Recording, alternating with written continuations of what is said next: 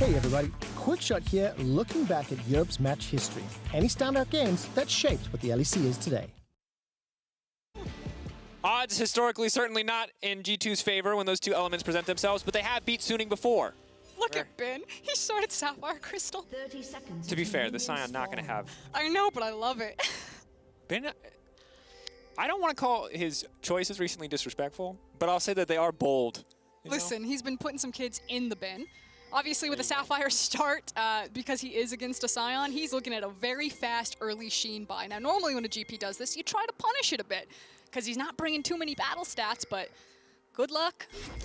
Obviously, the level 1 coming out, Perks. Looks like he's going to have to flash here early on, so already small advantage over to the side of Suning.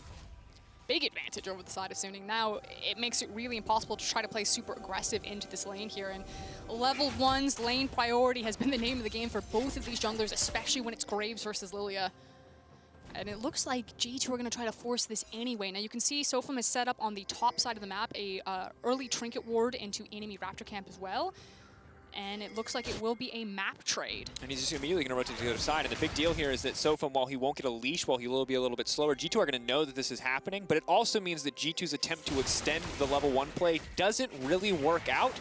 And that means that they are just at a flash deficit here. They don't get a lot of anything else. Although Cap's moving up at level 1 could potentially change that. Vision not going to show him too much, and he knows better than to commit to what very well could be a level 2 Graves. Yeah, and credit to Angel right there. He made sure that he was the first one on the wave. So Cap's having to respect that, going back to his wave, not able to chase Sofum. And with that split map, maybe there's a potential. You see the on the way ping from Jankos looking for an early gank onto Ashe. Maybe you try to get that early flash off of, as Perks and Mickey are letting the wave kind of set into them. Clench from Ashe, immediately going to get the flash out. Of course, set with the Hex Flash means that they can rinse and repeat on the back of that play. And it's now a split map. We haven't seen too many of these so far in the tournament, but Graves has complete control of the top side. Jankos complete control of the bottom lane. So Scion now just on survivor duty. He just has to hold on, as we see Caps spending a ton of time and utilizing that wave pressure just to check if the Krugs are still up and available. Yeah, just trying to get as much information as possible for Jankos here, as he decides that there is no gank opportunity on Huangfeng and Sword Art, and instead goes to his bottom side quadrant jungle, whereas Sofum has taken red Raptors and is now clearing out his top side jungle. Now, Bin definitely isn't going to be punished at all for the Sapphire Crystal buy. He's going to have a very free lane, and Wonder, knowing that he's playing weak side without jungle support, is just going to have to watch it happen. Yeah, definitely. And we're going to have to keep our eyes, especially when level 6 starts to come through, if Wonder ever really does get any kill pressure solo on this lane. Scion obviously does a lot of damage at level 6 with that ultimate, but the GP ult, we know, immediately will impact the map more and could make bot lane even more difficult for G2 when they're already down 2 summoners. See if G2 can capitalize on the fact that Huangfeng does not have flash on the Ashe, but does still, of course, have cleanse, so it's really not easy to punish this one. I think at this point you just kind of have to handshake it. We're trading crabs, we're trading sides of the jungle. Now the Raptor respawn is coming in because it was one of the first camps that was cleared. Excuse me, the first camp that was cleared. And we'll see if Jankos is going to try to press this one, but without having push priority in bot or mid, should just let it go. And things are now back on track for Suning and Sofum. Mickey, Hex Flash, can flash right back into Sword Art though. Looking for the juke here, going to pull Leona back. Leona, of course, can go in with the Zenith Blade, waiting to proc that Aftershock until the damage actually starts to come in. So they will get the flash out of Sword Art. Huangfeng with no mana, however, pushing them away. SOFM on the way back in. Jankos, they need to be careful. No, Huangfeng very over-aggressive. SOFM on the way in though. Jankos could just get one tap here, but no, the flash out immediately. Good block. Haymaker can come in from Mickey, but he does not have the cooldown, and that means he instantly gets dropped. SOFM trying to find the reset on the True Grit. Wants to dash in. But both sides just going to walk away here. A bloody exchange in the bottom lane. Yeah, but Sofum's going to be the big hiccup here, as both junglers get the kill, but Sofum's also getting the wave. I believe he started hitting the wave, and instead of pulling it back towards Huangfeng, looks like they might... Oh, I can't see because I can't change the minimap. I thought that maybe SOFM was going to farm the wave, but no, it looks like he took a couple of creeps and then he left it there. So just a 1-for-1 trade for both junglers. And overall, to be honest, that feels pretty good for SOFM, because at the end of the day, he's the one who picked up a lot of that XP on the backside of the trade, even if they did trade 1-for-1 in kills overall. And you have to say, kind of a mistake there from Huangfeng, maybe some miscommunication about when SOFM was going to crash with the wave, but got a little bit too greedy, stepped too far forward into Jankos, and was rightfully punished. As now Cap's got the immediate reset with the TP, so Angel's going to have to pull Sofum to help him reset this wave. Yep. So if I'm still feeling pretty confident, is going to use the Challenging Smite. Of course, big buff and combat power, but the phase rush starting to fade away. Luckily, Sofum still has the quick draw and can just dash out to safety. And with the single minion, there shouldn't be a freeze there for Caps, but he would want to try to hard push this one as the TP has now been answered.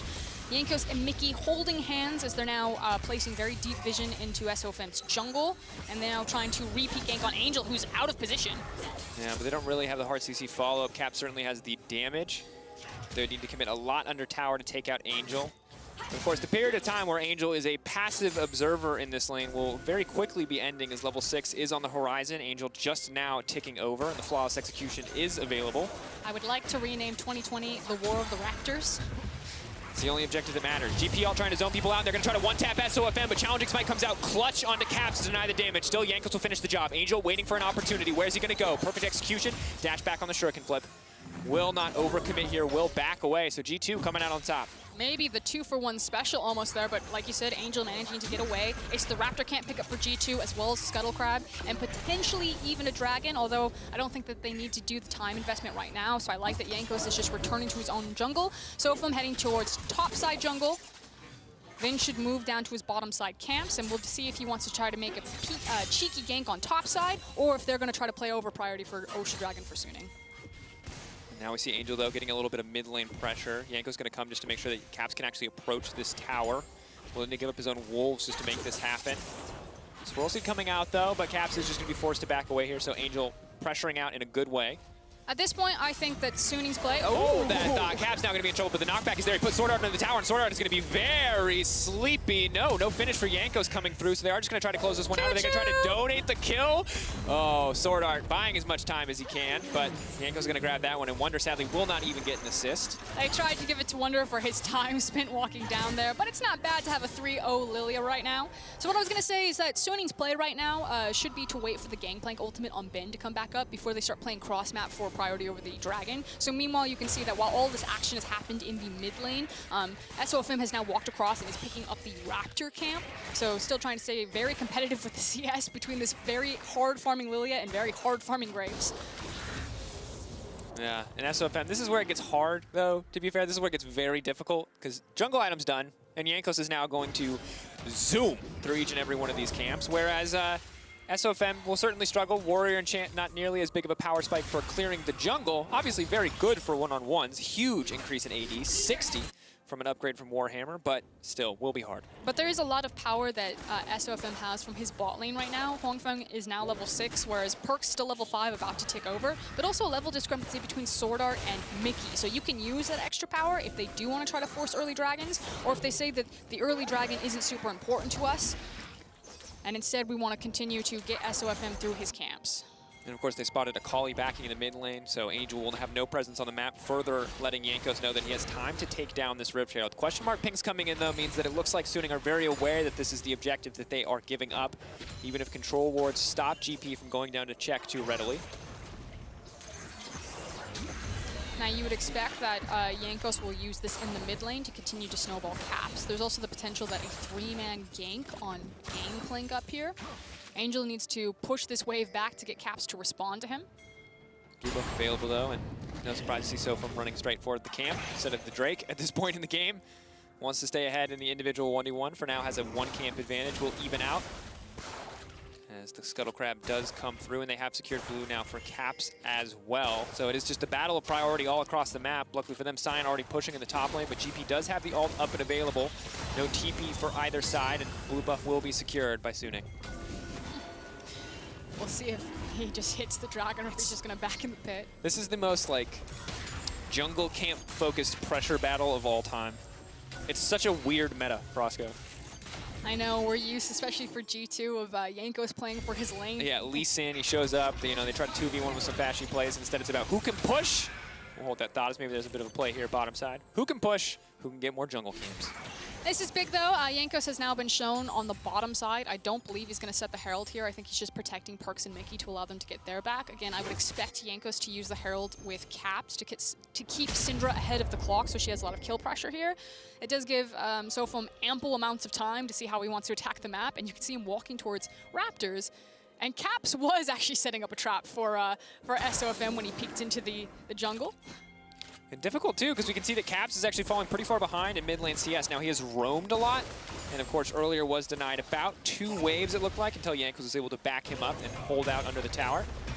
Meanwhile on the top lane though, Wonder has become the immovable Scion that the team wants him to be. Sadly, maybe not so immovable from this point out as SOFM wants to gank on this top side, but the control ward stops that one and extracts. This is literally just the jungler sprinting around. Yeah, this is the mad dash. But who's actually winning in the mad dash? I mean, I would say both teams are probably feeling pretty confident that they are. They both have scaling options. I don't know. I'm worried about that GP Frost. I'm not going to lie to you. After Ben's performance last game, I feel this man can hit a triple barrel chain like it's nothing. Now, I haven't seen it yet, but I still feel like this is something that G2 are going to have to respect. I think Sunni's composition, like I said, just has a lot of everything that you want. You got some burst damage, you have good sustain damage, you have great CC, you have the ability to play side lanes, you have the ability to play 5v5. Like, holistically, I just like all of the things that it's bringing. But you also have a lot of comfort champions coming out of G2. True. Syndra coming in, of course, for Caps. Perks on the Senna. When he was struggling a little bit this season, the Senna was always his way of finding advantages. And, of course, he's performing much better this time around at Worlds so far. Last game, of course, excluded from the conversation. So see what the Senna can do as we move later and later. Akali, though, going to have to check her next back. Angel has not opted to retreat quite yet, but there's Mickey flashing in now. That's going to be the face breaker. Pulling back, taking their time. Angel in the midst of the entire team. Jankos trying to lay down a little bit of damage, but he's just oh so squishy. Angel going to find the shutdown, and that is big. Suplex back down, though. Mickey's still trying to find something. Still trying to get anything. SOFM is walking away from the fight that we should be watching, and now Sword Art is going to get dunked down. So G2 at least gets something back, but not nearly the shutdown that Angel was able to pick up. Now immediate TP back to the top side. Wonder returns his role in this, well, I won't call it a wet noodle fight, but this farm fest. I'm getting absolutely trolled by the observers. Look at the bottom lane. There's also a TP going bot lane. It's cool. Science farming. Well, not much to say about that one. We're just going to move on. We're in a very different look at the game. There you go. Okay, big news was the fact that Akali got a massive shutdown bonus. Yes. We always talk about it. Akali's a one-item champ. As soon as she has Gunblade, she likes to play onto the side lanes. We'll have kill pressure on a lot of different people. Absolutely will. Now, of course, Herald's going to be charging in mid lane. Plenty of time before the plates go down. Even with Jankos out in the air, he will still get the plates, so will be some good gold donated over, even if it doesn't show it on the spectator overlay. Now, important to note that Akali is, 750 gold, the combined cost there to bust out that Gunblade. And once Angel gets that, there is, I'm not going to say infinitely more kill pressure, but certainly Caps is going to have to play this one flawlessly if he wants to survive. Yeah, and the big thing for me is that the Herald wasn't also split between Caps and Jankos. Caps wasn't close enough, so we didn't get any of the gold there on the turret, which, you know, I talked about how I feel like you really want to keep this Syndra so she has kill pressure on opponents and able to 100 to 0 whoever she wants. It's going to slow her down slightly, especially now that Angel has so much banked in his back pocket. G2, of course, though, probably eyeing that juicy shutdown, looking to get something for themselves. And despite Jankos' well, early completion on the jungle item there, SOFM remains pretty far ahead in terms of overall jungle CS, which at this point, how could we expect any less? That said, meanwhile, on the top side, Wonder battling for these plates, knowing that GP's autos aren't really the concern, but that if he one-taps the creep wave, then Wonder will be in trouble. That said, Ben, attack on Titan, I guess? Like, what? I was just watching him slowly whittle down there, resetting the passive. Of course, it is true damage. So GP will eventually kill that Scion, especially with the Trinity Force, but it does take a long time. He's cutting down a tree, but it's a very thick tree, and he's using a handsaw. Thick boy. Can't just do that. So you can see that Sword Art has actually changed up his positioning. Herald is going to be spawning relatively soon, and with where Ben is and the fact that Suning actually just had vision that Perks is still bot side as we're still chopping down this tree, as Herald spawns, Suning will have numbers advantage on it. Not today. Yep. And now Suning collapsing or ready to collapse in the top side or the mid lane, really keeping either option open for themselves. But in the meantime, Mickey now running forward. For sure, can flip a pretty easy way for Angel to make it out of that one. Difficult to have kill pressure on the Akali unless she overextends herself. Now, Suning are just trying to get Sword Art back on friendly terms. You can see that they went very deep, set up a bunch of triangle vision above Herald, and despite the fact that Suning had initial positioning here, G2 very quickly to respond, bringing all of their members here. Huangfeng is still in base, so this is actually now a numbers advantage for G2 over Herald. They're waiting for it. It could signal the start of the fight. And it nails Jankos right in the face. The chain CC now coming in. Mickey trying to disrupt the engage. Sword Art on his lonesome, but now Angel ready to move into this fight. How many cooldowns are down? How much time do they have? Mickey running out of health on the backside. GPL going to connect onto 2. Wonder holding on for now, but in the meantime, Angel is styling on G2 Esports. He grabs the Herald for himself, and this is absolute devastation. Wonder going to walk back under the tower, but big fight in favor of Suning. The damage that Prey just did with that arrow there, cross map from Hongfeng, and then Angel picking up the kill and the Herald. Man, challenging smite is not looking balanced. SOFM says, I'll deny 20% of that damage. I'll take your life on the backside as well. Easy collat to finish it up, and now Ben pushing in on the top line too. Suning are getting everything. And so much gold now funneled into Ben's pockets as they're going to go ahead and crash this wave, get another charge off from this Herald. The game might have just broken open for Suning in this set of plays. 3K gold. Mickey going to do what he can to clear this one out. Donate that 25 over to Wonder. But this is terrifying. They were all feeling good about that Gunblade, but now it's going to be fully completed lethality item for Sofum. It's going to be even more items coming in for the GP. And as you've already seen, Caps is not one-shotting the jungler, who only has Merc Treads, and that is a bad, bad sign for G2 Esports. Yeah, everyone has hit their item break points as we take another look at this one. A cross-map arrow there right on Jankos, followed right into the Leona CC. It looks okay for G2 because Jankos doesn't immediately get killed, does manage to take down Sword Art and help with Caps, but right there, another pickup for Angel. He then grabs the Rift Tail, and he's going to go ahead and immediately set it down, and the Herald will walk top and then help Ben pick up a bunch more gold. And on the back of this, Caps trying to make the hero play. Inability to just kill SOFM, the flash out of the other Q. Yep. Smoke screen there playing with the vision. One to rewatch later from Caps' perspective, see what he saw, because that was dirty. That's why you see the Graves prioritizing this tournament. A very difficult champion to lock down in the 1v1s, and now he's got the Umbral Glaive as well. So whatever G2 think is theirs is not. No vision really going to be available for this team after that one comes through. Now it's divide and conquer for Suning. You can see that they're trying to trade these cross-map towers while G2 are trying to protect Caps for him to trade the tower back, but Suning have the lead right now. 2 members, also an Ashe versus a Syndra hitting the structure. He's stepping forward. Angel really not scared of anything that G2 can bring to the table. The thing is that Ben has ultimate as well, so as this wave crashes, yeah, there's nothing G2 can do. He doesn't even have to pull the trigger on the ultimate. There is no response from G2 cross-map to the tower that just fell. And again, we're in a situation where this game is certainly not as dominant as a performance from Suning as the previous one. We've got another situation where top lane is wildly ahead. Now Sion going to scale arguably better than Renekton, assuming that Renekton actually has to get into melee range of his targets in the mid to late game. And the fact that he already has Essence Reaver, the fact that he's going to be one-shotting these waves, which, for the record, when you're one-shotting the wave off a barrel, means just that much more gold for the GP passive, so you're snowballing even faster every single time you clear a wave. This is going to be a nightmare for G2 to deal with. And naturally, the big team fighting phase for GP, as it's deleted. Sleepy, they're going to take their time on this one, and they will finish it off. Yanko's going to grab that one, immediate TP back to the wave, trying to get away from Angel, and Jankos is going to hop his way out of this one. Is he? I don't know. I've seen Bambi. Oh, no, it is Bambi. It's Bambi all over again. SOFM is hunting him down. He's having dinner tonight, and it's certainly looking like G2's hopes and dreams are being served up on the table as Jankos gets dropped there. Delicious there. Caps using his TP just to eject out of that one, but no hope for Jankos. Meanwhile, G2 were trying to force down mid lane, maybe get some pressure off of Jankos' death. But Suning very quickly respond to it, and again, there's just not a response from G2. There is not. Hongfeng just going to clear out the wave, knowing that he's pretty comfortable to do this. SOFM moving up to take the red buff. Consistent resource denial, but again, Hongfeng overstaying his welcome here in the mid lane. He is going to get pulled back and taken down. That's now 2 instances in this game where Hongfeng overstays and gets punished rightfully for it, or I guess steps up too far. Yeah, definitely needs to check the positioning there. May have been looking too much towards the top lane. Not sure what happened there on his screen, but on ours, definitely an overextend. And now a big barrel landing. Mickey backing up. He knows if he burns the Haymaker too early, he will die, as Perkz playing on the edge here. Of course, Akali cannot point and click you if you're lucky enough to be in that shroud, so. What I was talking about before Ben was killed topside by G2 was that level 13 was obviously the big window for G2 to start grouping up with his team and have a lot of team fight powers. It allows you to do all the cool tricks with your barrels because the timer is now at its lowest. So already you can see Ben is grouping up with everyone, and those barrels are starting to hurt. Yep, and more importantly, Angel can now sit on a side lane knowing that Wonder has absolutely no MR, and that Caps, while he can clear the waves, certainly not very comfortable to 1v1. When the Akali has a stopwatch as well, it feels all but impossible to lock down Angel.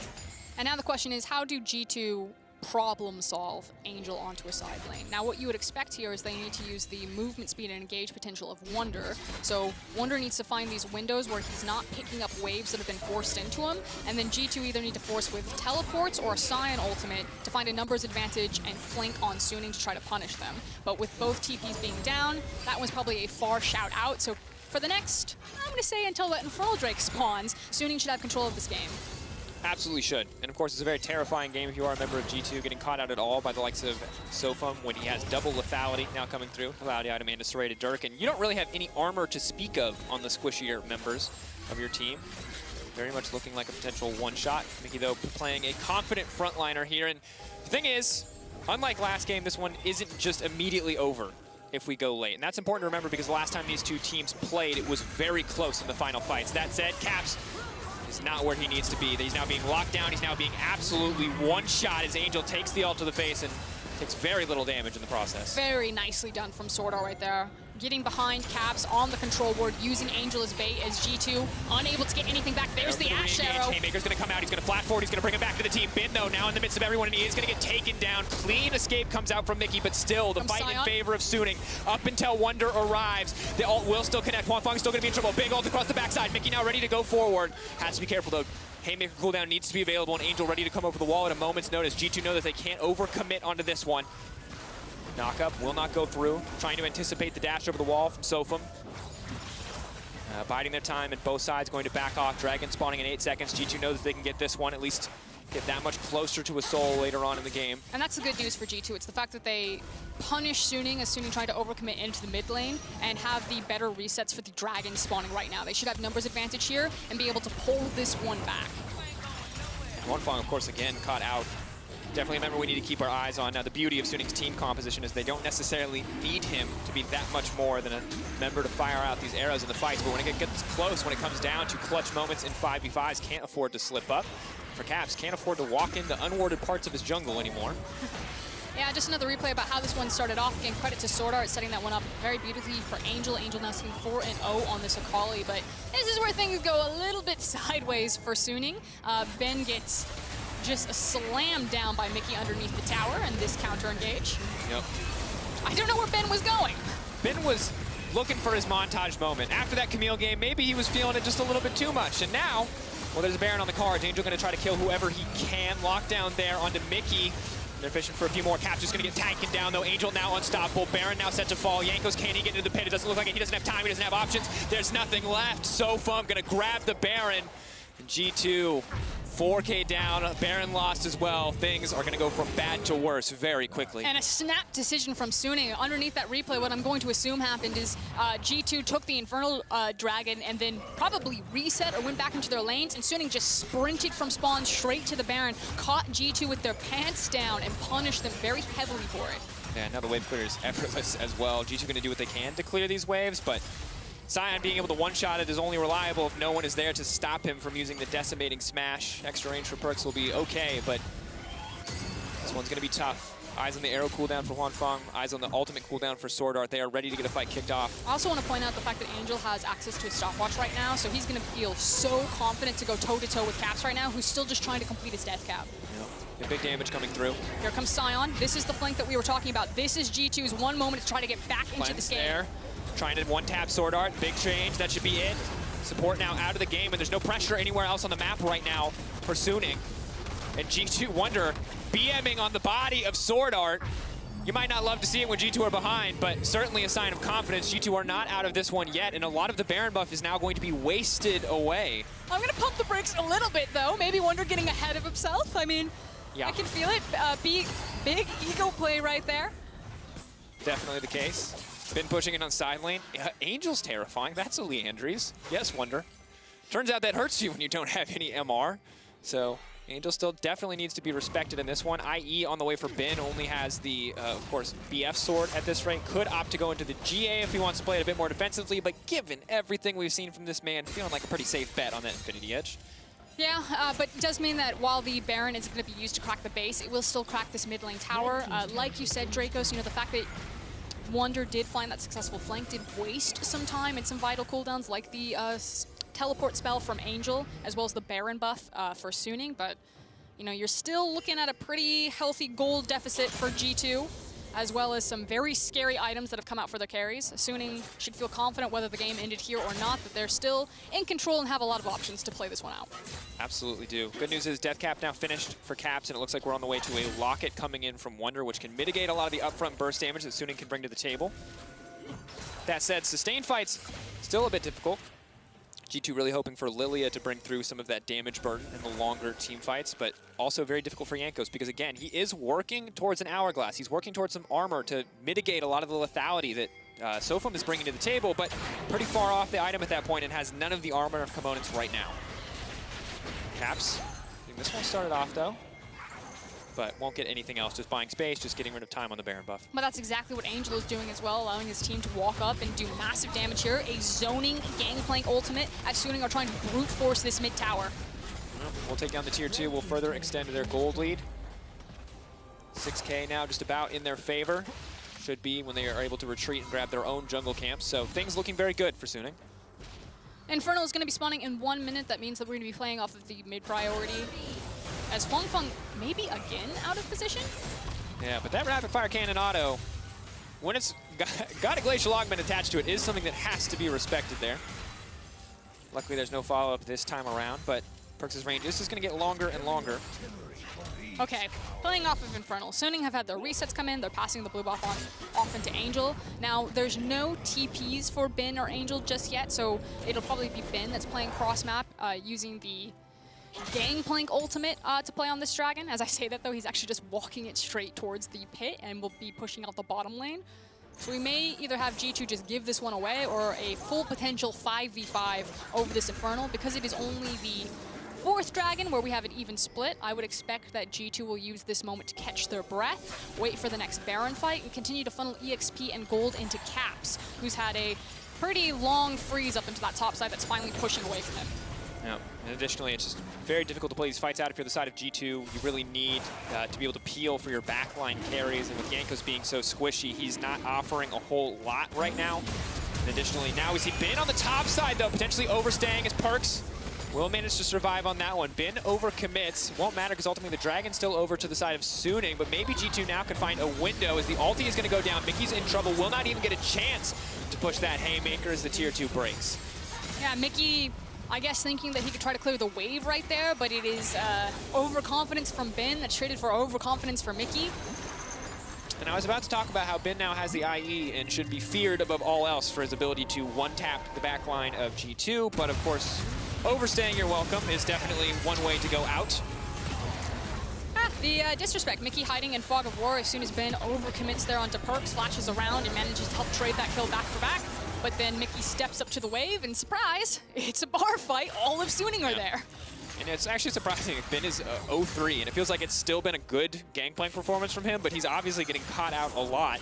So while Sofum, Angel, and Sword Art are all, I think, playing very cleanly for the most part, Sword Art obviously giving his life in some exchanges, definitely have 2 members on the team who are either a little overconfident or a little out of position, and those are the things that you need to tighten up as we get later in the game. Even when you have a 6K advantage, you can't afford to miss position in these fights. And this is one of the gaps that people talk about when they talk about Suning versus TES and JDG is round 14. Wonder's now been caught out. He's going to flash and is waiting to ult for now. It's going to get stunned. It's going to get locked up again. The passive is going to be big, but with an Ashe there, it's going to be pretty difficult for Wonder to get anything done there. Losing their tank, losing their support. That's going to be second Baron pretty easily for Suning in this game.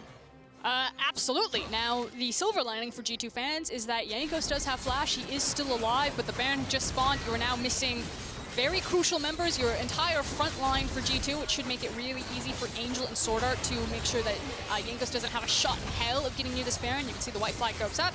Jankos is picking up the Gromp in tandem with Senna to pick up the Soul, and the second Baron for Suning.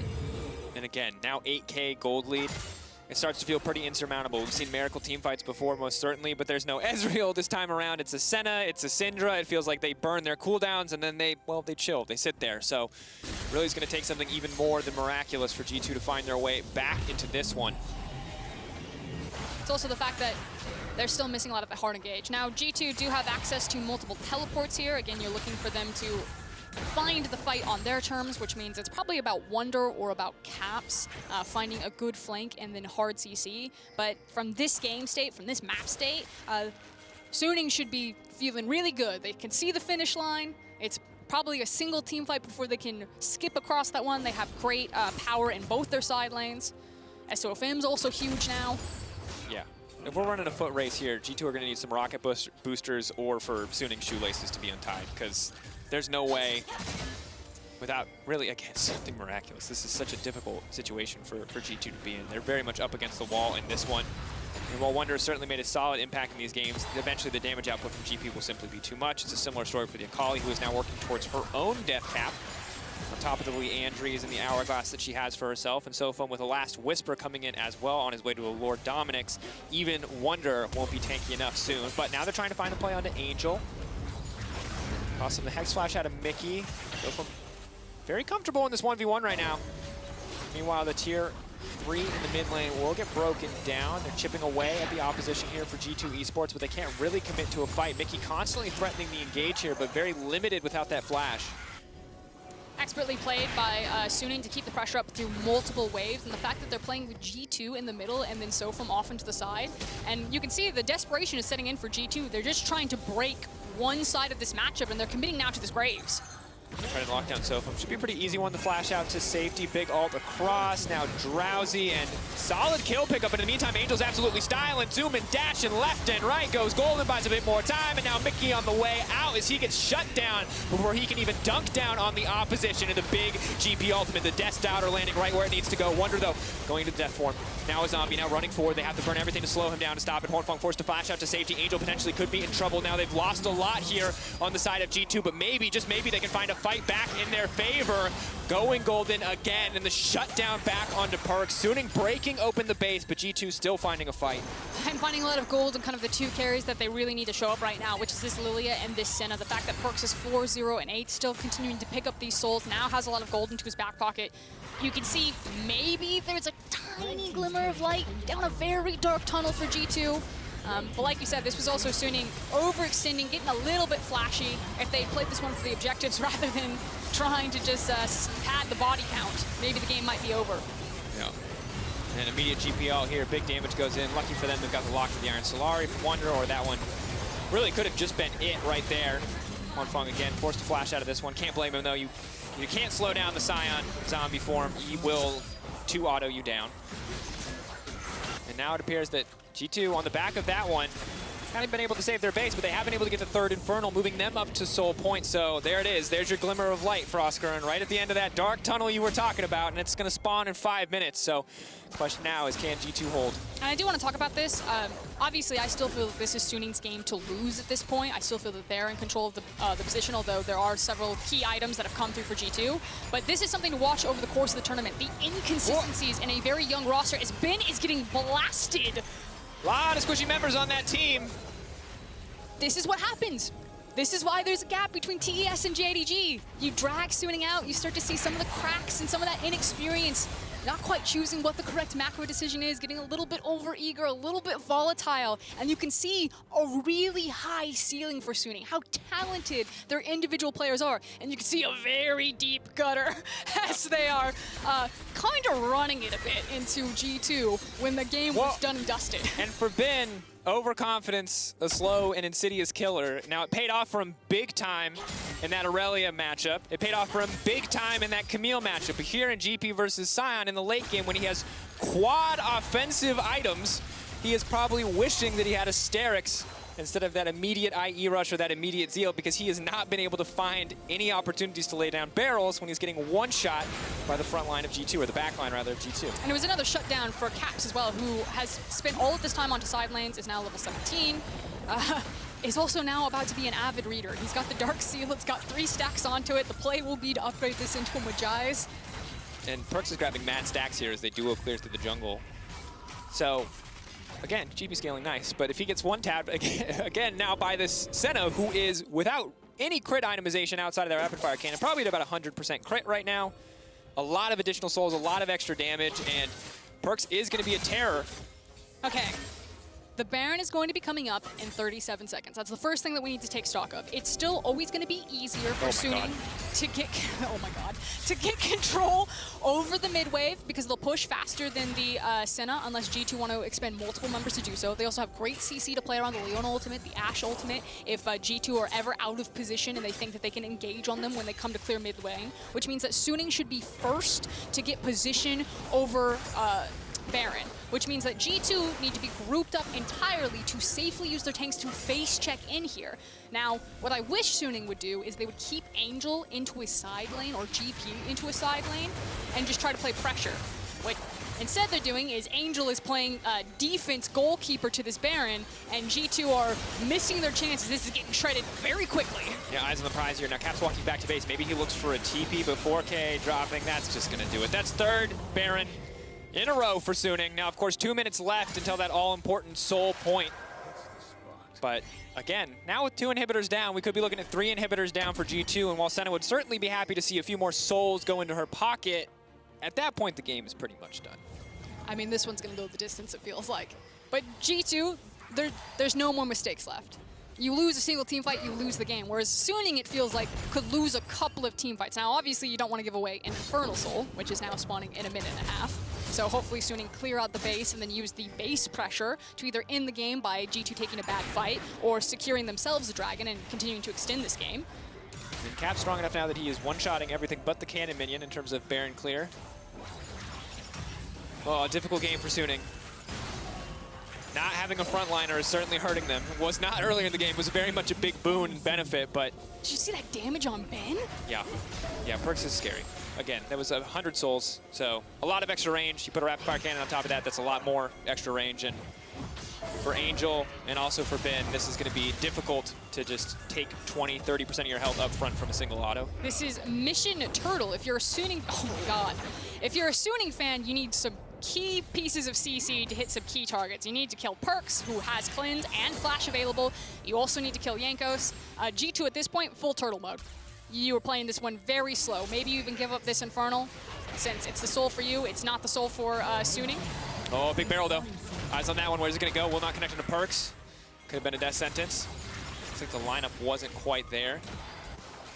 SOFM though now looking to break this inhibitor. G2 seemingly ready to force a fight about it. Sword Art not quite as squishy as the opposition there, and the arrow will go wide. That's going to be a big cooldown down. It looks like G2 have decided what they want to do, and it's chase out SOFM. Now we just talked about kind of the volatility of Suning and some of their inexperience. Ooh. Angel, sleepy, doesn't activate the hourglass, and that's it. Oh, once it's night-night, you can't push those buttons, and that's going to be the kill, that's going to be the pick, and that's going to start things off. Huanfeng trying to speed down this Infernal Drake. G2 running, G2 sprinting because they can see the win condition in their eyes. They can't afford to overcommit on this one. It is going to get taken down. Soul point denied. Suning, though, now on the back foot as G2 chase them down. Sword Art going to get picked off, and the game is now wide open. Yes, it is a 6K difference in gold, but we're late enough now that it might not matter. This is going to come down to a single team fight. The game's going to go that long. I cannot believe G2 are going to get... Game 1, Suning versus G2, banger. Game 2, Suning versus G2, definitely Suning favor. Game 3, Suning versus G2, it looks like we got another banger on our hands, folks, because this is going to be tight. But Suning, they were in control for so much of this game. They've had 3 Barons. Okay, it's not over yet. But oh my god, it's always this moment. What I was about to say is, you see the volatility in Suning with some of their inexperience that, you know, if you drag them late enough, you can start to find the inconsistencies of some of these decisions and punish that. And G2, they always make you work for it. Yes, yes, they most certainly do. It looked very over. 15 minutes of the game, 20 minutes of the game, even 25 minutes into the game. But here, 40 minutes into our final game of Group A. Reminder, winner, first seed, loser, second. Pretty simple to keep track of. Look at Parks' build, he's got a Randuin's. Oh no, wait a second. He might be unkillable. He might be, I don't know, he's definitely not unkillable. I mean, obviously if he walks into all of them. But at this point, we're 40 minutes in, and this man is probably at about 120 souls. If we can get a soul check again, that would be good, because he's collecting a lot here from all these waves continuously crashing into him. Obviously, eventually, he could build full tank. It'd still be an 80 carry, right? If we go late enough, it is possible. I never thought we'd get there, but it is certainly possible. The infinite scaling on Senna is really making a different meaning in this game. It hits different, if you will. We always say it, but we never see it come true. 40 minutes on the clock. Okay. 127 souls, folks. That's a lot of bonus range. He's gonna start hitting people from like an entire screen away. This is gonna be like a Nocturnal ultimate. Yeah, we gotta talk about siege potential. This man is literally artillery. He's gonna be autoing your mid-tier 1 from halfway down the map. Okay, Suning. You have pressure in all of these lanes. G2 have to stay as like a little death ball composition. You've got 2 different teleports. You have a Gangplank ultimate. You just need to connect one of these hard CCs onto a G2 member who's out of position, drop the Gangplank ultimate, and hopefully you blow him up. If you don't blow him up, you need to get the hell out of dodge, because Senna is a champion that makes extended fights very punishing here. And you need to try to get this flash and this cleanse off of perk so you have kill pressure on him, because this guy will decide team fights. The heals, the range, the CC. And the Randuins. We have double Randuins coming out. And honestly, Jankos, if he wanted to, could probably build one of his own. It looks like we're going to see the Death Cap come out instead. But, I mean, you got triple crit carries on the side of Suning, so showing more and more big brain. Mickey on the way to a Gargoyle Stone Plate for himself. And I don't know why I'm talking about the items, folks. I'm not going to lie to you. They don't really matter that much. It's just mostly execution. Whoever starts the fight right probably wins the fight. Again, I feel like the longer a fight goes on, that I'm still going to favor G2 just because of the Senna, although you can see it's probably going to come down to execution for both sides, because there's still tons of sustained damage on the side of Suning's composition. But the itemization and the sheer armor from G2. One auto! Not going to be nearly enough. Ooh, the cleanse now coming out, though. They're getting a lot of those cooldowns. GP all coming in. They haven't quite started the fight the way that they want to, but Caps now backing up. The suplex down in the meantime. Jankos now dashing forward, looking for the sleep. The going golden. Suning may have found the fight that they were waiting for. Perk's now on the run for the hills. Oh, and now it's a trade back and forth. Perk's still alive. He's grabbing souls left and right, though, and Suning can't make a big enough dent to stop G2's push forward. But the biggest thing was the fact that Angel was also killed in that fight. If the Akali had survived, maybe it's a completely different game for Suning at this point, but Jankos going down and finishing what Caps started by trading his life also for the Akali. Ben now has to back away from this tower. He has to be careful. He is very, very squishy. TP coming in the mid lane. G2, they're trolling the trigger. They want to end this one as quickly as they can. They want to break open the base. They want to give themselves a few more advantages because it's a minute left till the Dragon. They win a fight here. They get that soul, and it makes the rest of the game so much easier. They need to be very careful. 30 seconds until the Akali is back up. She also has TP, and that's one less TP that G2 will now have to work with on this very open map. Ooh. Taking a breather. That's 775 base attack range, folks. 140 souls. That might be the biggest number I've ever seen in pro play. That probably is the biggest number I've ever seen in pro play. Can we get a stat check on that? That's a very hard one to check, but yeah, Marcus, if you're listening, if you could figure that number out, no pressure, let us know if that's the most souls anyone's had. Okay, Suning sprinting towards this Baron. Now Jankos is all the way out of base. They will shred through this. He might not get here in time, but maybe the rest of G2 though. Although it looks like they're gonna handshake, give the Baron away, and instead try to grab the soul that's spawning in 7 seconds. If I'm Suning, I'm just like sprinting towards the base with this Baron. That's really the only option you have left, but you don't have very many waves Bin's pushed resetting. out. They're gonna fight for it. Bin's resetting to TP. No, it's gone, it's gone. That's it, that's Dragon Soul. Oh, but as they back out, they're not put together. You got Gangplank on the flank, Gangplank. One big shot, Ben! Can you do it? Huge! My God! One moment, one shot, one barrel. That's all you need, Suning. They find their shot, they find their fight, and that's it. Just like that, it felt like everything was turning against them, but now Wonder is the last man left standing. One shot, one kill. The pistol from Bin finds its mark, and now Suning will move up. They will take first seed in Group A. G2 strong, but not strong enough. The LPL will take this one. And Vin saw his moment. He could play the map or he could play the fight in true LPL fashion. Rolls the dice, TPs into the fight, and blows G2 up. The 3rd seed of the LPL will take first in their group and take down the 1st seed of the LEC. Thank you all for tuning in, and let us know if you enjoyed the game or have a specific match that you want to see by tweeting at LEC. Match History, we'll see you next time.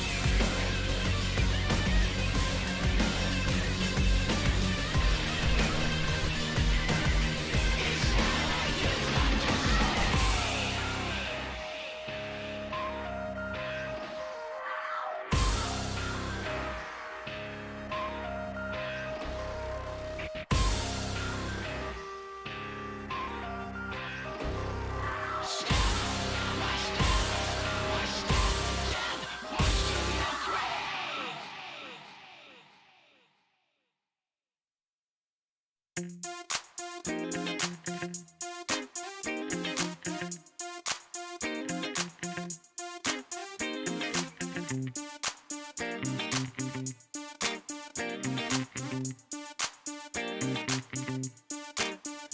it up and stop and lose control. Sing aloud, I don't need you anymore. Getting up, I'll see this every day, baby. Oh, I get in the way. Give it up and stop and lose control. Sing aloud, I don't need you anymore. Get it up, I'll see this every day.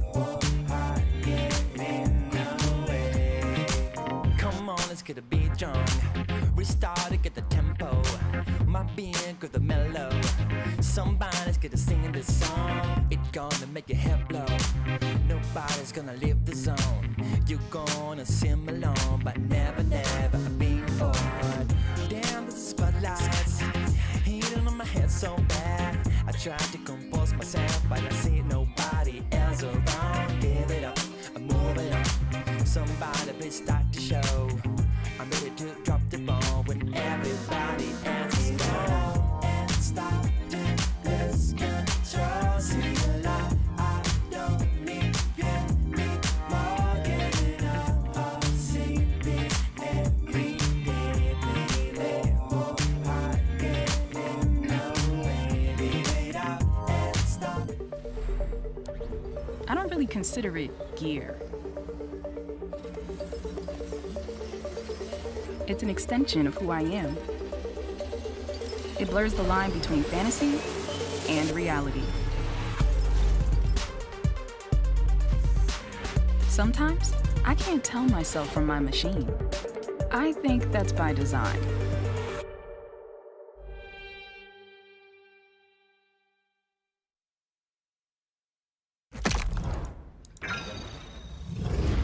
The systems are overloading. We can't risk another game. We need to take a break and regroup. We're starting to lose our mind. Captain, we cannot go back to Elo Hell. Last time it took us months to get out of it. Initiate break protocol. Hurry up!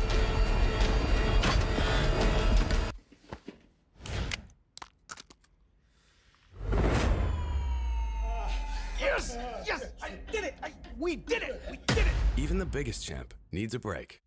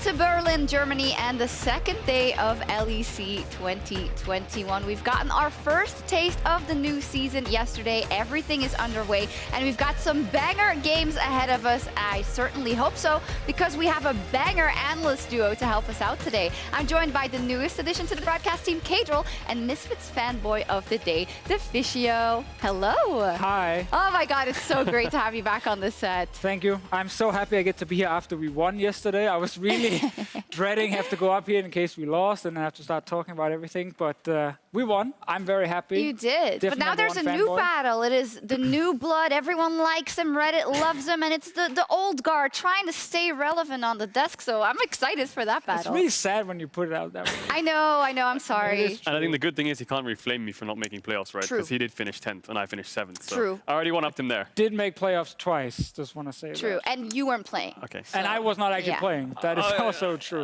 Yeah, I like recency more. Yeah. Anyway, we'll get a lot of banter during the day, but also a lot of analysis. And let's look back at yesterday, because the new season started as the last one ended, with G2 dominating their opponents, this time joined by Reckless in the bot lane. Martin, what did you think of Reckless's debut on G2?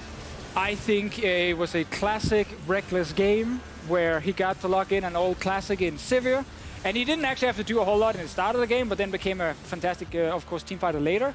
I just think, like, for him, it was more, what is my team doing around me? And Mickey and Wonder ended up kind of carrying the entire thing, but Reckless did his job. Yeah, Mickey X was probably off the team fight, but Reckless, what more would you want from a Reckless Sivir? You know, 0 deaths throughout the whole game, finished legendary. He was really quiet in the early game, just farming up. He did come down to a pretty good CS lead, but towards the later stages of the game, he was popping off in fights. And I have to say already, like, it's scary with G2 because they've gotten an even more consistent late game AD carry now in Reckless, and they're still as strong in all the other aspects of the game when it comes to like creativity and forcing plays on you. So now they even have this like really secure player. In case it goes to 30 minutes, who can also win it for you. Even more scary. We'll talk more about that when we get to G2's game later today. Another result on day one I want to, point everyone's attention to is Misfits currently in second, winning their opening game over Fnatic nonetheless. Yes, second. I mean, it is technically correct. I guess tied first, but yeah. Oh yeah, right, second. I think, I think it was a great game.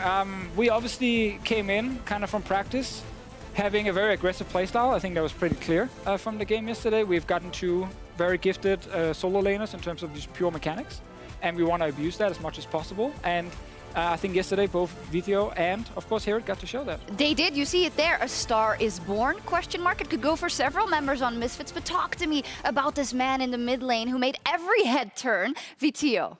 18 years old, only actually played 1 year competitively in France for LDLC. And then we managed to get him into our tryouts in this off-season, and he's really, really impressed us. And also when we talked to him and kind of got to know him as a person, that's just insane drive. Like, just playing, like, unlimited hours a day, like just want to put in so many hours into solo queue and into practice. And he has the mechanics to back up this like kind of confident, a little bit of a cocky attitude as well. Okay, we need that sometimes. And I think that's important. And I think it allows him to do things like he did yesterday. Broadcast team, we all have cocky attitudes and it works out, right? Yeah, that's why we're here. Yeah. I think that both him and Hirit have such a really good lineup around him. You know, Razork and Kobik from last split, Vander from Rogue. I think they have like these 3 players as a pillar of like success that they can build off of, because the question marks coming into the split were the question marks on the rookies, right? In Hirit and Vito. But I think that the 3 players they have around them really made them shine. And I feel like it does feel like a new start for the Misfits, especially off this winning game. And for rookies, those games can be very important to get ahead in the split. But let's also talk about the team day, because they are the top dogs in the LEC until further notice. And it wasn't the best start for the reconfigured roster. What did you make of the game?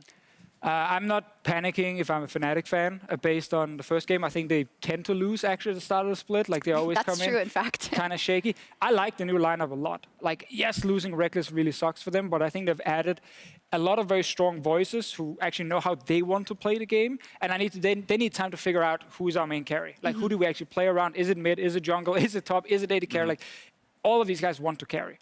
And I think they also showed a bit yesterday. Like, they were all 5 very aggressive and probably over-aggressive in the way they played, and that will most likely get toned down. Yeah, I think the over-aggression was still there, and you could ask questions like, was Reckless the person, the voice saying, guys, we need to stop fighting, taking every fight, so we need to calm down a bit. But I think Upset can step up to that role that Reckless was fulfilling, being that quiet, hyper-scaling late-game AD carry. And I think that, yeah, Fnatic come out the gate sometimes a bit shaky. They've had splits where they come in 0-5, 0-6, and yeah, I'm not too worried on the first day. Well, I have a question actually pertaining to the roster, Martin, maybe, because you say, well, they haven't figured out their identity identity. This is something we said repeatedly throughout summer. And in my eyes, it's not like they've replaced the two players with completely vastly different players. Yes, they do not play the same, obviously, but Upset is also a late game carry, a very consistent man in that bottom lane. It seems like the same dynamic is there for me. So why don't they just go back to let Selfmade do everything like they did in the run-up to Worlds? I mean, they might end up going there, but I think right now in the jungle, it's very hard to get far ahead of the enemy jungler, which is something he's been able to abuse in the past, because a lot of junglers are just power farming 24/7, camps respawn so quickly. So it might be harder for him to step into that role right now. Can still get there later. I just think they have enough carries, tone down their aggression slightly, and it's going to be fun. And also 1 game sample size, sorry. Didn't mean to upset anyone there. This is day 2 of the Super Week. We also have another day tomorrow because it's a Super Week, so 10 games to go. And after the huge amount of fiestas we saw yesterday, we decided to give our players a shot at an easier game mode. And trust me, this is one cutscene you won't want to skip. What? Oh, you're all made of pixels. Look at yourself. What is this? What is this place? Oh great, another fantastic ID from the LEC team. Huh. What is happening? Where are we? What is going on? Huh? Welcome, young heroes. What is this? Today, your journey begins to rise above and conquer all that you see before you. Can we skip? Skip! Push X to skip! Yep. Skip! Skip! Okay, fine. Ungrateful little... Alright, all you have to do is get the trophy and get to the stage. How do I... Oh. Come on, let's go. Whoa, the set looks different. Let's see. How are we gonna cross? I've got an ID. What? What did you do? Nice! Wait, what's happening? Oh.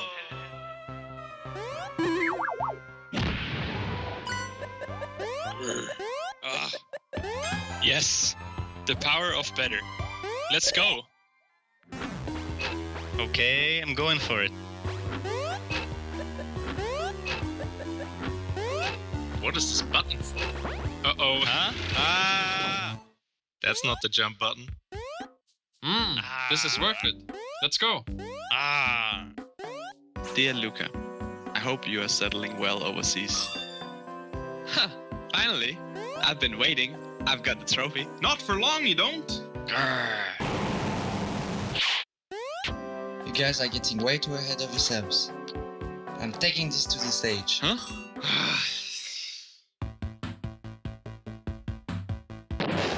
Oh!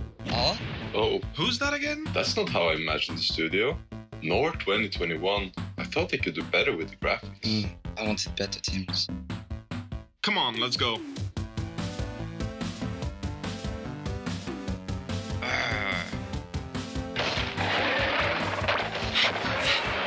Of course they had to put some sort of buzz here. Yeah! What are you doing? Could you give us a hand?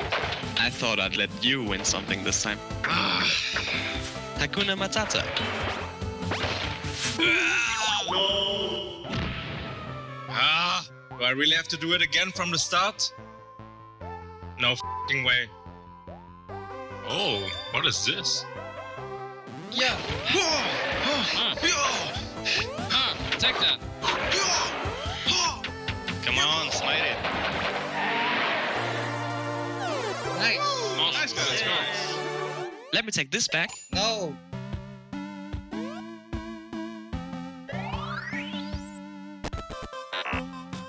Why is nothing happening? We're missing someone. Huh? Wait, how did you get here so fast? I used to dawn the back.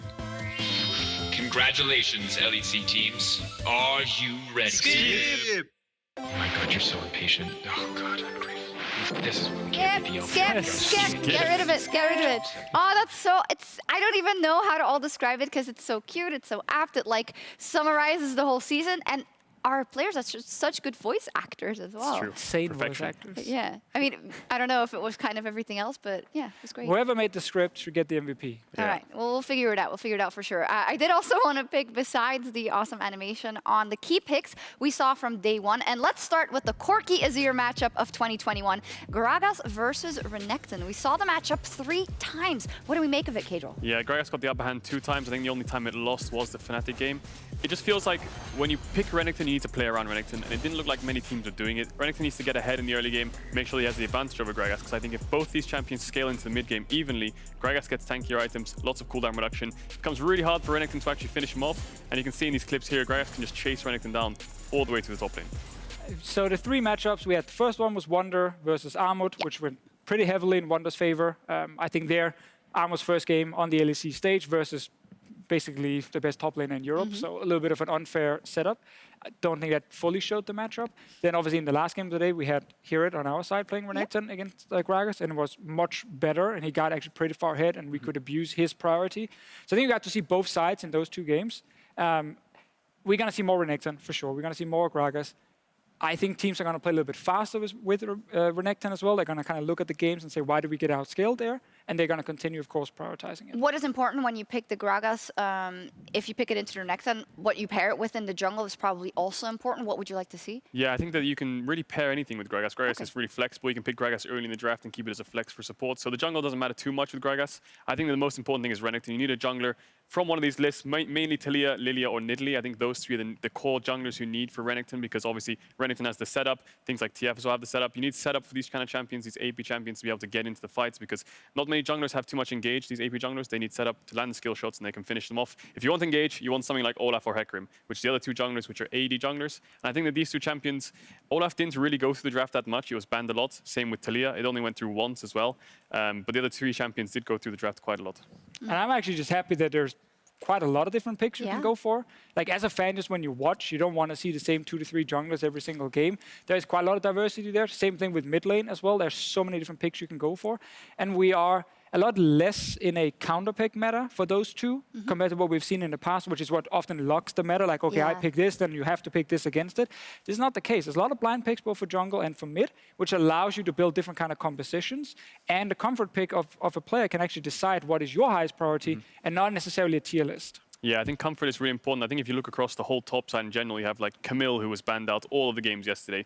Olaf's always banned out with Taliyah, and then mid lane you've got TF, which is banned out a lot as well. I think all of these champions synergize super well together. You can have like Graves, TF together, Olaf, TF together. You can Renekton, Nidalee, Lilia, all these things. There's so many like combos that you can mix and max from all the kind of OP champions in the roles right now. You just have to make sure you balance out the AP, AD damage and the engage / the CC setup. Would you say this makes it easier or harder for teams that are trying to figure out what their identity is? Because I can imagine if you just know what to counterpick into everything, then you have a plan. But is it also not easier that you have a lot to pick from? Where do you land? Yeah, I think counterpicks are important in a way that priority seems to be important. From what I can see yesterday, you can get a winning jungle matchup, for example, and counterpick jungle. But if the enemy team has 2 or 3 priority lanes, you can't really use it effectively. So I think that counterpicks are important depending on if they get push priority. I think winning the lane itself, like picking GP into Renekton like we saw yesterday, yes, you get a small CS lead, but you don't get too much prio, so it's not super beneficial. I think picking for priority lanes or synergizing the champs well is the most important thing. I do think from the comfort part that you asked about, like this does give a lot more options. Like if you're locked into a meta where it's like you have to pick specific counters into something, and if your player is not good at playing these champions, it's not his style, it often puts you in a really weird spot going into a split. Do we just pick the meta stuff, or do we try to do our own things and get flamed by people whenever we lose? You know, that always happens. Not what you want to be in. So I think this gives a lot of options. Like there are different styles you can play in these different roles depending on the kind of player you have. Some players will play super roam heavy from mid lane. Others will try and win lane with Lucian super hard. Like you can do different things. All right, different choices. And let's see how the LEC meta evolves today as everything builds up to our Alienware match of the week, Rogue versus Fnatic.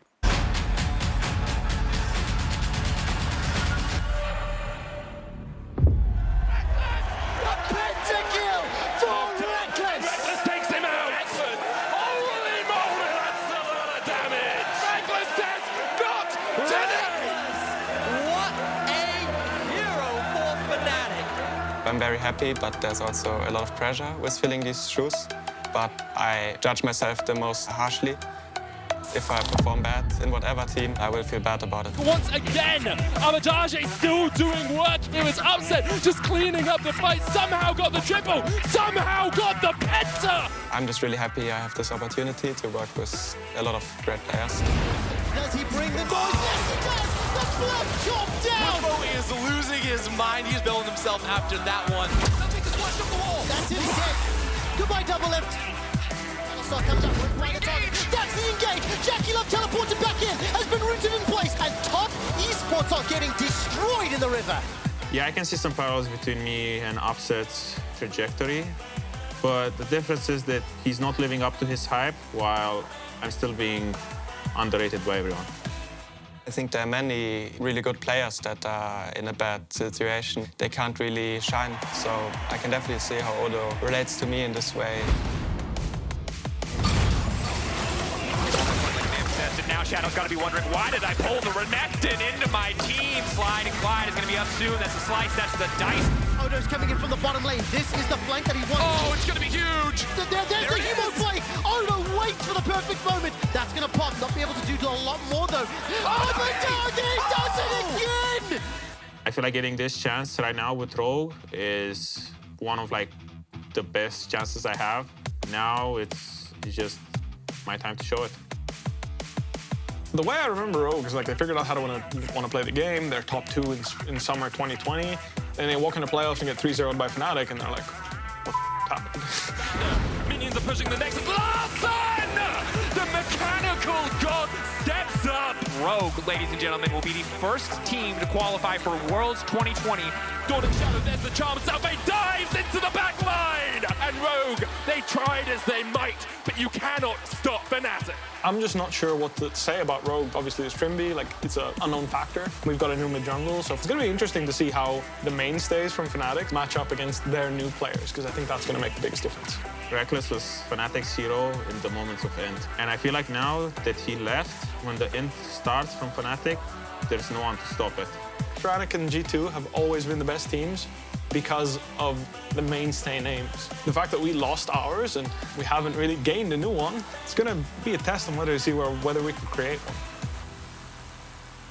Who will stop the int? We will see later today in that match of the week. And if you're currently on the LEC Discord, be sure to head to the prediction channel and vote for who you think will win tonight. You can click on either the Rogue or the Fnatic icon and let us know as such. But yeah, Rogue is looking to take Fnatic's position as the second best team, or the team that can possibly challenge G2. Why is it that there's so much hype for this roster in the beginning of the split? I mean, if you look at their gameplay yesterday, I think it was super clinical. Yes, it was quite slow towards the mid game, but they played the game almost perfectly, taking the fights they need to, dropping the fights they don't. The whole off-season, everyone's been hyping up Rogue, saying, wow, they're so good in scrims, highest win rate team in scrims. And I mean, you can see it in the players, right? You've got Inspired, who I think is top 2 jungler in the league. You've got Larsens, who's top 2 mid laner in the league as well. I think mid jungle being so important in the meta right now is just so effective for the team.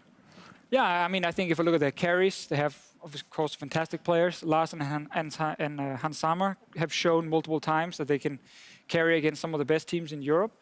I think top lane they've upgraded, getting in Odo. Very important piece to add as well, because that was maybe where they found some issues in their playstyle, and they maybe felt a little bit locked in what they could do last year. Trimby, of course, is the question mark. I don't think he's an upgrade over Vander specifically, but I think they saw something in terms of his potential, and then maybe also his laning with Hans Sammer that they really liked, and that's why they ended up promoting him from their own academy. So he's going to be the big question mark you, of course, look at, and I think we did see yesterday the classic rookie first game on stage. Yeah. Some mistakes can happen. I still think he's going to be more than fine in the LEC, and he is an individually very gifted player. Yeah, I mean, I think it's important to not put the weight on the shoulders of the rookies after their first game. You do gotta find your flow in these games, especially if you're playing these big name teams, and that's exactly what Fnatic is, and we definitely can't write them off just yet. But have the members of the Discord done it? Yes, they have. In the LEC Discord, Rogue win 77% of the vote. Yeah, the fans, man. Fnatic lose a fan vote. That's crazy. Maybe it's because not everyone's found their way yet. So if you're a Fnatic fan, get over to the LEC Discord so you can change that vote up, because that's not going to fly. Yeah, crazy. Yeah, I think this is just one of the most interesting matchups ever, because you've got, I think, the best 2 junglers in the league in Inspired and Selfmade. So for me, it's a super hype matchup as a jungler. And I just think that, yeah, this is battle for second place in my eyes. All right. I want to see on Fnatic's side, as we talked about before, who did they play around? Like, who did they draft around? And I think this comment about, they always relied on Reckless towards the end if there was too much int and so on. Like, I think Upset can get there, but he needs to show that. And I think it's about trust, and it takes time to build on a new lineup. If he carries a couple of late games for them, they might still have this feeling of, with a late game team, don't worry, we can always win there. We'll see what happens. Fnatic versus Rogue is our last game of the day. Plenty of action happening before that, though, including Misfits game, who, you know, we have an expert now for Misfits. Well, about everything. Expert, I wouldn't call myself. No? I'm literally just saying what my coaches are telling me. Okay, there's no mind of your own, like you used to steal the points from the other analysts, is what you mean. Yeah, I just steal from them, correct. Yeah, I see. So Misfits is up versus Vitality. Vitality had a really, really shaky start. Do you think you can take them? I mean, yes, I think we can beat Vitality, but I also think Vitality are way better than what they showed yesterday. Yep. Like, they have 5 young players, but mechanically very good players who can play very aggressive. At least that's what we've seen also in practice some time ago now. We have, of course, not scrimmed them lately, but I'm expecting a lot more fire from Vitality. Yeah, and I just think if you look at the first 3 games of the day, I think that all these 3 games kind of give you a good idea of what the middle of the pack / higher end of the pack is going to look like. I think that these games shape up the league, and I'll give you a much better idea as to which teams are looking good coming into the start of the season and which teams have a lot to work on. All right, well, we will see. Our opening game, however, is XL versus Schalke, with the UK org featuring a new name from the Polish Ultraliga. And for a deeper dive into the legend of Czekolad already, I am joined by Ultraliga caster McVire. Hello, how are you doing? I'm doing good, thank you. Hello. You guys look fabulous. You look fabulous as well. I'm so happy we got to invite you for a segment here, because you are, of course, one of the experts. You are a caster for the Ultraliga. And I've also heard that you especially know Czekolad very well. What's your personal relationship like? Oh yeah, we go way back together. I could say that he's a close friend of mine. I remember back in, I don't know, 3-4 years ago, when the Polish scene was just starting and most tournaments had prizes such as the bag of potatoes. We would play together in one team or against each other. The one thing that never changed was that Czekolad would win every game, even though if I was with him on the team or against him. Okay, I see. So he's very strong indeed, and it also translated very well to his pro career. Of course, winning EU Masters, Polish Ultraliga as well, making a name for himself on AGO Rogue. What would you say are the big beats and the important moments in his career so far? Okay, so I think there's 2 most important factors, 2 most important break points in his career. The first one would be at the start of the 2019 when he joined eMonkeys. I think this was the moment that he was put on the European esports map as a player that enabled him to get much better offers in the future. And then, of course, at the start of the 2020 last year when he joined AGO Rogue, he won almost every tournament or league that he took part in Poland. Scoring the worst was the 2nd place in the summer season of Ultraliga, and of course semi-finals during the spring split of EU Masters, and then winning the whole thing. Wow, what a breakout year for him. What can you tell me about his playstyle and maybe the picks we have to look out for? Okay, so this guy is like a relentless laner. He knows wave management really, really well, and he punishes his opponents whenever they don't pay that much attention to the side lanes. Besides that, he's also willing to pick early fights, often going for all-ins like level 2 or level 3. So he isn't afraid of doing risky things. This catches off guard his opponents quite a lot. Like, you could think, for example, level 2 Galio is not going to kill you, and you are probably right, but Czekolad, he doesn't really care. He will flash on you, he will get you low, he will make you go back to base and teleport again to the mid lane. That's how he creates advantage for his team and also for himself. Wow, that's amazing, and I'd love to see that. My producer told me I have to move on, but I do want to ask you if you have like something to share about his character or personality, because we've heard that he's so funny and so crazy, also off the Rift. Okay, so if I were to compare Czekolad to one of the Polish players, I wouldn't hesitate. I'm not sure if you heard about long-lost Janko's younger brother. He's a little bit shorter, a little bit chunkier, but it's for sure Czekolad. He's 101 Jankos.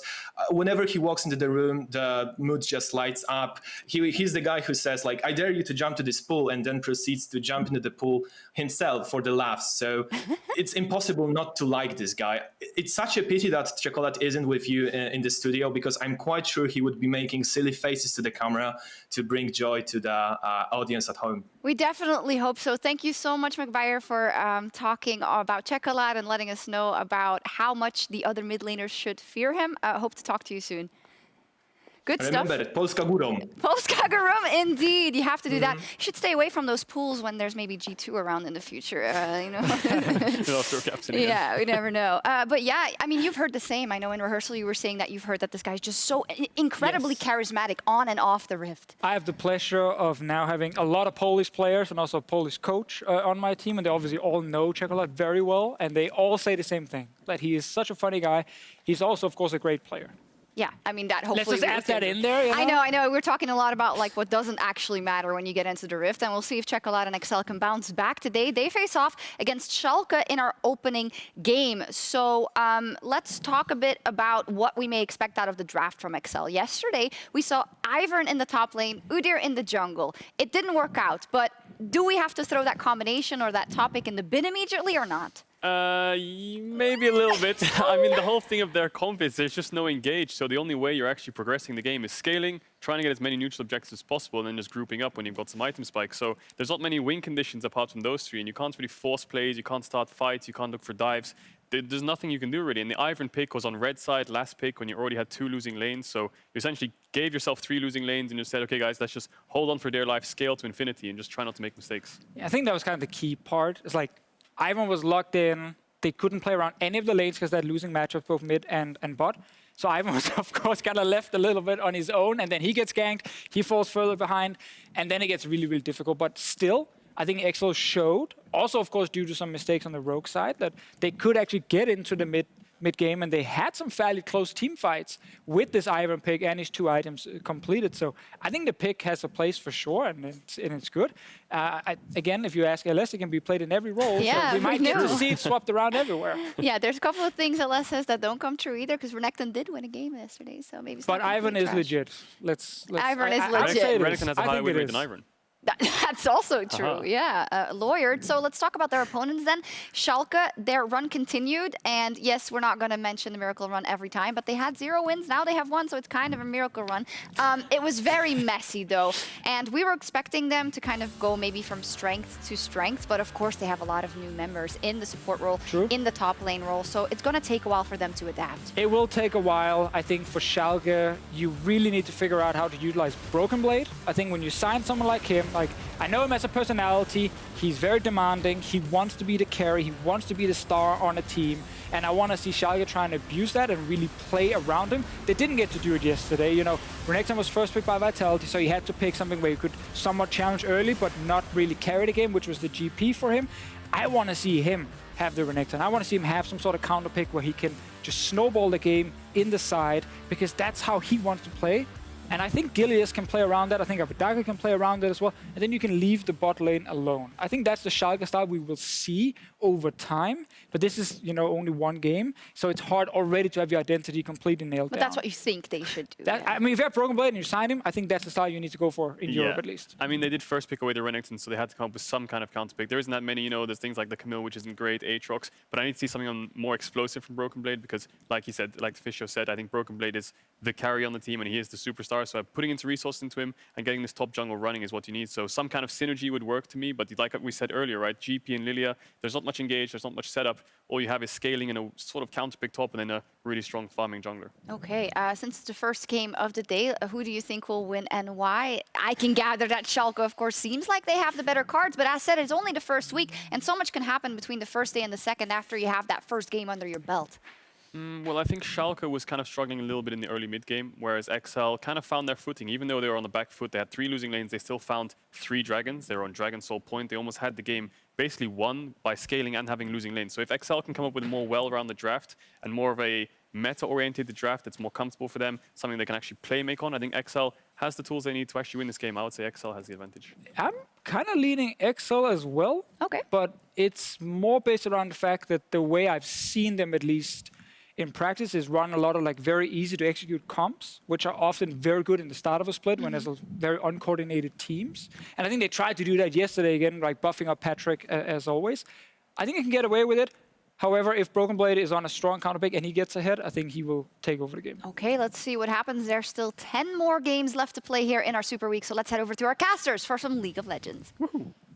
Peace is a lie. There is only passion. Through passion, I gain strength. Through strength, I gain power. Through power, I gain victory. Through victory, my chains are broken. The Force shall free me. Welcome to the dark side as Ender, and I will be bringing you the first 3 games of today, and we're going to have some fun with it. Yeah, first things first, evacuate the Jedi Temple. It's about to go down. But yeah, game 1 is going to be pretty hype here. Of course, yesterday, Schalke came away with a victory, playing a really heavy team fight comp. We saw some Ivern in the top lane out of Excel too, so this draft is going to be sick. What will Cries play today? We're moments away from picks and bans. Let's find out.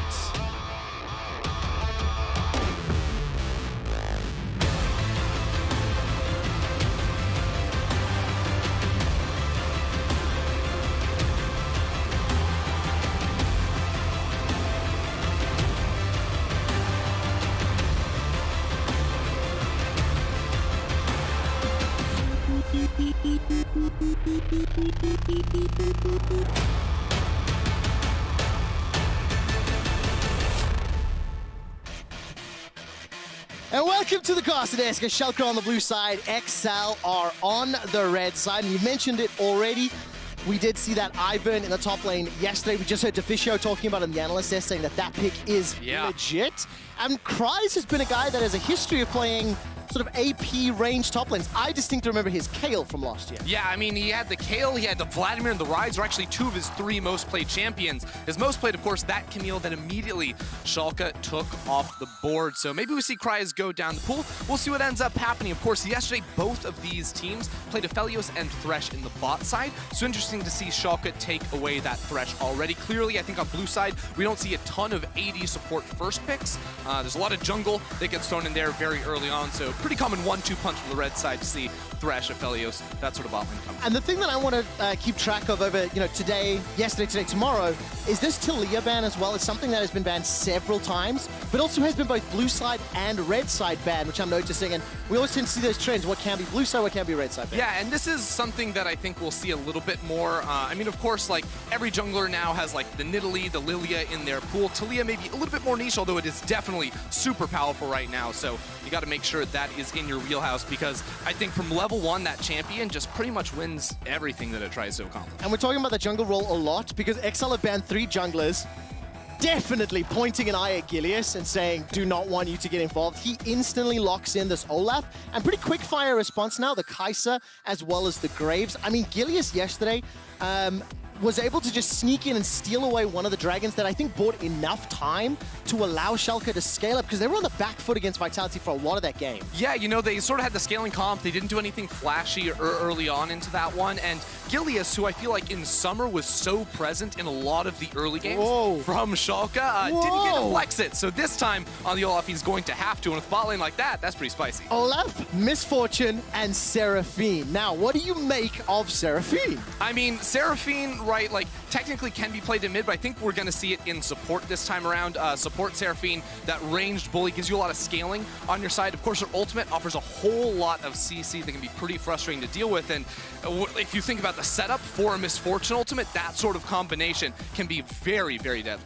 The Encore on top of a Ragnaroking Olaf, get that range extender flying across the potential backline of XL. Now, admittedly, when you look at XL's comp for the time being, Kai'Sa can dash forward with the ultimate. Graves wants to be in your face. Leona, long range engage, and it feels like we've got our junglers and our duos locked in already. Yeah, I mean, there's some mobility on the side of XL already, but you'll notice very limited range options, right? With the Kai'Sa and Graves especially. So this is going to be a game where they have to navigate a little bit intelligent within fights, because if you get caught out by some CC by a Seraphine, like you mentioned, bullet time comes out, and Olaf's going to be charging you down as well. So XL are going to need to find some options to maybe disrupt the backline, cancel the Misfortune ult, because right now you've got the Leona, and she can try to drop her R to sort of cancel that one out, but maybe they need some more options. A little bit more CC, as if Neon's able to avoid whatever Leona can put down. The full channel bullet time might do a lot of damage. The first 2 bans in phase 2 here, and a Twisted Fate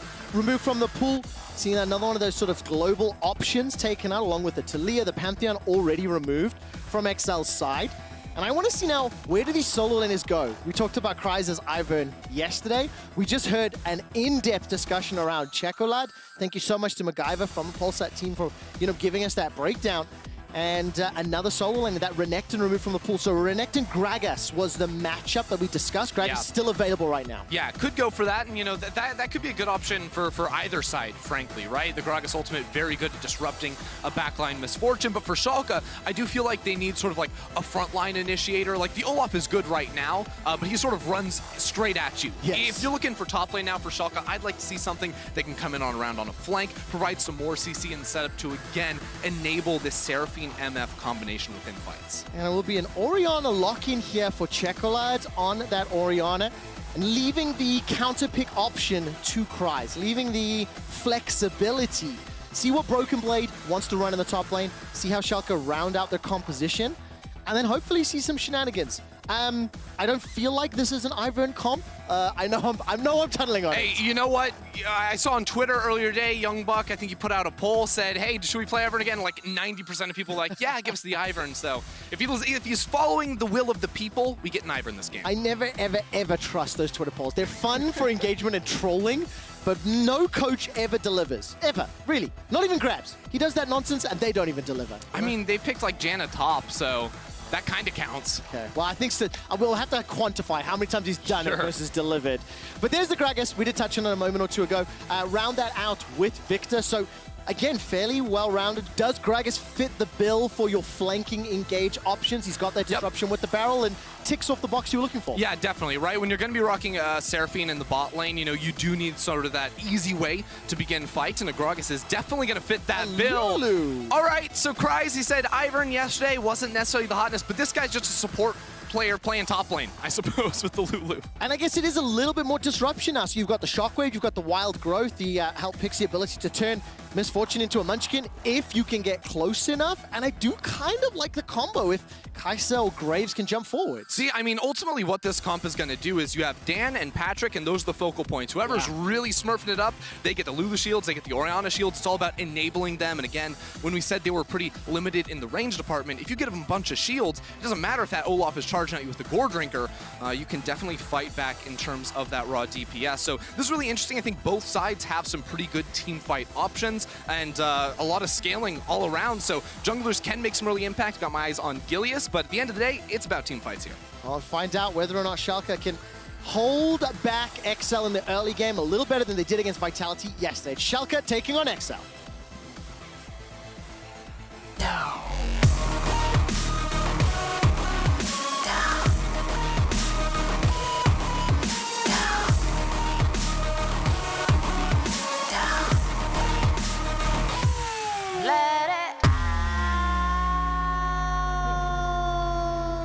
I always feel like the beginning of that song is saying no. So whatever I end my sentence with, I'm like, yes, that's what I'm saying. We're jumping on screen very, very quickly. Cries will instantly see Broken Blade and Gilius, and I don't think he's been pincered or caught out. So no shenanigans, nobody caught out by the correction. The overlay is obviously incorrect from the last game of the day yesterday from Schalke, rather, setting up the invade for XL. We'll get that overlay fixed in a moment or two. So, and just before we went into the music beat drop, we were talking a little bit about some early movements and some focus maybe on Gilius. He's running the Olaf.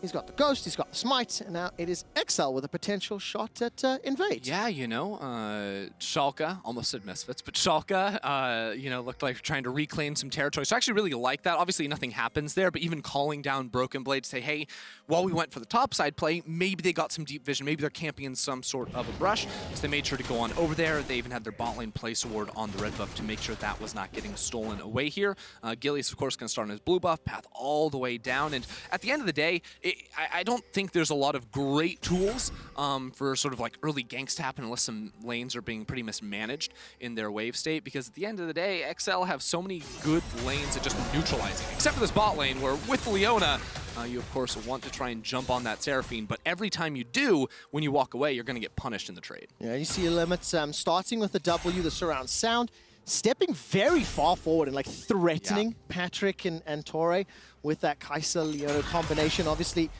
bullying the Leona a little bit. Leona really wants to get a couple levels under her belt before she can look to engage or play aggressive. Checkla, on the other hand, he's going to step all the way forward, ward up that Raptor camp, and that will give some information for when Gilius eventually swings. Yeah, I think when you have priority on that second wave, like stepping forward in mid and placing the ward on Raptors is so potent. It basically tells you everything that Gilius is trying to accomplish, and they probably could have inferred that maybe he started towards the top side of the map, but now you know where he's going to be for the next minute and a half, pretty much. And you know, XL's bottom lane is going to be playing pretty safely. Checkla just has to hug the top side of this middle lane. There's no way an Olaf can actually run him down. No, there's not. And there's no ways that RDYCHK wants to be taking that trade. Orion is passive. That Clockwork Whiner bullies so freaking hard.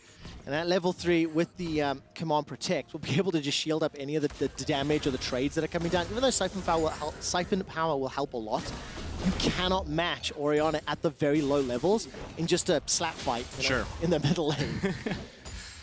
It's often what it does end up looking like. Now, when you sort of look, because I do think it's worth talking about these sort of ranged bot laners as Broken Blade commits his body in for the minion wave, it's always pretty much going to look like this. You know, the double range pushing in, harassing, denying minions when and where they can, especially because Dan started on the bottom side of the map. Now he's up here protecting Prize, but he doesn't really offer too much in terms of that 2v2. So there's nothing really that Excel's bot lane can do.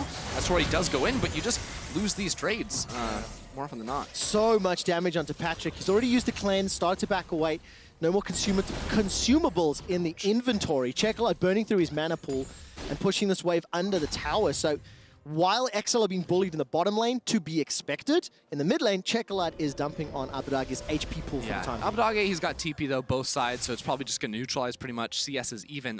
Bot lane though, I do think is more of a problem, because I actually really don't like how Tori has been trading here. I think if you are going to look for these sort of 2v2 scrap fights, when you are playing the melee initiation support, you need to be setting up to be like, okay, my jungler's going to be coming down soon. So you trade like really hard to either get a flash, you know, or chip down Limit or Neon down to that 60% marker, where it becomes much easier then to threaten lethal engagement with your jungler. But right now, Gilius is just taking everything, while Dan has just passed by him without even knowing. Zenith Blade engage will jump there onto Limit. Patrick's down to 100 HP, holding onto the flash. Neon continues to run away. The cleanse has been used. There's the flash as well. Limit follows suit with a flash of his own, instantly exhausts Dan. Now the trade continues to go back and forth. The flash forward from Patrick. He's looking for the kill. First blood picked up by XL, but here comes Gilius. He smites down one and chucks out the axe. Continues to chase. Will the Undertow be landing on the targets? Oh, it's kills for days here for Gilius. Bring the reckless swing down and one more Undertow. It's a 2 for 2 as Dan takes down Neon. All right, I don't think Neon should have dropped in that one right there. It ends up being just a 2 for 2 at the end of the day. Both junglers feeling very happy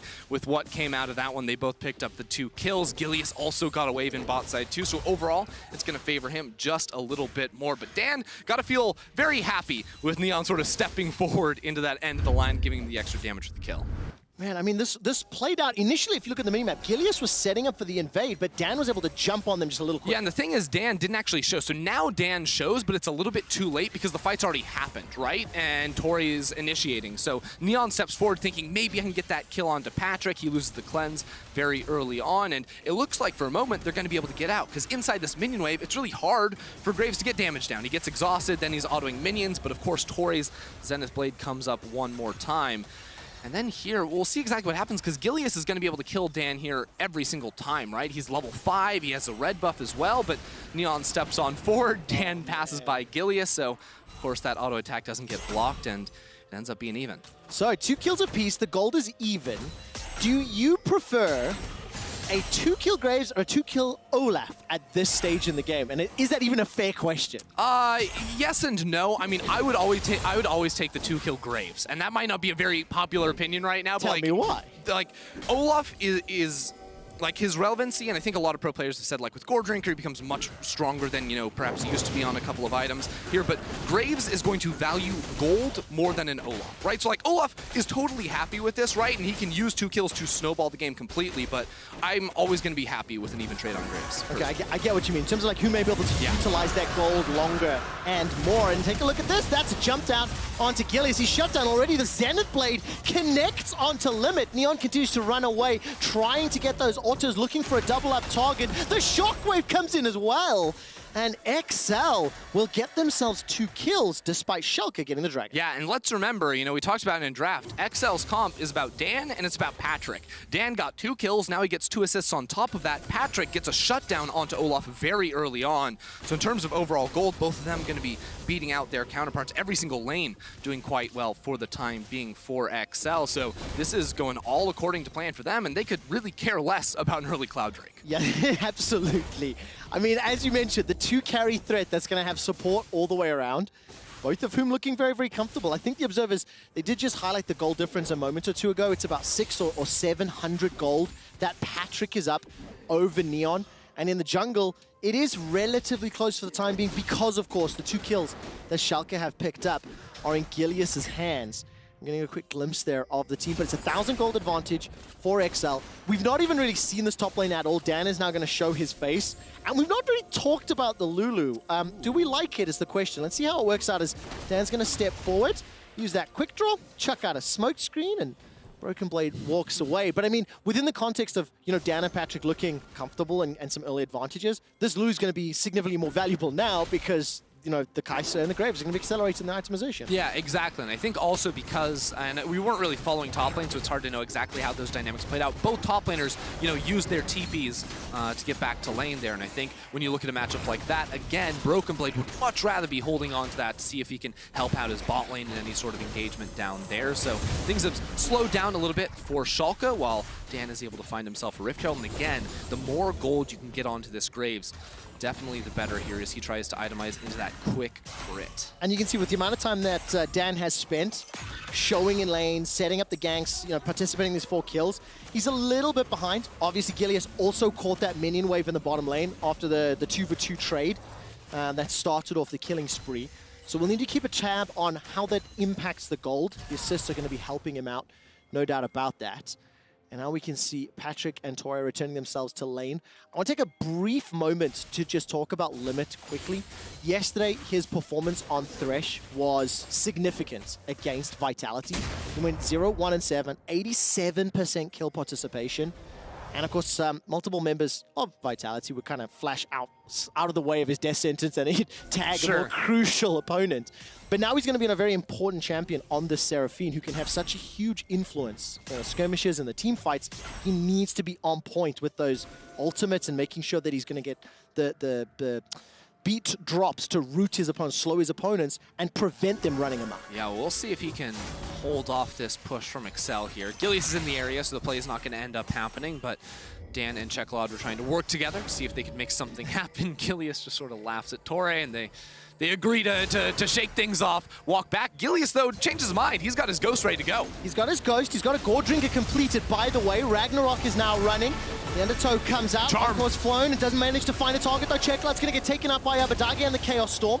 And the Blast Cone will send XL away. So they escape. Gilius investing every single dime into completing that itemization helped set up that play, or at least the initiation, the confidence. Yeah, Gilius charging down Tori there was a little bit of the sleight of hand, right? Because the real play that was happening was Broken Blade roaming down and helping finish off Cheklod. So that's exactly what you want to do on this Gragas here. Get out of the top lane, start making plays happen whenever you have those windows of priority when you are able to move it down. You actually look on the minimap, he just fully pushed in a wave and was already on the prowl. So Gilius, honestly, the taunt here was great, seeing Torre split apart from his team. Patrick isolated all the way down towards the bottom lane as well. So Cheklod feels very confident with Dan in the area, but then all of a sudden, Fat Man comes out of the fog of war and he's stunned up and pretty much bursted down without much time to react. Oh, that feels so bad. You could see Cheklod and Dan kind of comboing together, walking towards the river, being like, yes, we can fight this. Yeah. Let's go on Olaf.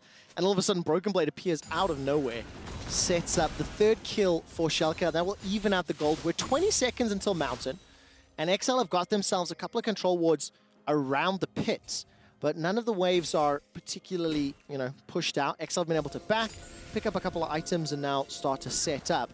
And some free-ass boots now picked up by Gilius. The timer has run down. That in combination with his Gore Drinker, his Ragnarok's available. No Ghost, so if a fight were to break out, just keep an eye on that. Yeah, that Mountain coming up soon, and Gilius putting some attention around this bottom side. Again, Patrick is going to be isolated from the rest of his team here. Of course, mid lane, Chekolad is already rotated on down, but Patrick, he's probably going to have to get his ultimate to enter this fight if it does break out. It's a few seconds away before Broken Blade can teleport in, and I think the Dragon will be secured. Schalke not going to contest that one.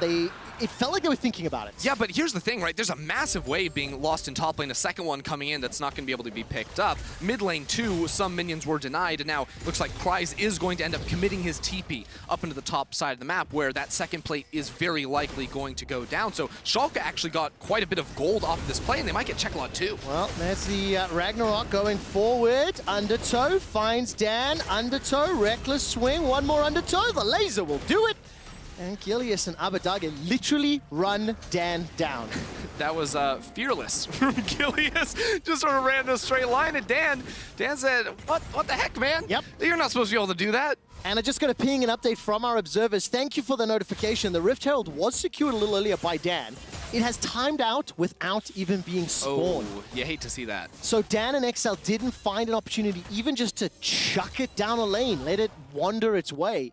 Absolutely wasting. Thank you so much for that one, Observer team. But that'll be the 4th kill secured now for Schalke, and you'll actually see Dan, he loses his Rift Herald during the course of this play. Yeah, exactly. I mean, I'm not even sure he was going to put it down because he was running out of time on that one regardless, but welcome to Gore Drinker Olaf, I suppose. One item.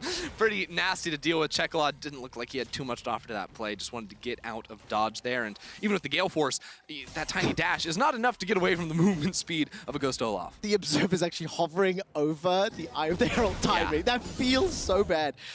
For anybody that was watching our game yesterday, Ender was talking a little bit around how the jungle itemization changes from last year to this year, and how the cost of Gore Drinker and all the other mythics has kind of slowed down or reduced the impact, how quickly, how powerful the jungler could feel. Yeah, so it's less about like slowing down the impact. It's more about, there used to be this window where junglers would pretty much always finish their, warrior runic echoes before laners, because laners items were just more expensive. And of course, jungler, you already start with 350 gold on your, when you come out of base initially towards that first item, where a lot of laners have pots or, of course, Dorans, that sort of thing. See what Torre can do here, but Gilius is right around the corner. Yeah, he absolutely is. It's going to be Torre going down, and will be a trade limit, 1-for-1.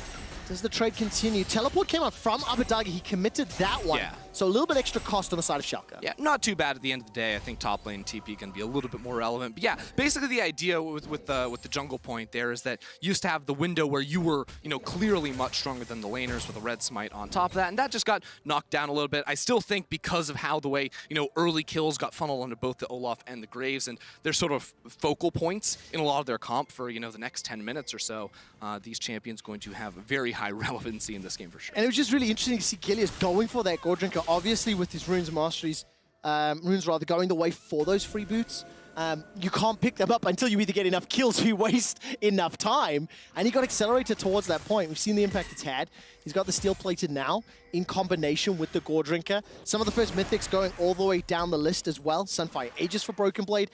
And one that I was wanting to look at and talk about if we have a little bit of time, but it's Moonstone for Kryze in the top lane. I think you can kind of expect it on the Lulu. Yes. But it's the same thing he did on the Ivern yesterday too, right? Of course, gives that bonus healing when you do damage in fights. So it goes to the lowest HP ally. And of course, when it's all about, making sure you buff up Dan and Patrick, making sure they do not drop, that of course is going to give you a lot of effectiveness within these fights. Well, with 15 minutes in, this game is still dead even. A dragon apiece, 5 kills apiece. There's 1,000 gold, which is not hugely significant right now. And there's a minute until the next dragon. I felt like Schalke wanted to fight the last one. They sniffed around. They looked for an opportunity and then elected not to. If we look at the state of the map, it feels to me like there's a little bit better vision from XL, but let's look at whether or not, who's going to be able to set up and make this play for the next dragon. Yeah, I think the big thing is Chekolad just really needs to get back to base. 50 seconds on the clock. You see the recall is going to come through. So he probably doesn't even have to teleport back, although he could teleport to this wave in mid if he wanted to instantly get that priority for the rest of his team. XL just doing their homework right before the objective spawns, clear out as many wards as they possibly can. But again, Gilius is formidable in these fights, and everyone's got their mythic items ready to go, rearing up for this fight. I think the biggest problem for Schalke is that Broken Blade, no teleport and not with any clear priority in that top lane just yet, so he's going to have to walk all the way down if he wants to have an impact. He hasn't left the lane yet. If you look in the river, Dan is going to start stepping forward. Gilius is nearby, no Ghost available, and Broken Blade's left. Broken Blade has left the lane. Cry's teleport is a few seconds away, so XL may want to stall out the timer if the fight were to break out. You can see Cry starting to back. He's going to shop, and he should be able to TP in for the engage. Yeah, they've got a Rift Herald in mid too, so they're going to want to start this on up almost immediately. We're still about 10-15 seconds away from Abadoge's flash being up, so if there's anyone to punish on the side of Schalke, it is their mid laner. Okay, there's the Rift Herald. That will take out the first tower in the mid lane. XL trying to push forward. Dragon's going low. It's secured by Schalke.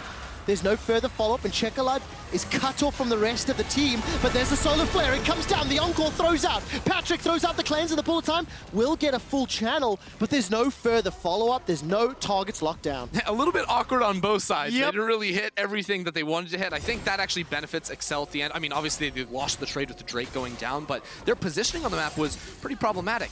Gale Force, cool item.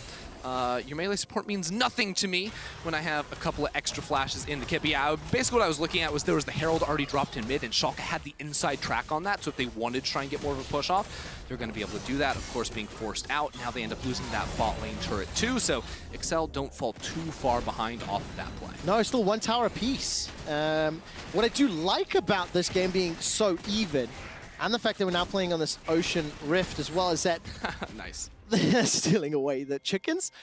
This can come down to execution. You know, I mean, we've seen how whiffing some of those engage ultimates and not finding the right targets, there's a lot of respect being shown. Yeah, crazy how a game with even hold might come down to execution. There you go, there you go. That's why you're on that side of the perspex, okay? And I'm trying to set you up to knock it down, young man. But I mean, you know, do you prefer the scaling on the side of XL? Because theoretically, it's a simpler comp to execute as well, right? But then also, in some ways, riskier because if Dan or has trouble, Torre's going to go forward to the Zenith Blade. He may have bitten off way more than he can chew and just donates the 6th kill of the game to Schalke. Not enough information, and that was just a poor call. Yeah, I feel like I've seen this quite a few times from Torre this game, where he is very fast and loose to pull the trigger and go for the fights, and, you know, without that forward vision, without really knowing what's going on, you can be next to your jungler, but the enemy team might have 3 people in the bush, and that's, of course, what happened right there. And that could end up having, you know, worse effects for the rest of Excel, because you lose your support like that. Now they're off the map for 40 seconds. The vision line gets pushed deeper into your jungle. You lose camps, etc., etc. And as soon as you start losing camps, that's where Dan is going to be absolutely miserable. And at the risk of overstepping on this following line, when you also see Torre going in multiple times throughout the course of the game, maybe a little early, maybe without full information, maybe without the full support, on a composition that really has to be 100% in tune, that has to be, you know, landing their abilities and focusing their abilities around setting Dan and Patrick up, that could be a concern if some of the bigger fights play out. Now, admittedly, it could have just been an optimistic call. Yeah, I mean, honestly, like, it's interesting because you look at Excel's competence, like, Leona's pretty much your main force of engage, as Neon just goes on in. Yeah, he does. Solar Flare will buy some time. That'll get the cleanse out of Neon. Gilius is continuing the chase, and the Undertow won't find its targets. But he just threw the Ghost out. If an Undertow had tagged, there may have been enough burst with the E to pick up that kill. Yeah, and what I'm saying is ultimately Torre doesn't have a lot of influence, I feel like, over these fights. Because like Excel aren't the ones that are trying to initiate the fight. I think they want to play around the shields, the auto attacks from Dan and Patrick, of course. And Torre can't do much in terms of peeling away an Olaf from his backline. So Torre's role is a little bit muddied in this one. And again, it is going to be less on him. It's more on him not to like overstep and dive on in, because the rest of Excel want to take fights slow, and sort of sustain their way on through them. So a little bit more patience is what you're looking for here. Because I mean, the other thing too, right, is you look at Moonstone Renew, and that item amps up the longer you are in combat. You know, Graves wants to be in combat for a very long time, you know, with all these shields on him too. So that is definitely the name of the game for Excel. Whereas Schalke, you know, if you can get that, you know, ultimate stacking, layering from the bot lane, you know, get Gragas in there as well, they'd love to just find one of these carries, immediately end them, and then the fight becomes easy pickings for the rest. Yeah, some form of a modern-day wombo combo in ways. You know, Misfortune, the Gragas, Chaos Storm from Victor. You can see the gold there. Patrick did just overtake Neon a moment or two ago, but for the most part, it has been Schalke leading the gold tabs. Collectors and Gale Forces are shared for both of the respective bot laners, and XL and I grouping themselves up. They're down 2 towers to the 3 that Schalke have already secured, and they're going to back away. 45 seconds till the next dragon, and we're just on for another dragon fight.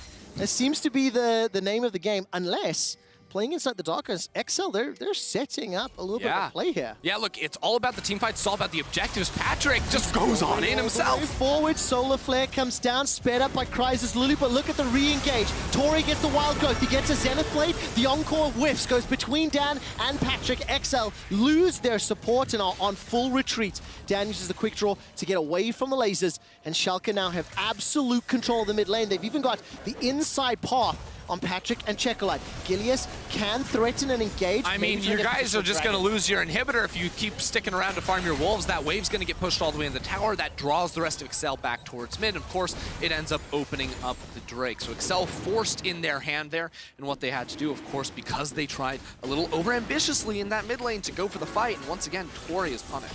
Did not expect Patrick to initiate. Yeah, that's the thing is, like, it wasn't even like Tori going in crazily. It was more like Tori going in so that the rest of his team could get out of dodge. It was a sacrificial lamb to save the rest of Excel. But it does also, you know, ask that question again. We just spent like 4 minutes talking about how Excel kind of want Schalke to engage on them, then re-engage, use the shields, dance around some of the skill shots if you can. And Patrick's just like, hypercharge! Just literally head first into Schalke. And that means that Excel are now 3k gold down. They're 1 dragon away from the Ocean Soul, which will definitely make dive a little bit more difficult. And for the time being, XL trying to put some pressure on this top tower. We may have another engage on our hands if you look at the minimap. Yeah, but I mean, at the end of the day, I think Schalke can just simply wait it out for the next one. They already feel like they're a bit in the driver's seat. They've got, you know, control, you know, vision pushed down that mid lane. They've got both mid lane towers while theirs is still up. So, I mean, that just is so huge when it comes to gaining control over the center of the map. You know, if you put 3 people in mid lane, you can walk Checolot all the way back to his inhibitor.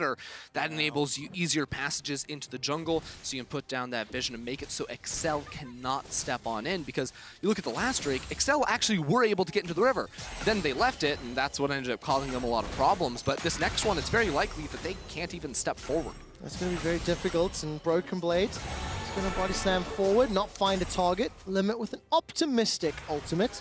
Yeah, no one showed up for his concert. It feels a little bad. Had it found a target, maybe the range extension could have helped out, but it simply didn't work out this time round. And in contrast to yesterday, where Vitality had the upper hand against Schalke, and Schalke had to have the late game team fights and you know, late game calls, macro decisions around the Dragons, today they've been a little bit more upfront, a little bit quicker to the trigger, and they've punished some errors from Excel. Yeah, I mean, I think the early game was also less problematic for them, and the composition from Excel, too, not great at punishing, you know? So Schalke are often going to be the ones able to step in position first, get themselves exactly where they want to be, and I think heading into this next Drake, like, likely going to be looking at, you know, completing 3rd items with the gold advantage, too. Like, if you're hitting that spike right before it spawns, like, Excel are already in a tough spot. It could look even a little bit worse because you get like Infinity Edge come through on bot side for Neon. Like, ooh, he's going to start hitting like a truck, man. 2.5 minutes roughly until the next one. It's a 3-1-2 scoreline for Neon on the Misfortune. He's got himself that 350 gold bounty, working towards that Infinity Edge that you just talked about a moment or two ago. And I think Schalke are going to be very comfortable for this. They've got a 4,000 gold lead. They're 1 dragon away from the Soul. They're in control of the Rift. And you can see every time I've looked at Broken Blade in the bottom lane, he's just shoving out that bottom wave. And despite the fact that Neon got chunked a little there, didn't really matter. Feeling very confident with Seraphine sitting right behind him if Excel decided to push forward. Yeah, I mean, if you look at the map right, there's so many wards from Excel in the top side. Like, too many wards in the top side, in a way. Of course, you know, worried that perhaps this Baron does end up getting started, but ultimately they're going to have to figure out a way to transition some of that vision around bot side, because we're 2 minutes away from that one spawning now. Again, Schalke, we saw them yesterday. They were not very, you know, keen on taking a lot of risks, right? They took their time with it. They knew they had a lot of excellent scaling in this game. They know they have the Ocean Soul. You get the Ocean Soul, lights out for Excel. Don't really feel like they have a good way to come back from that one. So slow and steady wins the race here for them, and Excel are not finding ways to challenge them. No, absolutely not. And for Schalke, it's a good look, you know. Yesterday we had a little bit of a pause, and during the course of that pause, we were ideating. What could we do? What discussions could we have? One of the ideas we started ideating on was overreactions. Now, this is where I see Ender start to panic a touch. Oh boy. One of the overreactions we were ideating, reminder, it's an overreaction, was that the Schalke Miracle Run never ended. Now, this is a very different look to how Schalke were playing at the end of summer last year. But they're in a good position to go 2-0. And it's just a slower pace of game, a slower look. And it will be interesting to see how it develops, how the team solidifies their baseline performance throughout the course of the next couple of weeks. Yeah, and we'll see how they can do as they continue to challenge, the more difficult opponents Yeah. within the league. Already, Abadagi using his TP down bot side. He's going to be able to use that to push out the minion wave. And again, there is one ward for Excel in this bot side. It's right above the red buff, but that's not really a great ward because it's not like you're trying to TP flank with anything. Like, you don't have the champions to accomplish that. So again, a lot of their vision not super effective. Here we go. Well, that's a flash over the wall. The Zenith Blade onto Abadage. He's going to get inside the river. And XL, have they made the mistake? Torre goes down once again, and they're trying to shut down Gillies. He's going to be able to survive and escape with his life. Neon's looking to run down Patrick. As Chekla flashes over the wall, the shockwave is flashed away from. Abadage escapes the skill shot. Now Neon is taking some damage from Patrick and escapes with his life. XL threw everything at Schalke, and it did not pay off. Yeah, I mean, they feel like they're losing. They felt like we see Abadagi, we got to go for the kill, but he has a stopwatch. He's ready to brush that off. The Zonias makes it so easy, and now XL have no way to get into the pit. They don't even have the Graves ultimate to try and steal away. It's an Ocean Soul for Schalke, and that about does it. You predicted it. You said exactly this would happen, and that XL may not even be able to get into the river.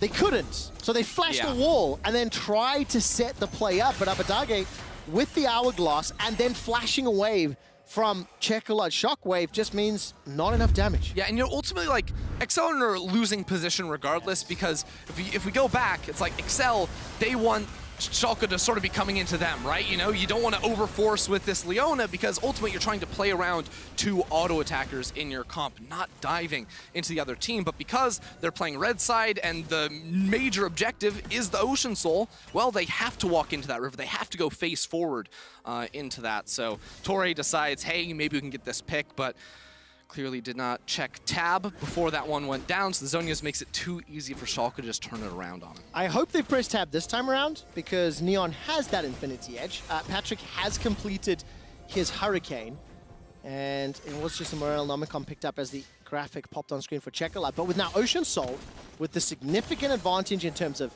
map control, gold lead, the buff, Schalke can now just play this out slow and steady.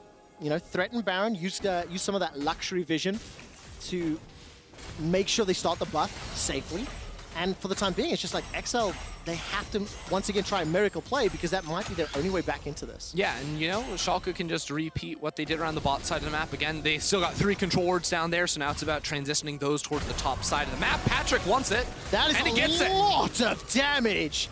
With the help of Kryzer's Lulu, turns attention over to Broken Blade now. End of the line comes out, continuing to dash forward. Barrel will pin down against the wall, and Gilius threatens and engage. Ragnarok comes out as the Zenith Blade from Torre chucks himself on top of Olaf. Okay, now this is a 20-second death timer for Limit. XL, how feisty are they feeling? They might want to go for it. Look, you have an Orianna, you have a Lulu, so you've got the shielding in order to tank this and try to go for a turn. A 5v4 is the best chance you're going to get, even if it's just the support. XL want this fight, and they want it now. XL are inside the Baron Pit. 5 seconds for Limit. He's now going to be respawning and making his way back to the Baron Pit. Zenith Blade will catch a target onto Broken Blade, and the Solar Flare will lock down Abadage for now. Gilius is going low. He's got the damage to turn it back around. It's a 1-for-1 as Gilius and Torre are now traded. The Baron has been interrupted, and Patrick needs to rejoin the team. So it just ends up being another 1-for-1, but crucially, the Baron was stopped. Yep, Baron gets ended there, and now XL with that power play gone, have to go back and sort of theory craft how to make a play like that happen again. And I think a key difference there is it's sort of Patrick leading the charge. Once more, Broken Blade finds Dan here. And on the wrong side of the rift as Chekolad and Dan are in some trouble. Chekolad, come on, protect. Gets caught by the body slam. Dan goes so low! And there's cries to keep him alive. But look at that shield. That shield was gigantic. Patrick's looking for Abadage. The Encore will not be able to find its targets as Patrick was pushed backwards. Got the wild growth for safety as well. But you can see how huge and how impactful I mean, you can see how powerful. There were 3 items now on crit champions with the insane shielding and the power that Lulu is going to be able to give with Moonstone there too. Fortunately, I think actually the Misfortunal did a really good job of sort of isolating the fight into 2 sort of like 3v1s, 4v1s. So it ends up being an even trade at the end of the day. So XL hold on. And that's all right, because now we've got an Ardent Sensor on this Lulu. So I still feel like I very much do favor Schalke, but maybe there's a world where just playing around these two marksmen, you know, you get enough support items on this Lulu, you make your guys unkillable. It's almost like you have an Ocean Soul yourself. Oh, it's so scary, because the later this goes, the more terrifying Kai'Sa becomes, the more terrifying Graves becomes. And XL have shown just a brief window, right, where Patrick can have an influence. Gilius on the flank. Coming in, Gilius wants to try shut them down, but Broken Blade gets dashed on. The Kill Instinct was used by Patrick's Kai'Sa. The teleport from Abadage was thrown in there and actually didn't use anything. So this is buying time. This is stalling things out for XL. We're a minute and a half from Elder. Baron is still up. Broken Blade goes forward. The barrel doesn't knock anyone out. There goes Tori once again. He escaped with his life for now, thanks to the help of the Wild Growth. Dan gets caught by the body slam, and the barrel won't do any follow-up damage. Collateral damage. The shockwave comes out. Check alive. Gets Broken Blade. Neon is low and cannot continue, but Limit and Abadage can. XL hold on to the game again. But Broken Blade just completely botched his combo. He goes in and throws a barrel before his ultimate. If you do it the other way around, you're going to get Checklod every single time, and that very likely is the fight won. Instead, Broken Blade is way too far forward, doesn't actually apply any of the CC, and XL are able to stall it out once more. I do not like these missteps from Schalke. They are giving a window for XL to try and sneak back into the game. It is not the cleanest League of Legends that we have seen.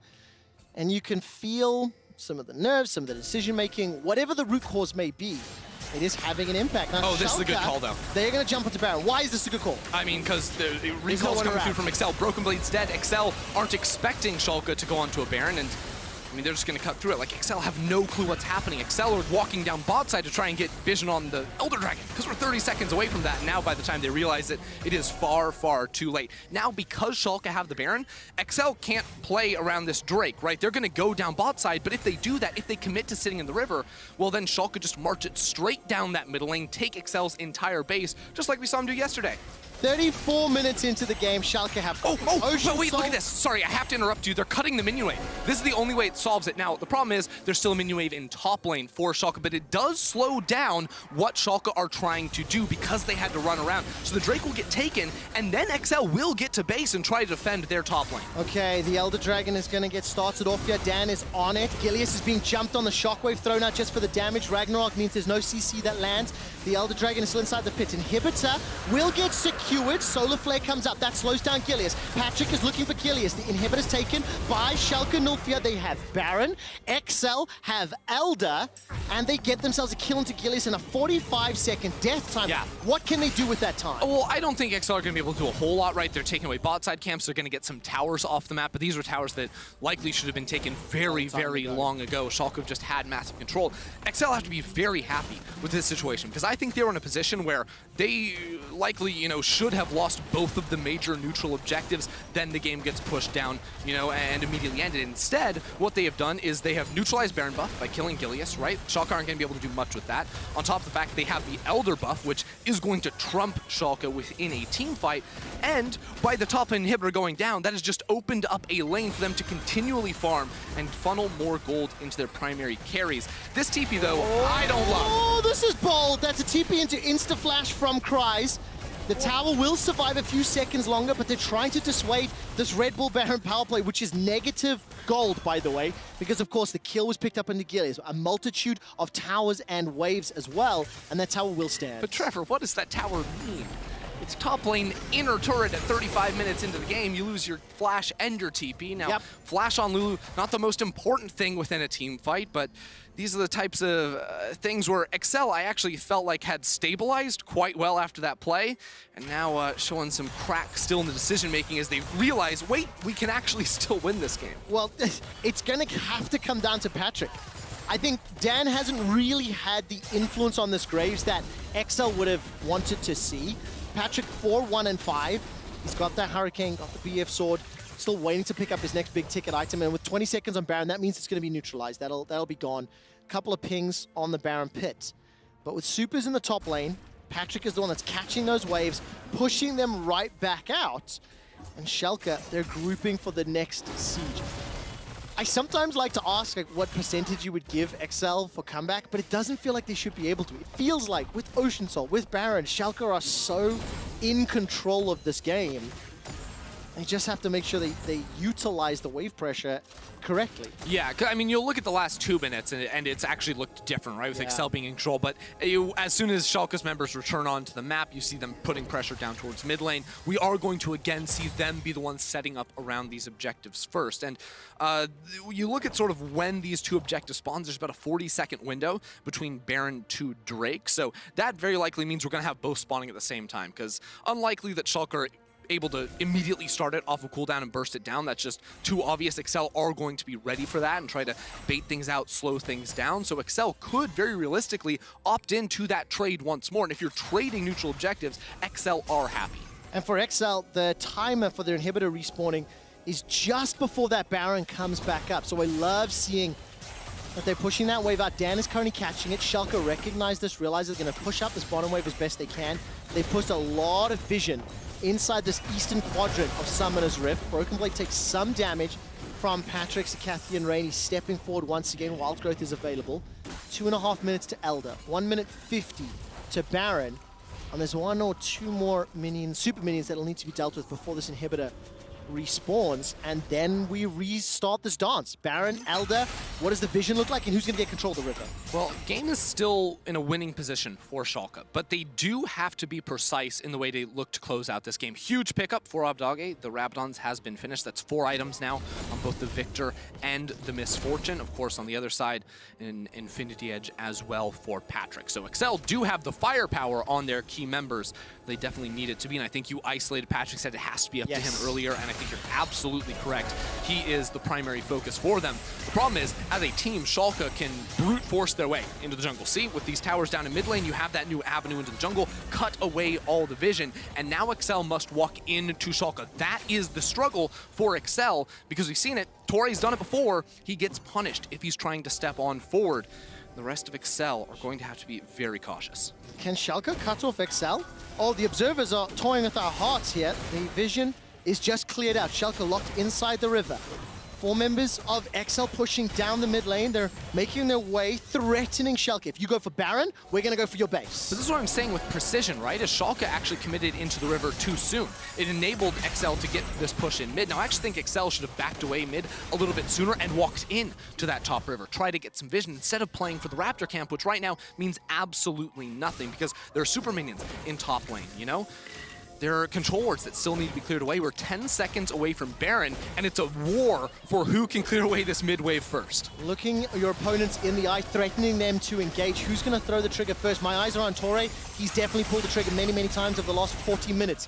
Excel are now peeling back. Super minions are inside their base. Look at the minimap. The inhibitors respawn for Excel, but a couple of supers will start to hammer away on that objective. Thank you, observers. Now Schalke, they're back inside the Baron pit. Now the thing is, blue side to red side, like Excel have an option to hop over the wall and try to steal away the Baron. So right now, Checklot is not with the team, and not having Orianna is a big problem for them. Patrick! The engage comes in here from Schalke. That's a fantastic ultimate coming out of Seraphine. Ragnarok forward, run the hell away! Watch Patrick, watch Patrick! There's Patrick! He's got the kills in Neon. That's what Excel needed. RDYCHK throws down the hourglass while the super minions are pushing into Excel's base, but that's 2 kills to Excel. They're in a 5 versus 3 for a minute. They're going to get themselves Baron. How much more can they take? It's just unreal. Patrick unkillable with all the shields going on to him. Schalke are trying to blitz over to the Elder Drake, but look at who's alive. Olaf, Gragas, Seraphine, they don't have the damage to burst this one down. Excel are going to get everything on the map, barring a miracle seal from Gilead. Excel are back in control of the gold for the first time in what I think might actually be 30+ minutes. Baron-empowered minions will take out the inner turret. That was the source of much pain and frustration just a few minutes ago. Thank you for the gold difference. Graph on the bottom. It's over. Neon, are they going straight for the base? 20 seconds for RDYCHK, 10 seconds for Neon. Torre's going to go all the way forward. The first Nexus turret will be falling. Patrick is focusing on the turret. You can't kill Patrick! Limit goes low. The shockwave comes out just to put damage to the Gilius. The Nexus is the focus. Excel will take down Schalke. Oh, what was that game? A little bit out of control, I'll be honest. Schalke in a winning position for so long, but Excel were able to find their windows to get picks, to slow things down, to take an Elder Dragon. and ultimately got enough time for Patrick to step up with 1.5 million supports behind him to be absolutely untouchable in the team fights. You see the man on your screen. Hello, this is Patrick. That is basically the summary of this entire game. It was not the cleanest of League of Legends, and it felt like Schalke should not have lost that game. I agree. Ocean Soul plus Baron plus the level of control that they had.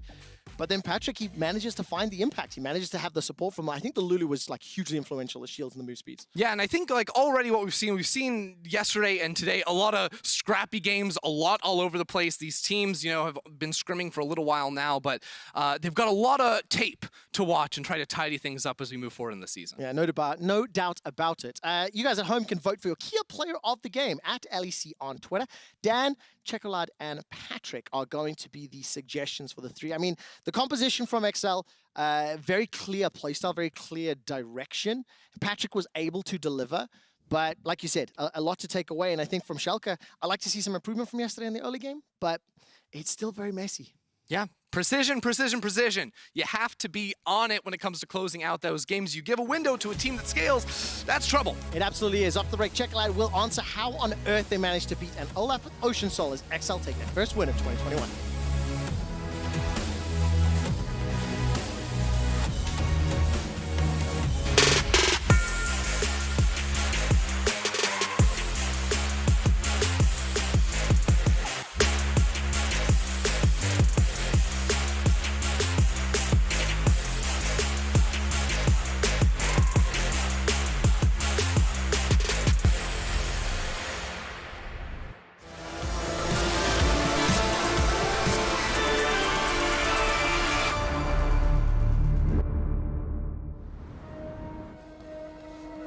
They are out there, waiting to be discovered. Some of them are big, and some of them are small. But that's the thing with ideas. They don't just come to you. To find them, you have to move. Kia, movement that inspires. The systems are overloading. We can't risk another game. We need to take a break and regroup. We're starting to lose our mind. Captain, we cannot go back to Elo Hell. Last time it took us months to get out of it. Initiate break protocol. Hurry up!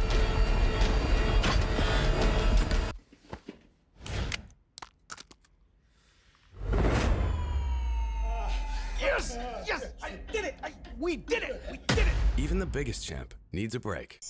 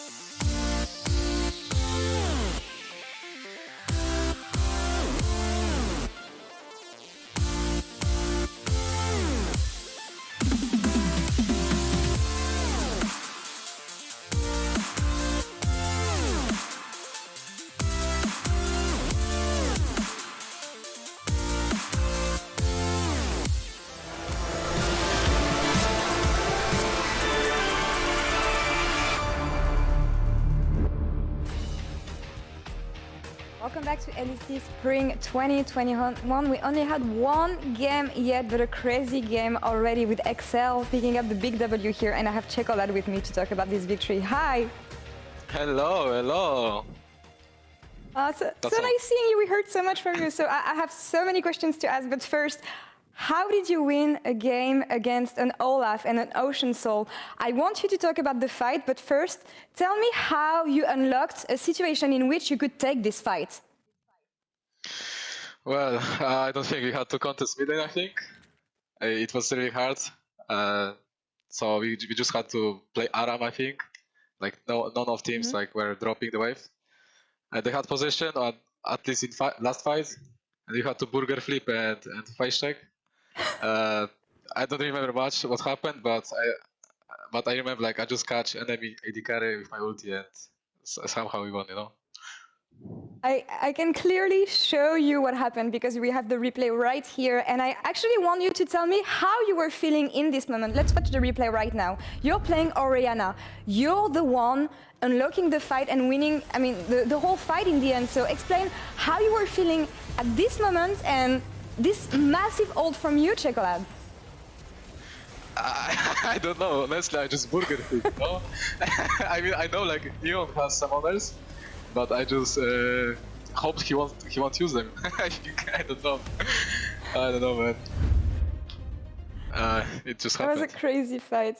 Yeah, it just happened, burger flip, as you just said it. But how strong is the Ocean Soul right now, honestly? Apparently, it's not that broken. I think most of with like hypercarry like Kai'Sa, like it's just too broken. Like LS is right, I think. Play enchanters on top lane, guys. This time we didn't go for Ivern because we thought like they will kill us, so we just went for Lulu, and she was like safer pick. I like this Excel team already because, I mean, you win in an impressive manner today, and yesterday you tried some new things, especially with the Udyr in the jungle and Ivern top lane, so there were a lot of question marks around the, around the composition you tried yesterday. So explain what you guys had in mind, because of course, if you tried this, it has to work somehow. Well, I think it worked in Screams because I don't know, because maybe it was like cheesy pick, maybe like Rogue Blades versus Ivern top already, because they just swapped at Herald and like it was really hard. Like they get like 3k gold, and I don't know if Ivern Udyr is good. It was actually bad. I think we had no engage at all. Yeah, that's what most people say actually about the engage lacking here. But I mean, I think it's normal to try things at the beginning of this season. And did you spot any differences between what you tried in Scrims and what you've been able to see on stage, whether it is from Excel or the other teams in the LEC? Well, I think we play more scared on stage, and we don't contest as much as on Scrims, and the games look like really weird. I think we should, if we take like Herald yesterday, for example, like we can just chill mushroom and we got an outscale Rogue because they had a bad late game team comp and we had Aphelios Ivern. So yeah, we are just playing scared and we are not contesting as much as on Scrims. And I feel like you looked pretty confident today, though, but hoping for some more burger flips in the upcoming games, Chocolate. Thank you very much for the interview. I will talk to you later. So hopefully, we're going to take a short break now, and we'll come back in a few minutes with Misfits versus Vitality. Stay tuned, guys.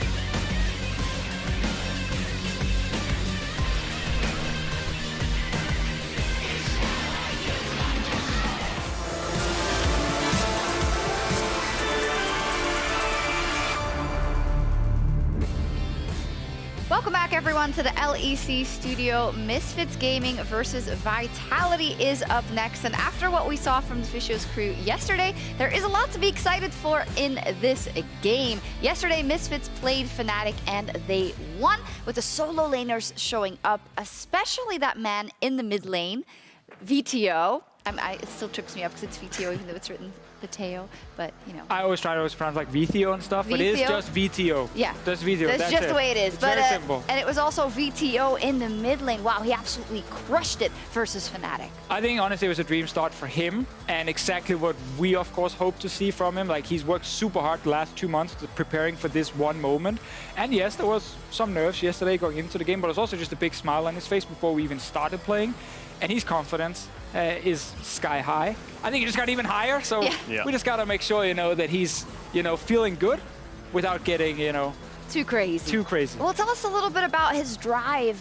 In rehearsal, you were saying the way he thinks about the game and how much he thinks about the game and wants to play is really, really insane. Yeah, so in the off-season when we were scouting for mid laners, we did a lot of tryouts back in October. I think we did like 3 to 4 weeks total with a lot of different names. He actually came in fairly late into that process because we weren't sure if he would even be available. Once we got him into tryouts, we started seeing this player who was very aggressive in his playstyle and also in the way he was kind of calling in-game. And then we started seeing some good things, took him in for an interview, and you get this player who just wants to play the game 24/7. It's the only thing he really cares about, and he just has his goal like completely set in stone. He wants to be the best mid laner there is, and you can just see that. Like, I think he plays the most solo queue out of any LEC player. So there's a lot of things where we started seeing a lot of positives, both what he showed in his last year at LDLC, the potential growth of an 18-year-old with that kind of mindset and mentality, and then also just the way he already synergized with Razork when they were like duo queuing as test.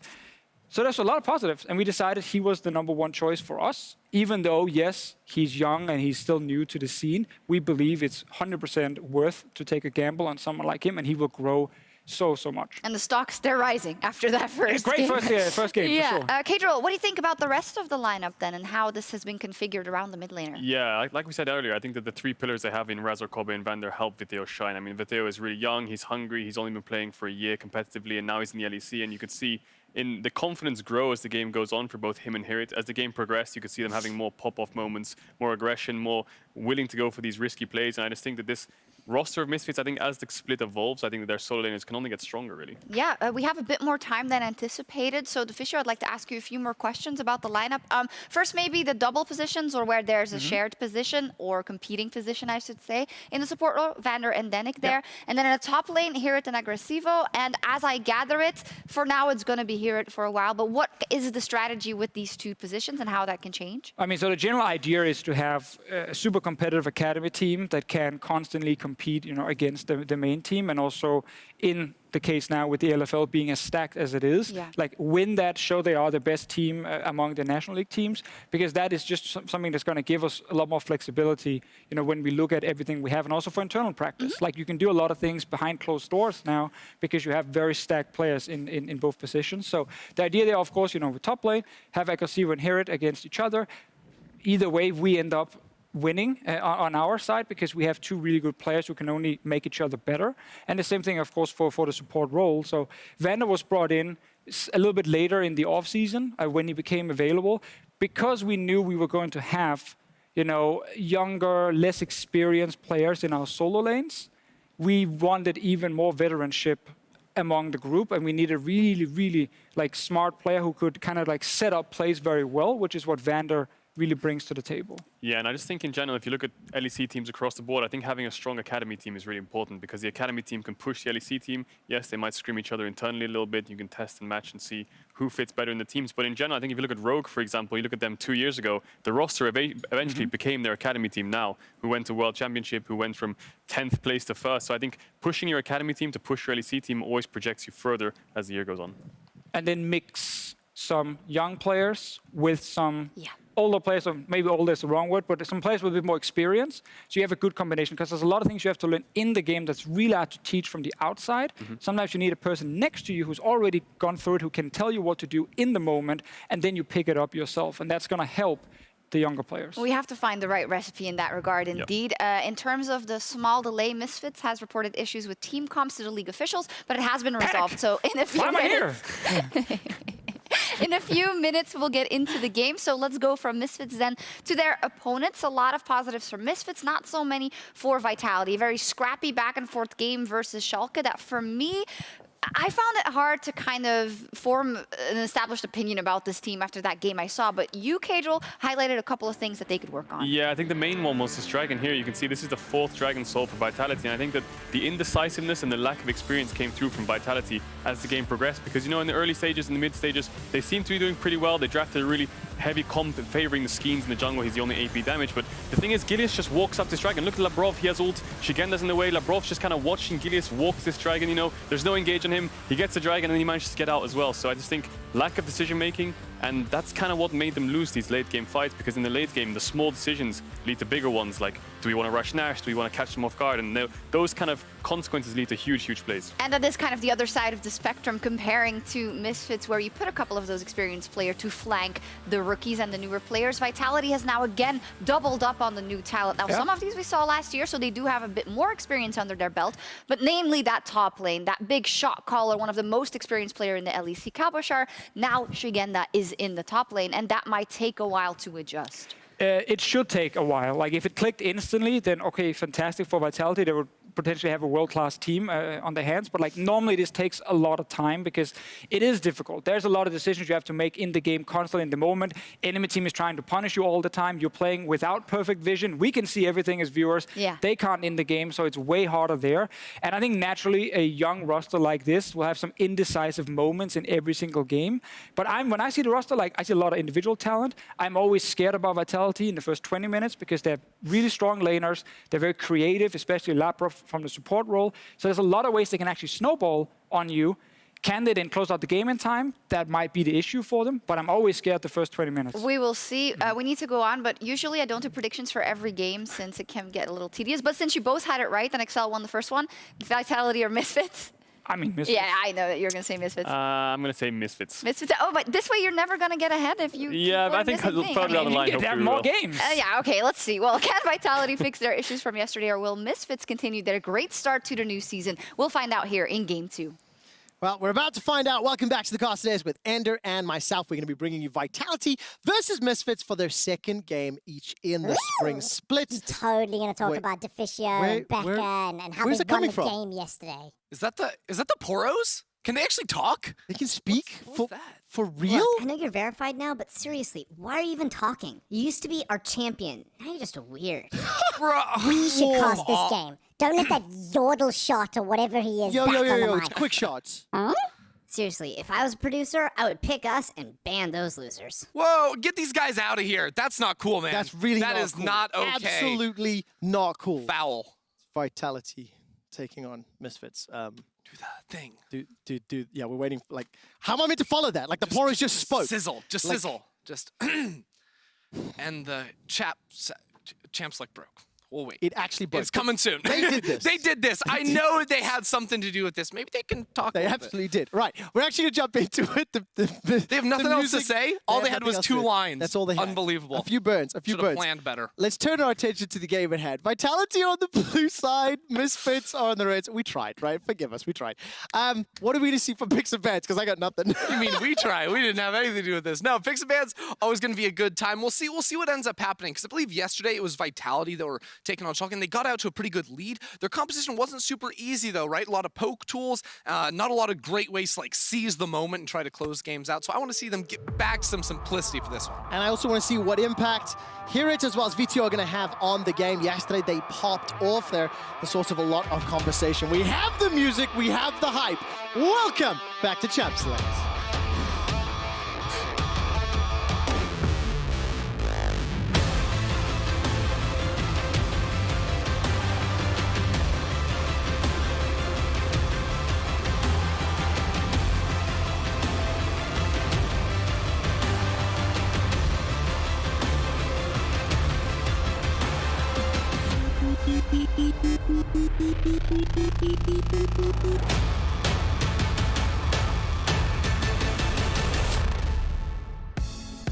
What a smooth intro.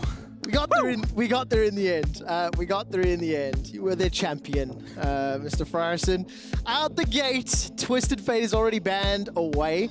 I was mentioning it just before the music dropped, of course. The Zoe pick from VTO yesterday, coming up, you know, taking a look at Niski's champion pool. That was kind of like a stolen pick.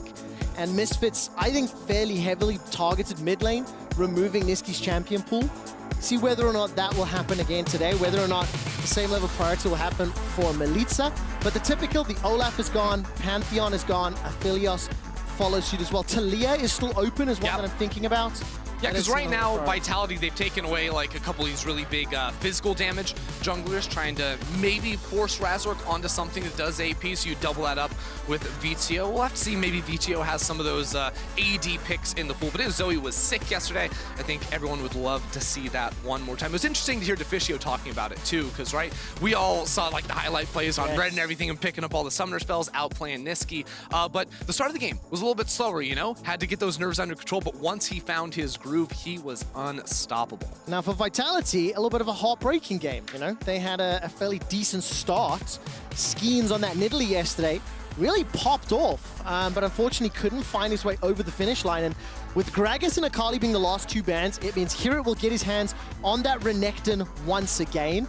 He had a plus 51 CSD at 15 minutes yesterday, right? Keep that in mind, right? That was hugely dominant. Oh! Skeens will run the Talia, and Razork will get his Echo. That's a classic pick right there. You know, Razork had a few of those, you know, niche ones in 2020. He had the Fiddlesticks, of course, the Echo as well. Always a treat to see him on that champion, take some more control over the game himself. Although when you look at things, already Vitality have a ton of pressure, right? Like Lucian presumably going into the mid lane, so potent in terms of getting early priority. The Talia as well from level 1, I love to talk about it, can get into the enemy jungle, can make things happen. So Vitality go for a similar strategy to yesterday where they get a lot of these priority lanes. You know, you can play a faster game, you can try to take away camps and press the tempo earlier on. Insta-ban on Zoe in phase 2.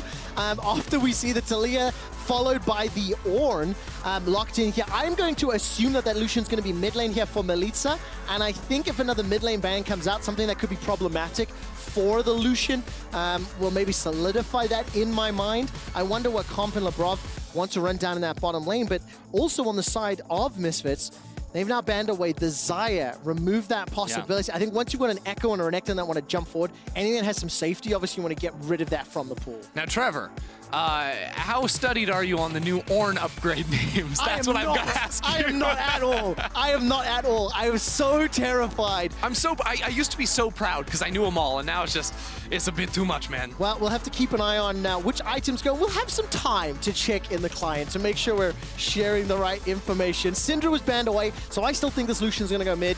That means, what will they run the bot lane with Tristana removed as well? So again, the rocket jump, the buster shot, get rid of those mobility tools to allow the Kai'Sa, the Echo, the Renekton to jump onto you.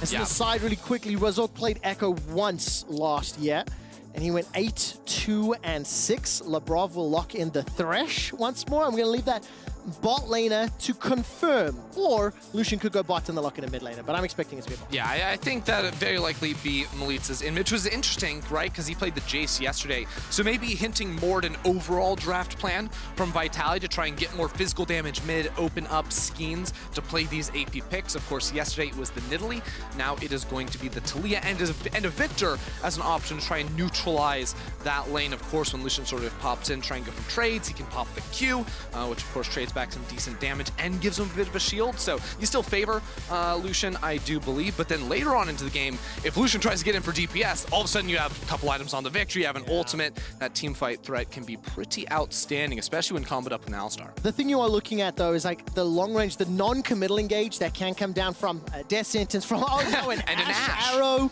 from an Ornn ultimate. Like Vitality can choose when they want to go in. Whereas on the Misfits side, now yesterday, they showed they don't care. They will just go in. They will go ham.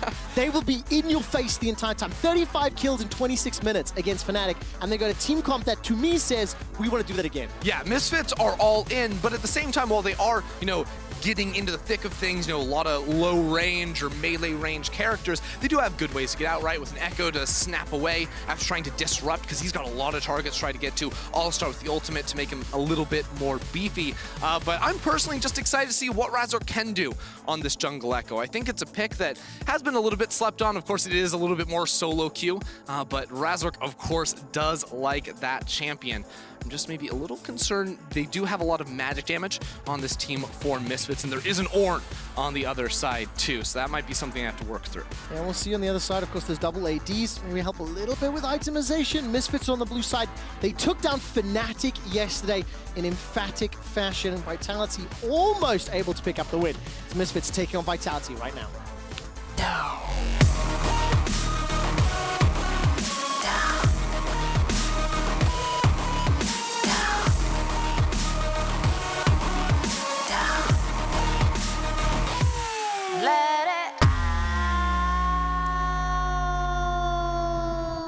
As we load up onto the Rift, I have been fed some information from our video production team. You know, when we have all those player shots and the photos and the hype videos, during the media days where they were filming those, RDYCHK did let us know, this is very recent, he lost his 100% win rate in solo queue on Echo. No! He was heartbroken. He was heartbroken. Now, can he continue his on-stage 100% win rate?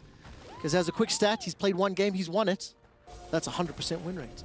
We'll find out as Vitality are the first ones to make a play. They had grouped up around the top. Now they've looped around south towards the mid lane and at least tried to step forward, but it did look like Misfits were sort of ready for that. No real surprises. And I'm going to just remind everyone once again that yesterday's game was really good from both sides in terms of the early stages. However, Misfits were able to take down Fnatic. Vitality ended up losing their game. So I want to see how this early stages will play it, especially with the Echo versus Taliyah, not a matchup that we've seen very frequently at all. Yeah, we'll see what happens with it, because it looked like early in the draft, right, with Hirit getting the Renekton early, by the time they're like, we need to get the Taliyah, try to break up the pairing of the Renekton and the Taliyah itself. No sort of early plays from them just yet, but it is interesting to see actually some of the rune choices here, with Comp going for the Arcane Comet. Of course, if you guys haven't been playing solo queue for a while, the Imperial Mandate sort of support Ashe with the Comet has taken on a bit of a storm, and he's got a tier as well. So in this one, as AD carry, we'll see what the build path does end up being, but definitely looking to drop a lot of W's in lane and sort of use the Arcane Comet to make up for maybe some of the lost damage stats that, of course, he went for by starting off with that tier as opposed to something like a Doran's. All right, so see whether or not he can keep Hobby and Vander at bay. I mean, Vander yesterday he played the Galio, put on a bit of a masterclass, and as we take a look at both junglers taking the chicken camps, yes, noticing. And Melita is noticing RDYCHK on the chicken camps. And I said this last game, but if you're a mid laner in solo queue and you're playing these champions that can sort of bully around early, after wave 2, walk over, place a ward on Raptors, and you're never going to die to a gank. Unless you get ganked to level 2. Then that's a problem, right after the red buff. But if they don't do that, then you're going to be pretty safe. And I really like to see that coming through. It is a very standard play that a lot of these mid laners have been going for. Gave the information to Melita, allowed to push a little bit more comfortably. Shigenda will be able to use that Bellows Breath. Trades fairly effectively onto Hirit, despite Cold Meek, and will now be dealing with his own minion wave. Hirit's going to step all the way forward, put that ward down in the tri-bush. And it just looks like the junglers are kind of opposite or mirroring one another's decision-making for the time being. No real surprises right now. The Vitality's bottom lane, Comp and Labrov, with that Ashe Thresh combination, very heavily pushing into Kobbe and Vander. You expect this in the Thresh versus Alistar matchup as well. But then obviously with that tier, the couple of volleys in the Comet, you just see it there. Just putting some pressure on 22 CS to 11. I want to keep tracking that difference as it plays out. Because the thing is, it's like whenever you push in the wave like that, it's like how many minions can you deny? Can you time the wave crashing in when those minions are on odd HP numbers? So that you need an extra auto attack or two before the turret comes in to be able to knock it down. That CS gap has been opening up just a little bit. On the minimap, you'll see too, both Melita and Skeens time it back together. I always like syncing that around, but ultimately Skeens probably just going to get back into that typical farming pattern. A deep ward now from Comp as they step forward. Again, this is a practice play from Vitality very clearly, right? You get the early vision with that level 2 ward from the mid laner onto the Raptor. You know RDYCHK star on the bot side goes for this clear towards the top end. Well, with the pushing bot lane as well, you can use that advantage to then off the reset past that 4-minute mark, see RDYCHK coming down down there. So there is no stealthiness whatsoever from what the Misfits jungler is going to be doing. Vitality have near perfect information. And it's not the first time we've seen it. Yesterday, Skeens on the Nidalee, similar sort of plays in terms of using the vision, playing around where your lanes had either the push or the priority, and then allowing Vitality to get some advantage. They're up 400 gold already. It's not a huge advantage, obviously, but like you see the waves in their favor, you see the vision, they're playing around. The one thing, he's doing the same thing. Right, you have the Ashe now, of course, too. So he's not going to face check into the brush, but he was going to try and go for that Raptor ward again. Now he does a little more safely because he knows Razork's in the area. But I really like it, using the priority. They don't have any of that top, so they're really cashing in on their mid lane and bot lane advantage. Now, the one thing that I wanted to ask, I kind of got wrapped up in the idea that this was going to be a bloodbath without even asking you at what point it might become that, right? Because now that I step back and I let my excitedness calm down, it really feels like both of these teams want to get their ultimates available, maybe get one item under the belt. Maybe I think Vitality might come online a little earlier than Misfits. Yeah, I mean, it's about the big ultimates for Vitality, right? Because, like, Skeens can sort of play off a hook in the bottom lane for the time being, but Copy and Vander always under tower, and the same thing in mid lane, right? Vitio's always going to be under tower, so they can't really do too much until they have access to the Ashe Arrow, the Ornn ultimate, as well as, you know, the Weaver's Wall from Talia, where you can sort of wall them off, isolate them, and make it so much easier, force them into those big ultimates, into those big CCs. Yeah, definitely. And level 6 hit for Herod there. Razork not got access to his Chrono Break just yet. He will find himself a Melita in a moment or two. There's a lot of damage coming down from the culling.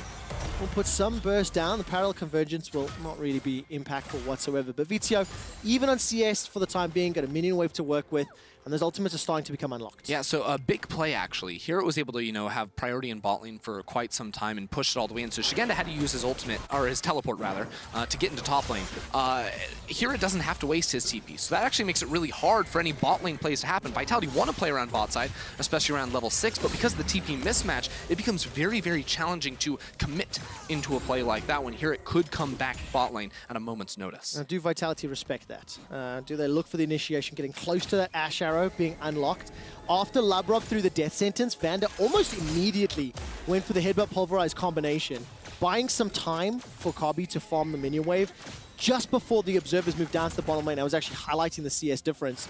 Glad I didn't say anything until then, because there was like two and a half waves worth of creeps under the tower, which means that Kabi, despite the pressure, and despite what has felt like he's been locked under the tower for 7 minutes, is only minorly behind Comp for now. Of course, the wave is now going to be built up and crashing towards Vitality. Comp has been able to back, he's picked himself up the Warhammer, and he's going to be returning to lane.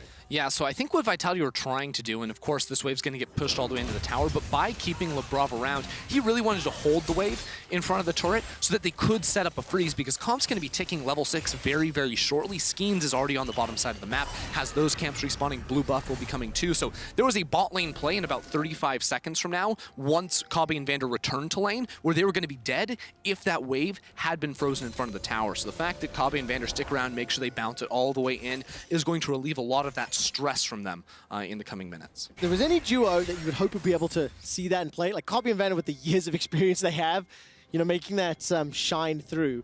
So Vander's got himself some Swifty boots, and he's now going to start moving around the map. You can see Kabi's with the Noon Quiver is now going to go and catch this wave that Comp is pushing in. But both supports, for Misfits and Vitality, are roaming. Razork is on the Herald, and Skeens is away. He's just popped the ward inside that pit, so he's got the information to play with. Difference is here it has a really big push coming in from the top lane. Now, I do think Misfits have to back off. A lot of these, you know, standoff moments around the Herald usually revert in the patience running out, the Herald going ahead and resetting. Well, it's interesting to see Skeens want to commit. It's because they pulled Comp all the way up towards this top side of the map. He had push in bot side, which means now they have numbers advantage, and Kabi's going to be too late to the party to get this started. The teleport advantage for here, it's not going to matter in this location. Remember, Comp has got the Ashe Arrow. I'm waiting for that to go. The Rift Herald is going very low. Vander's going to be sidestepping. The Ashe Arrow goes nowhere. Rift Herald will go down in just a moment. That's the engage. The death sentence catches onto Vander, and he's already blown up. The Lantern goes all the way forward, and that's going to be the Herald secured by Misfits. They lose themselves Vander for first blood, but they do get the possibility of some plate gold, maybe even a tower. Yeah, at the end of the day, I do feel like you're going to be happy with the first blood right there in terms of like actual gold. Herald's going to get you 2, maybe 3 plates with some pressure, but obviously with the kill going over, it also converts into this Infernal Drake. So Vitality, very comfortable with how that play ended up being sorted out. And at the end of the day, Misfits were just a little bit slow to move into that plane. It wasn't like they made any sort of big mistake to have that happen, but Kabe did have to go to bot lane to pick up that wave. Otherwise, he falls very far behind. It was just Vitality using the pressure because they took the reset in the bot lane first, knowing they were going to be able to shove that wave all the way in and convert that into an objective play. It felt like a little bit of a strange team fight from my eyes, just trying to focus like all the different engagements on sides, and Ash Arrow going way wide. Here it's going to step all the way forward, pick himself up a plate, and with Ruzzle coming up, Chrono Break's available. They could fancy themselves a dive. Parallel Convergence, Phase Dive, Time Winder, Slice Dice, and easy peasy lemon squeezy Shagenda just gets dunked. Yeah, I mean, he flashed, but didn't really have anywhere to go. Nope. Still stuck inside that CC. Now Herald should come down. I mean, this turret, I think he's going to wait, right? It does true damage, and as you take down more and more plates, the resistances will build up. I'm surprised. Honestly surprised to see him not do that. And an arrow is going to try and stop the resets. It does connect, and Kabe's a little bit sad now. Yeah, really nicely done. Thank you, Observers, for highlighting that one. That was sick. Just being a pain in the behind to Kabe. It is now 10.5 minutes on the clock with Hirit picking up his first kill. I'm going to take a moment just to again show you some more stats. Plus 51 CSD against Bwipo yesterday. Yeah. Plus 1.8k gold. And a K plus 8, kills plus assists at 15 minutes of 5. Now, that game went on to have 35 kills. It was ridiculous. And here it was a huge part of how and why Misfits were able to win the game. Yeah, and it was interesting too, right? Because I think, you know, early on in that game, he was slow, he was sticking his lane instead of TPing out to the rest of the team, but he took that advantage and absolutely put on a show with VTO Zoe as well in those fights. Ended up being a big nuisance for them, and Renekton, that sort of dive pressure, the ability to pretty much one-shot a lot of these squishier members from Vitality. If he's able to find those angles, he can definitely get a lot of work done. Well, I want to see where Ruzzle goes with this Rift Herald, if at all. 11.5 minutes, the gold is even. Parallel Convergence comes out here. VTO will have some support from Hirit as well as Razork, and no further follow-up. At 11:42, the one dragon advantage here for Vitality puts us on a 2.5 minute timer for the next to spawn. Yeah, one thing I would actually love to touch on quickly is Razork's trying to set up that top lane play again. He has the Herald for it this time around.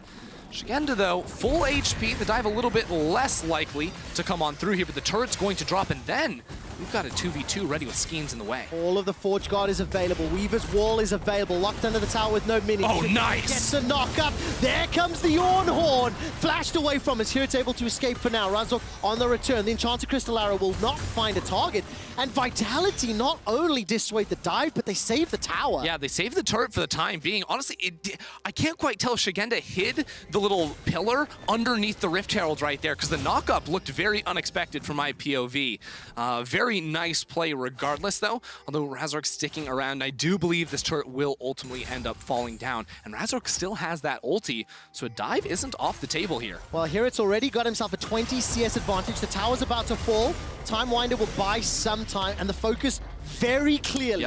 Get the objective and get out. Very nicely done there. And I think Razork's going to be able to go back to base, finish off his first item. And this is what I wanted to talk about with the Echo pick is Echo Jungle actually really got buffed, I believe, with the changes in itemization. You see the Rocket Belt in his inventory already. Is that a Nashor's Tooth on the way? We'll see with the dagger there as well. But primarily, this Rocket Belt means that usually you'd get that as your second item on Echo, but it makes connecting that W, that big CC, so much easier. It gives you the movement speed on top of it as well now. So a really solid first item all around.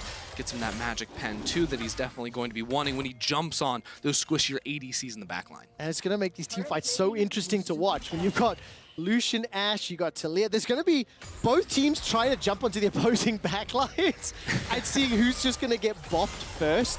Manimu was picked up by Ashe on that previous back. That's comp, of course. And with 45 seconds to the next dragon, it's very early days. We're in game 7 of Spring. But I'm already excited to see what Vitality can do. Yesterday's early game impressed me. I particularly like Skeens' middling. And now today, again, calculated, controlled, smart play. Death Sentence will just get dodged there by Kobe's Hypercharge. And both teams, Endo, are setting up for an engage or a willingness to throw down around this dragon. You can see Misfits trying to get control of the river. They shove the mid-wave in. I mean, here it's with the team, for goodness sake. Yeah, the interesting thing to look at, you can see it on the big zoom out, is that ward, the red ward right behind the dragon pit, because that's going to be where Shigendo would love to maybe get a flank off of. He could regroup with his team with a little safer of a ward if he wanted to, but they've got Ash arrows ready to play off, and Skeen sneaking through the lane. This might be unexpected for Kabe. This is a 3v3 available. Killer Instinct will find his target. Kabe will jump all the way to Labrov. He's going low. Labrov stays alive a few seconds longer as the summoning heal will keep him up. Now the teleports will land, and it's a party in the bot lane. 5 versus 5. Everyone's invited. Yeah, it's slowing down for the time being because, right, Misfits all get down here. They got the push-ins. They're going to have inside track on that Drake. And Vitality, what do they have left? They still have the Ornhorn ready to go. Do they still want the fight? Here it's got the dominance. The Chaos Storm is up as well. Misfits secure the dragon, and they're not going to look for a further fight. There is a lot of respect, quote, fear, however you interpret that, but the skill shots didn't land. No targets were obviously available for the taking, so Misfits back away. They get the dragon. It just evens the game out once again. 2 kills in 15 minutes. It's tense. Guys, it's tense. Let's pick up the pace. But what I do like is it feels cleaner than the last 15 minutes of the previous game. However, when we see now the single tower that Misfits have picked up, it is very interesting to then contrast that to yesterday. How yesterday it was fight, invade, like just literally go ham or go home. And today there's a lot more patience being built up. As I also notice on comp side, he's yes. off a mirror.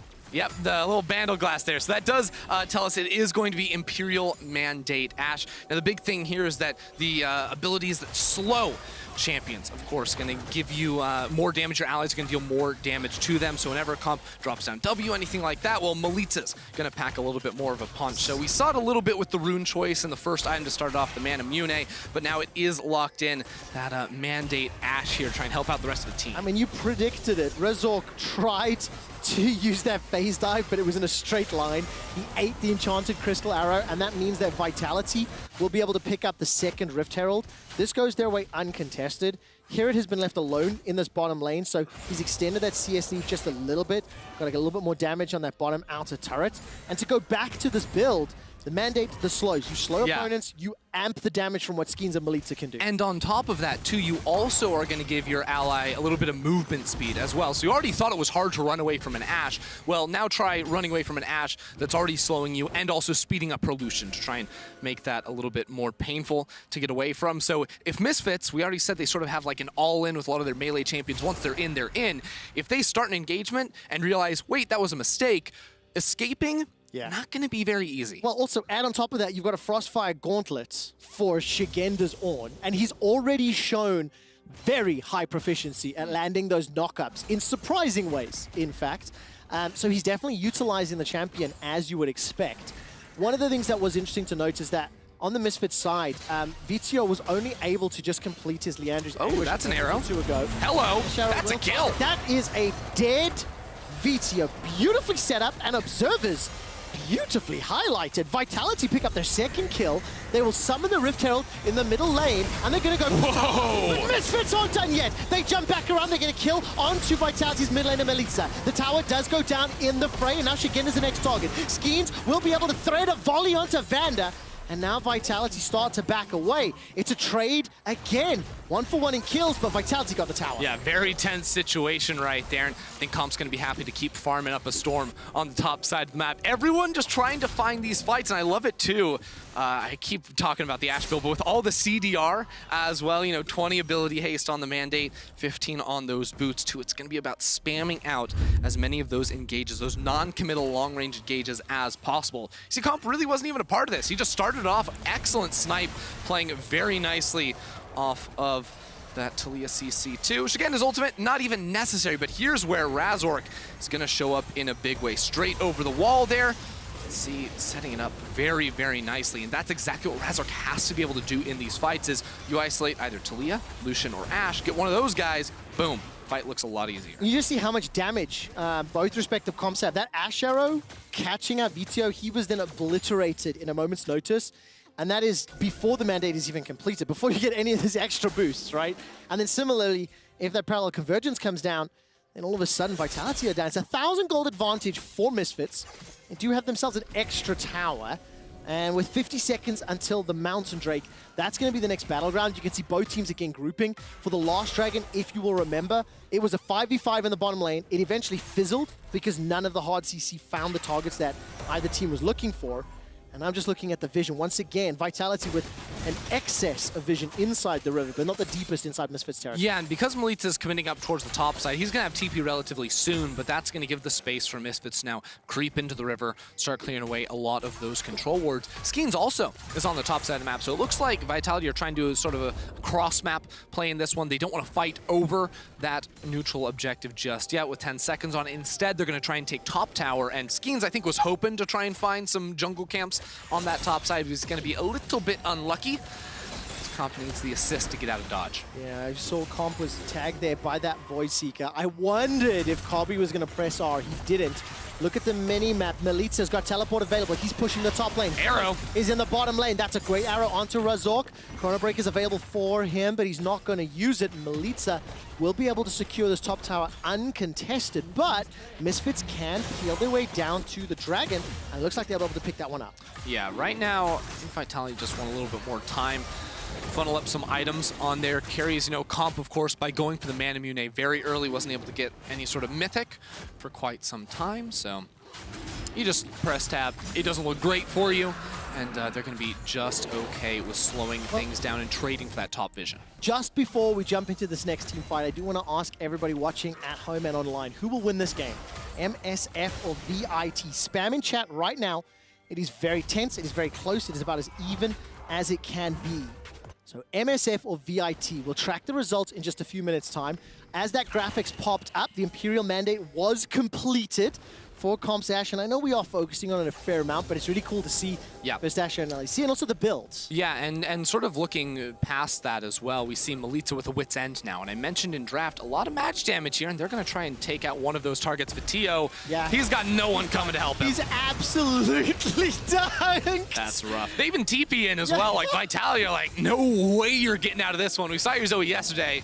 No survivors. Of course, that may influence the poll at home. Vitality completed the teleport for Shigenda. He's now made his way south through the river. And does he want to group up with the rest of the squad? Call the Forge God comes out. Vander's going to be the next target. The Ornhorn into a sentence for death. Get back to the fountain. And now Vitality, they're going for Baron. Yeah, I think it's time. We're just 22 minutes on the clock, but two big picks now. Importantly, 10 seconds away, and Vitio's going to be able to teleport into this one. He doesn't have his ultimate, but he's got the rest, and Razork is in position for a steal. 1. Vitio is just respawned. 5,000 hit points on the Baron. Razork's going low. 4,000. Oh, no. Yash arrow tags him, dunks him. He's down. Razork get back to Fountain. Now, all of a sudden, the Misfits roster is in so much trouble. Shigenda is buying as much time as he possibly can. Misfits are stepping forward, but Baron is secured by Vitality. They set up beautiful pick after pick after pick, and they grab themselves the Baron. Yeah, very nicely done. It started off by Vitio being very out of position in the side lane without much support or vision to back him up there. And Vitality are able to make great work out of that. Now with the Baron buff on top, everything starts to make a little bit more sense. And we have to go all the way back. Remember when that Dragon was taken? What did Vitality trade it for? They traded it to remove that top lane outer turret. They traded it for the vision that helped set up that sort of a play. It's a multi-minute process here that got them so much. Very exciting stuff from Vitality in absolute control of the game. Got themselves the Red Bull Baron power play plus 1,000 gold for now. 2 minutes to go. They're just utilizing the comp really clearly. Thanks to Ashe and comp. Wasn't an intended double contra there. That's your one of the year. But look at the group now from Vitality. 1, 2, 3, 4 members towards the bottom half of the map. They've got Baron and Pod minions, and they're looking for another tower. Yeah, and for Misfits, I think I continue to look at Razork and what his role needs to be in these team fights, because remember, it was about sort of diving the backline, and as Comp went for a more supportive build, now his eyes have to go over towards Melitza, but he went for Wit's End second. He has Merc Tread, so now, you know, the, of course, Magic Pen passive with the boots, and on on the mythic item as well. For RDYCHK, it just means less and less and less, and he is running out of targets to select to help his team get these fights. And look at the multiple lanes of pressure from Vitality. Labrov being used there to pull comp from mid to bottom lane. The Ash Arrow catches out here. He gets seismically shoved backwards and gets turned into a pair of boots. The 6th kill for Vitality. The 4th. Here we go. The re-engage from Misfits. They find themselves a kill onto comp, but it's Melita that you need to be afraid of. The culling is starting to melt down Vander. Call of the Forge God comes out. That goes right between the upright manages to knock RDYCHK in the air. The flash away will keep VTO from the death sentence, and Vitality, they still win the engage. Vitality still have minions as well. I'm not sure if they're going to be able to go up to the tower, though. The wave clear of the Victor just a little bit too much on that one, but I was checking out during the... Oh, that was almost a steal. That would have been nice. But Comp's cooldown on his arrow is 45 seconds long. Shocking. And he can keep building ability haste. He can keep going with that. So these fights are going to keep coming. He's been so on point with those arrows, so crisp. Here it even tries to dodge it, but he doesn't have reaction time. He actually ends up going towards Vitality, immediately knocked out. And this engage from Misfits is really nice, right? They're able to get Comp, but Comp is not the main focus of this team, especially once he's already spammed out that ultimate. It is Melita, as you rightly mentioned. He's effectively a slow bot. I do have an update from you. Unfortunately, we can't run the graphic right now, but after the Baron was secured by Vitality, fans and voters at home in chat managed to get a 50-50 split. Vitality secured Baron, were in the lead that they had, and the vote was still only 50%. I obviously think yesterday's results had an impact on how many people believed in Misfits. But now with a 4,000 gold lead in favor of Vitality, with Baron having given them absolute control of the Rift, them securing the second dragon of the game, they're looking very, very good. The one thing you can't disregard, if Melita gets blown up as quickly as Comp does, can Skeens and Comp have the positioning and the time to still take down the rest of the Misfits squad? That's what we need to follow, and whether or not Misfits can find the key target in these upcoming fights. Yeah, and whether it's realistic that they can delete him pretty quickly, because as we mentioned before, like Tio, not going to have a huge impact on him because of all that magic resistance and RDYCHK, so here it needs to be able to find a way in, but even then there's Merc Tread, so the stun duration not going to be as big a deal. He hasn't missed yet. He barely misses. Really nice movement there from Vander. Yeah, manages to sidestep, and the support that he has with VTO means the escape is on for now. Baron is up in 1 minute and 50. And remember, what was it, 40 seconds? 45 seconds, roughly, on 45. the enchanted Crystal Arrow.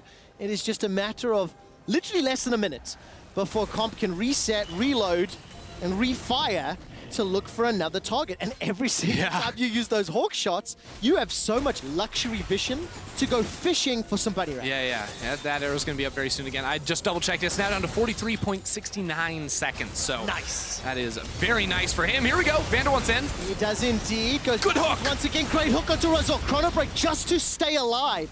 RDYCHK cannot use that to interrupt, to continue the fight. 5v5 still, setting up in the top lane. Shigenda was moving towards the mid lane, but you notice that RDYCHK is back in base, healing up with Vander. Ash Arrow comes up, Call the Forge God goes wide. Look at the skill shots and the range. Seismic shove into death sentence, layering the CC and the threat zones. Misfits are locked inside their base. They can't do anything. And it's comps like this one that Vitality are running that absolutely destroy teams that are not organized, right? As soon as, like, all these long-range engage tools, you can't keep track of them. If you're not ready to throw down or in a position where it's not going to punish you, you're going to get instantly deleted just like that. The layering of CC there, perfect as well to make sure there was nothing here it could do. That's the second time now. He hasn't been able to pop that Dominus, hasn't been able to get that off, just instantly deleted even through the Sterix gauge. The patience from Vitality has to be commended. They are positioning correctly. Admittedly, they've got a lot of tools to play with. Melita could be in trouble. Ash Arrow is up and available. Vander as well as RDYCHK. They don't have a lot of support from here's the thing, right, is Baron spawns in 3 seconds. Now it gets given away. That's a shame. because I almost feel like Razork would have loved to just hide in the fog of war, go for a steal if the opportunity had presented itself. Now, big news here is that there's a TP on Shigenda, who's down in bot lane, of course, has some wards to get to. Vitio is the only guy on Misfits with that up, and he's a major damage source for the team. You'd much rather have him with the team and hear it down bot side, but he's very likely gonna have to be the one to pick up the wave. For now, here it's going to do it. That is gonna give a window now. Shigenda moves up towards that middle lane. Okay, Vitality are in the seat of command. It is, of course, the upgraded Imperial mandate for Comp on the Ashe. He's got himself just such a great position. I'm looking 41.67 second cooldown, about to hit level 16. And Baron is available at 29 minutes into the game. That 4,500 gold lead is keeping Vitality in absolute control. I'm waiting just for the Ashe on engagement. Vander's looking for a flank. That's the guy you got to look at.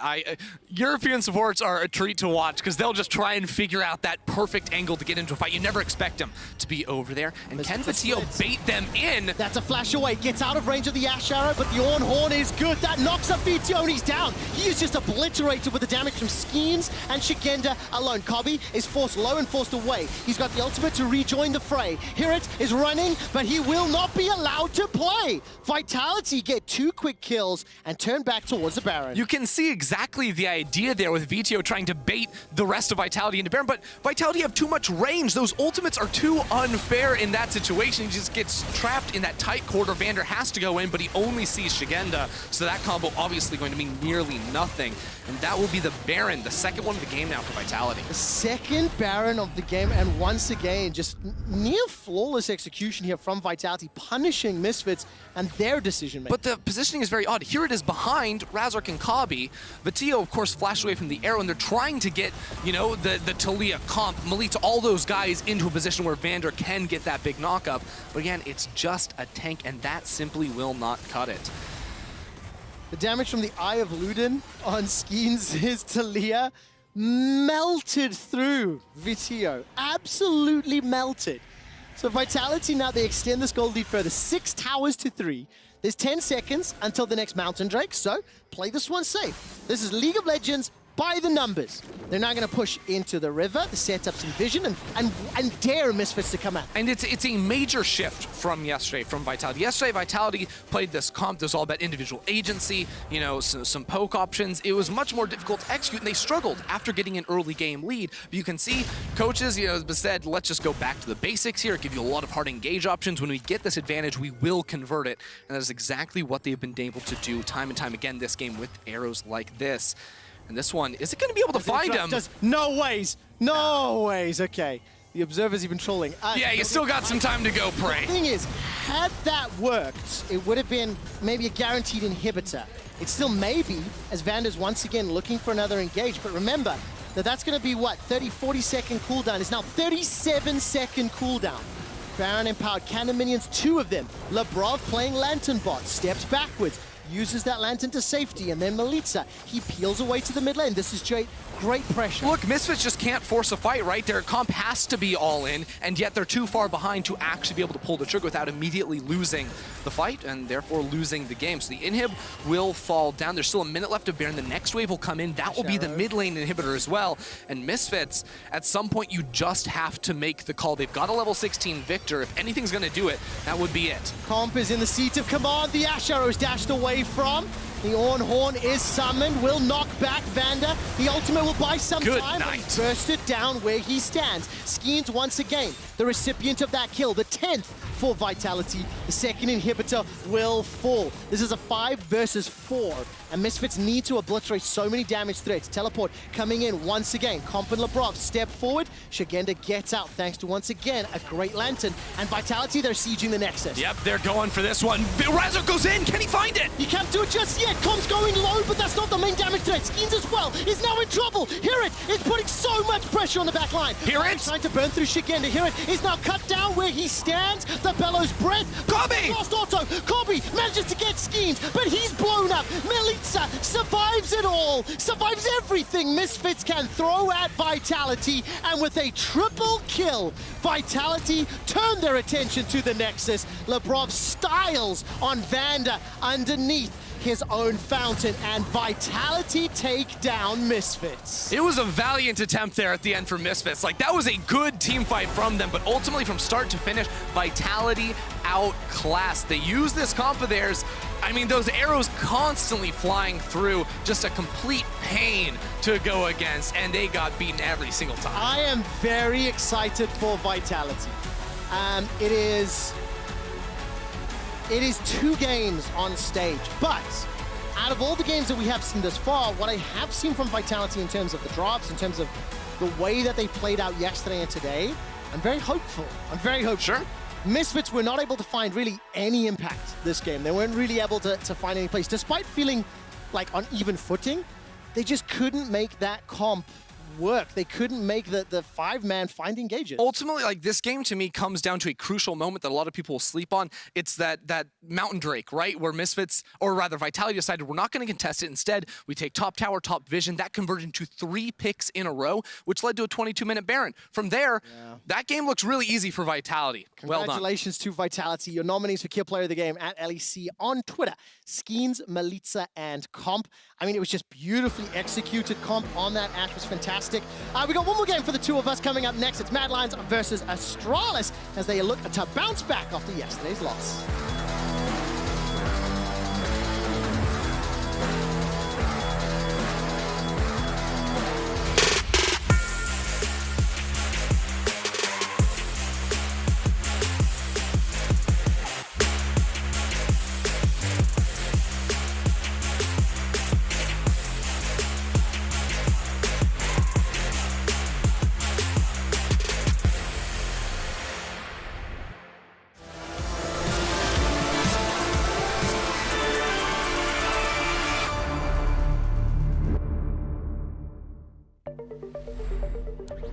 I don't really consider it gear.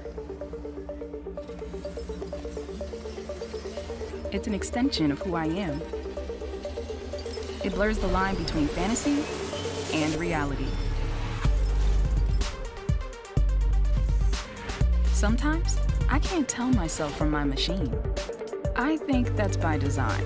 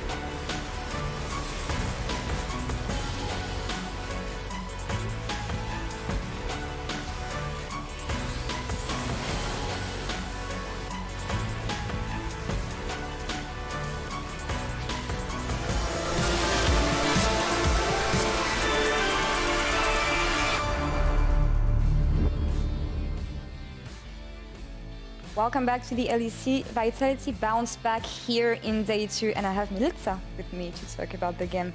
First things first, Hello. Milica, how do you feel? Hi. I mean, it feels good, you know. I think the previous game we could have also won, but it is what it is. That's life. I mean, as you said, you have a lot of games ahead to get it better. Today was a lot better, but I want to know, how important is it to win a game like this today after what happened yesterday when it comes to the team synergy, confidence, and everything? Yeah, I mean, it's how to say, a relief, I would say, for all the players. There won't be so much pressure, you know, because yeah, I think we hope for much more, you know, and losing yesterday kind of, I don't know, made us a bit sad, you know. So this one is like really, how to say, a boost up for us. Mm-hmm. Yeah, a necessary boost, I guess, for the beginning of this season like this, especially given the year that you had last year. Now you can start on a fresh page, on a fresh start with the team. And talking to Duke yesterday, we talked about the fact that you have to adjust with a new top laner, that is Siganda, who joined the team instead of Cabochard. So how does it influence the team dynamic as it is compared to last year? I would say like Zigenda is more on same page as we are, and he like really applies what like Duke tells him, and like I don't know, he's just really open-minded guy, you know. So it's like going pretty easy. It just, you know, it's his first let's say LEC game, you know. It's his like first LEC games, so he might be a bit nervous, but I don't think he's gonna have any problems in future if in that how to say part of the game. And yeah, I think he's been fitting pretty good for us. Yeah, nervousness aside, I feel like you guys are on the same page. And again, you just had 2 games together on stage. So how are things backstage, what we don't see for you guys? I mean, it has been pretty, you know, good, I would say, since it was not like last season where we couldn't actually beat anyone in scrims. This season kind of it's different, you know, I would say. And it really makes us like feel that we can go far. So I think, you know, it's we're going to show it in the like future games, and it's going to be like the mood is going to be much better. I mean, and you can even feel it when the community has to vote for the player of the game, because here the vote was really, really close. And in the end, Comp won it. So what did you think about his performance this game and, yeah, him overall as a player this year, how much he developed?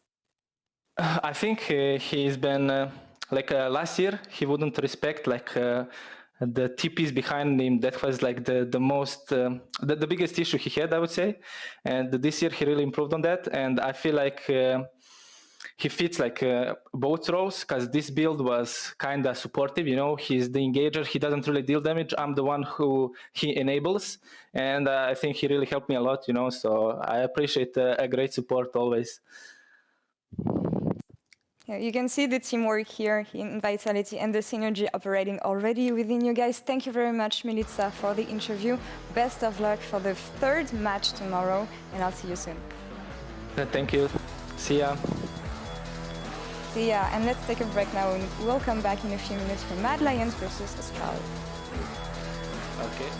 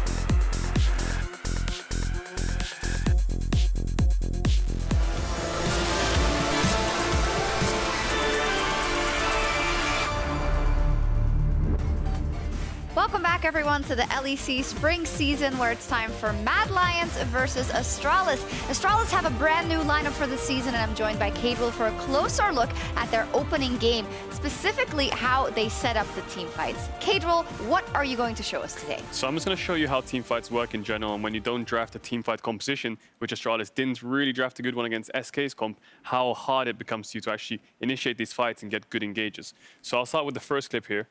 So you can see White Knight's actually moving down towards the bot side to clear out the bot wave. And there's going to be a fight in this dragon. Now, the big problem that Astralis face in this team fight before it starts, first thing is Zanzar has got hooked. And the second thing is all of his carries are sitting in this choke point. And if your carries in a choke point, it means it's really hard for them to actually get involved in the fight. So you can see as the clip progresses, they're running away. And now they're running away. If you watch JYCK, he's only hit once. He's got a Q off. Nukdog does get a good shockwave. Jess is getting a few autos in, but in the end, they're running away. So it's really hard for them to actually counter-engage or get some damage off. Is this also a side effect of kind of the composition they drafted? And if so, what were the issues? Yeah, I think when you draft things like Nidalee and the Renekton's not there in the first place, you have a set who wants to dive in as well. It's really hard for you to get damage off if you don't go in first. So I think there's a second clip we have as well. Clip. Second clip, exact same scenario, same area of the map as well. I'll just draw the freehand thing again. We have another little choke point here. Astralis, it's a really bad positioning again. As the clip plays out, you'll see. As we watch it progress, you see the carries of Astralis, Nukdog's far back, Jester's far back. It's so hard for them to actually get involved in the fight. Promiscu decides, well, let's try and get their front line into our back line. Doesn't really work. Jesker and Nukdog, if you keep your eyes on them, they're not really hitting anything. They're far, far back in the fight, and they just lose their front line before the fight starts. So this is just a whole problem you face when you play these non-team fight compositions with like no point and click engage like a Hecarim. So in this situation, of course, this just happened. So logically, maybe they should have said, well, hey guys, let's not go into that choke point again. But that's easier said than done when you're in kind of your first games on the LEC stage or in the Rift. It's much easier said than done, especially when you want to contest Dragon on blue side. You have to get into that choke point and get into the river. So SK played well. They stopped them getting into the choke point. So that's two examples from the choke point. I think we have a third one as well, just to kind of put the nail in the coffin of how these team fights are not going in Astralis' favor. And now this is a bit of a 4v5, but the problem is they have to face check. And if you have to face check, it's really hard for you to get the good engage. So Treat gets the hook, and if you keep your eye on JYCK and Nukdog on the side here, these two players, these are the main damage dealers Astralis need to start doing damage. Zanzar is not going to provide too much in the fight. These are the people that need to hit, and you can see JYCK goes for the wave. Look at the amount of damage SK's carry is doing on the front line of Astralis. Nukdog can hardly get a Q off. JYCK's hit it 2 or 3 times in the whole fight, so the fact that they're running away the whole game and they're never actually running forwards into the enemy team means that the carries can never really get any damage off, and in turn, you basically lose the fight 10 times out of 10. So with that knowledge in the back pocket and knowing that they will have reviewed this as well, what adaptations do we want to see versus Mad Lions? So I think if you want to draft these late game, mid game team fight compositions, you need to draft champions that can fit well into it. I think SK identified that in the draft. They got a Hecarim, they got a Gragas, Victor. These champs are just so good at zone control in river fights, especially when it's like Drake meta kind of, making sure you set up Drakes, get the team fight going. Champions like Nidalee are good for snowballing the game in the early game, but in terms of mid to late game, it's so hard to actually close the game out without engage and without team fight sort of priority. Yeah, don't make it too difficult for yourself, Exactly. I think is what we can take away from this. Secondly, I do want to touch on the Mad Lions as well. Yesterday, Mad Lions made their debut. We're going to take a look at them in a second against G2 Esports, which is a tall order. What were your impressions of their first games, and what do you expect to see today? The thing is, the Mad Lions, I think the early game was really good. You could see they had a really good draft going into the game. They had 3 winning lanes. Elyoya in the jungle matchup got some kills. They picked up the first tower and stuff like this. The problem is when the first towers, the tier 1s were taken down, kind of looked like they were pulling the trigger a bit too much individually. Not so much as a team, but I think that Humanoid jumping in too aggressively, stepping up too far in mid waves, just gave G2 kind of free kills here and there, which allowed them to kind of claw back in the game and get objectives. Yeah, and of course G2 is the team least likely to not capitalize on the mistakes of their enemies, so both teams are looking to bounce back after day 1. So let's see who pulls it off. Well, we're going to find out as both of these teams lost yesterday. However, one of them maybe should not have. I know when we were watching the Mad Lions game against G2 yesterday backstage, Elyoya on the Lilia, he went for an early tower dive, you know, against Reckless and Mickey. It looked a little hairy for a moment or two, but it ended up being like 2 quick kills. And from there, I was kind of hopeful for Mad Lions, but it just didn't pay off as the game played. Yeah, at the end of the day, G2 mid-game a little bit too strong, but I liked a lot of what we saw from Mad early into things. Let's see what they've got prepared for us as we get into draft. Nailed it.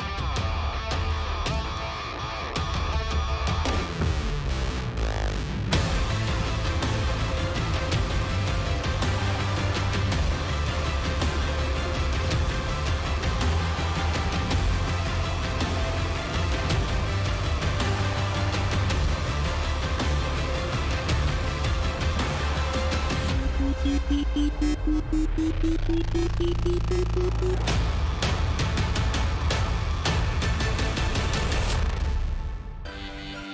genuinely love it. The music, the animation, the graphic, everything is absolutely fantastic.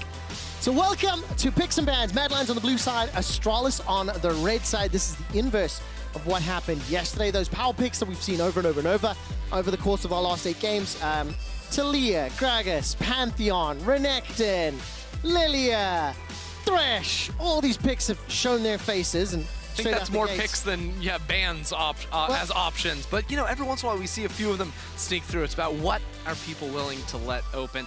Honestly, I'm a little sad. I want to see some Pantheon jungle. I've been waiting.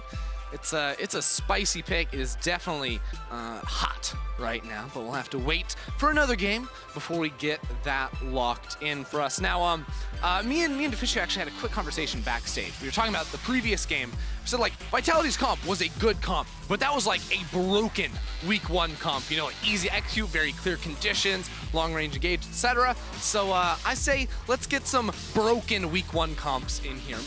Let's make it a little easier on ourselves so we can execute precisely. As you should be doing at the beginning of a season when teams have not been as practiced and as refined or precise as you would want them to be. Specifically, I would love Astralis to play a good week 1. After Alyoya's debut yesterday and the impact he had on that Lilia, despite the fact that it is not banned, Pantheon, Graves, Taliyah removed from the pool. Astralis making it very clear. Don't want none of those junglers.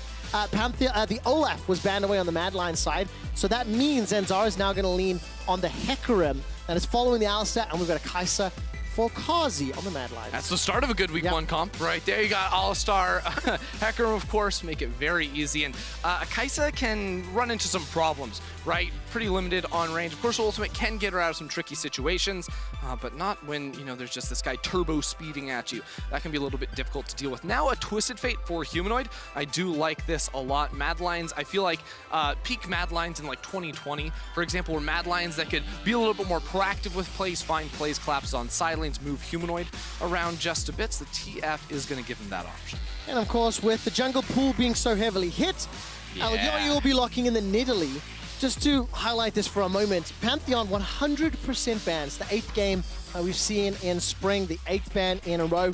We've seen the Hecarim, we've seen the Graves, we've seen the Taliyah, we've seen the Olaf, we've seen the Nidalee.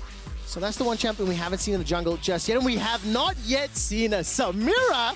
So we're going to get our hands on Samira for the first time. A lot of projectiles that can come from Nidalee, from Twisted Fate, from Kai'Sa. So I'm liking this lock-in. I mean, Astralis have thrown down the gauntlet right now with their first 3 here. Their team fight is looking really good already. AoE, engage, damage. They've pretty much ticked every single box. And now with their solo lanes, they can, you know, go for the counter picks. They can get some more niche options for themselves. Like, they've got a lot of room to move here. Whereas Mad Lions, you know, they've got good combinations, right? Twist Fate plus Nidalee, a really good combo. You know, Worlds, we saw a lot of that with like a Camille on the top side. You move together, you make plays happen. The gold card make the spears super easy to connect with. But they're going to have to find ways to really utilize that early on, because going even already, like even without seeing the final 2 picks for both teams, going even into team fights is maybe problematic for Mad Lions. And I'm thinking about the power of that Blade Whirl on Samira as well. You know, the ability to destroy those projectiles, the impact that can have, how game-changing it can be. Every single fight, every single cooldown. Is Jeskla practiced on it? Is his trigger finger ready to fire? The last 2 bans from Astralis is the Camille and the Renekton, followed by the Gragas, as well as the Galio from the Mad Lions. I am very excited because I love playing Samira. She just feels so great. Honestly, I say Orianna here, and then, okay, it gets locked out. I was going to say Orianna here because it's safe mid, pairs well with the rest of your team, and then safe counter pick for White Knight in the top side. Of course, into that TF, can eat the lane pretty easily, get probably a little bit later on, and then put that ball on top of an Alistar and Hecarim. It is easy, easy, easy. Anybody else as well? I mean, come on, Protect was going to be so well. I'm not going to steal your thunder this time around. Once we see the last 2 picks from Mad Lions, let's see how you would like White Knight and Astralis to round out the composition. Nautilus for Kai'Sa in that bottom lane. Yep. Pretty expected, I would say. as far as combinations go with that Kai'Sa set, maybe is another option, Leona. But for me, the Nautilus is the way to go, especially when you see that Twist Fate Nidalee next to it. Again, it's about setting up, making sure you can land spears and whatnot. But now Armut, because he has to go for this blind pick in the top side, I'm really not sure what he's going to go for. It's going to be the Aatrox, which, I mean, does give you some, you know, earlier skirmishing here. It's a decently enough safe blind, but you have options like a GP now can really be problematic for there you go. Kennen can also be very problematic for an Aatrox early on into the game. And now with Kennen as your flank option for the rest, like Astralis just have like the strongest 5v5 comp you can get. It's like top 3 5v5s that are on the market nowadays. Top 3 5v5s on the market. If I could rewind 7 minutes before picks and bans, you were saying you would like to see some broken week 1 team comp. Dude, this is a week 1 draft right now. That was exactly what I wanted to land. On the scale of 0 to broken week 1, how high up are we for the Astralis comp? I mean, it's very easy to execute, right? Like, you have multiple people that can find engage. So if you have TP, it's going to be Kennen. If you don't, you can have Promiscu find a flank Zanzara. Like, you've just got pretty much everything. Whereas Mad Lions have like probably like a week 1 of play-ins sort of draft, right? A little bit more difficult to pull off here. They still haven't learned that Aatrox is maybe not the best top laner to go for in the world, but we'll see if they can actually pull it off here, because we are going to need to see Elyoya and Humanoid have an impact early on. I am such a fan of the way you phrased that. Week 1 play-ins. It means they haven't quite learned in the meta. It doesn't fit. Let's see if Mad Lions can pull it off as they take on Astralis.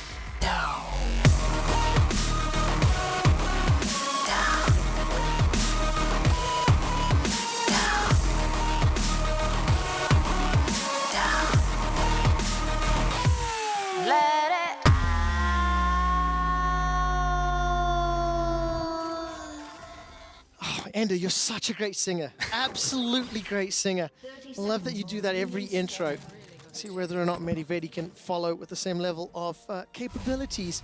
Doubt it. Turn our attention back to the game. Spellbook for Humanoid on TF. Armut up in the top lane. I'm going to be watching how he plays this Aatrox, and honestly, how much White Knight can actually get against him. The Kennen, especially in the early stages, definitely going to be super frustrating to deal with.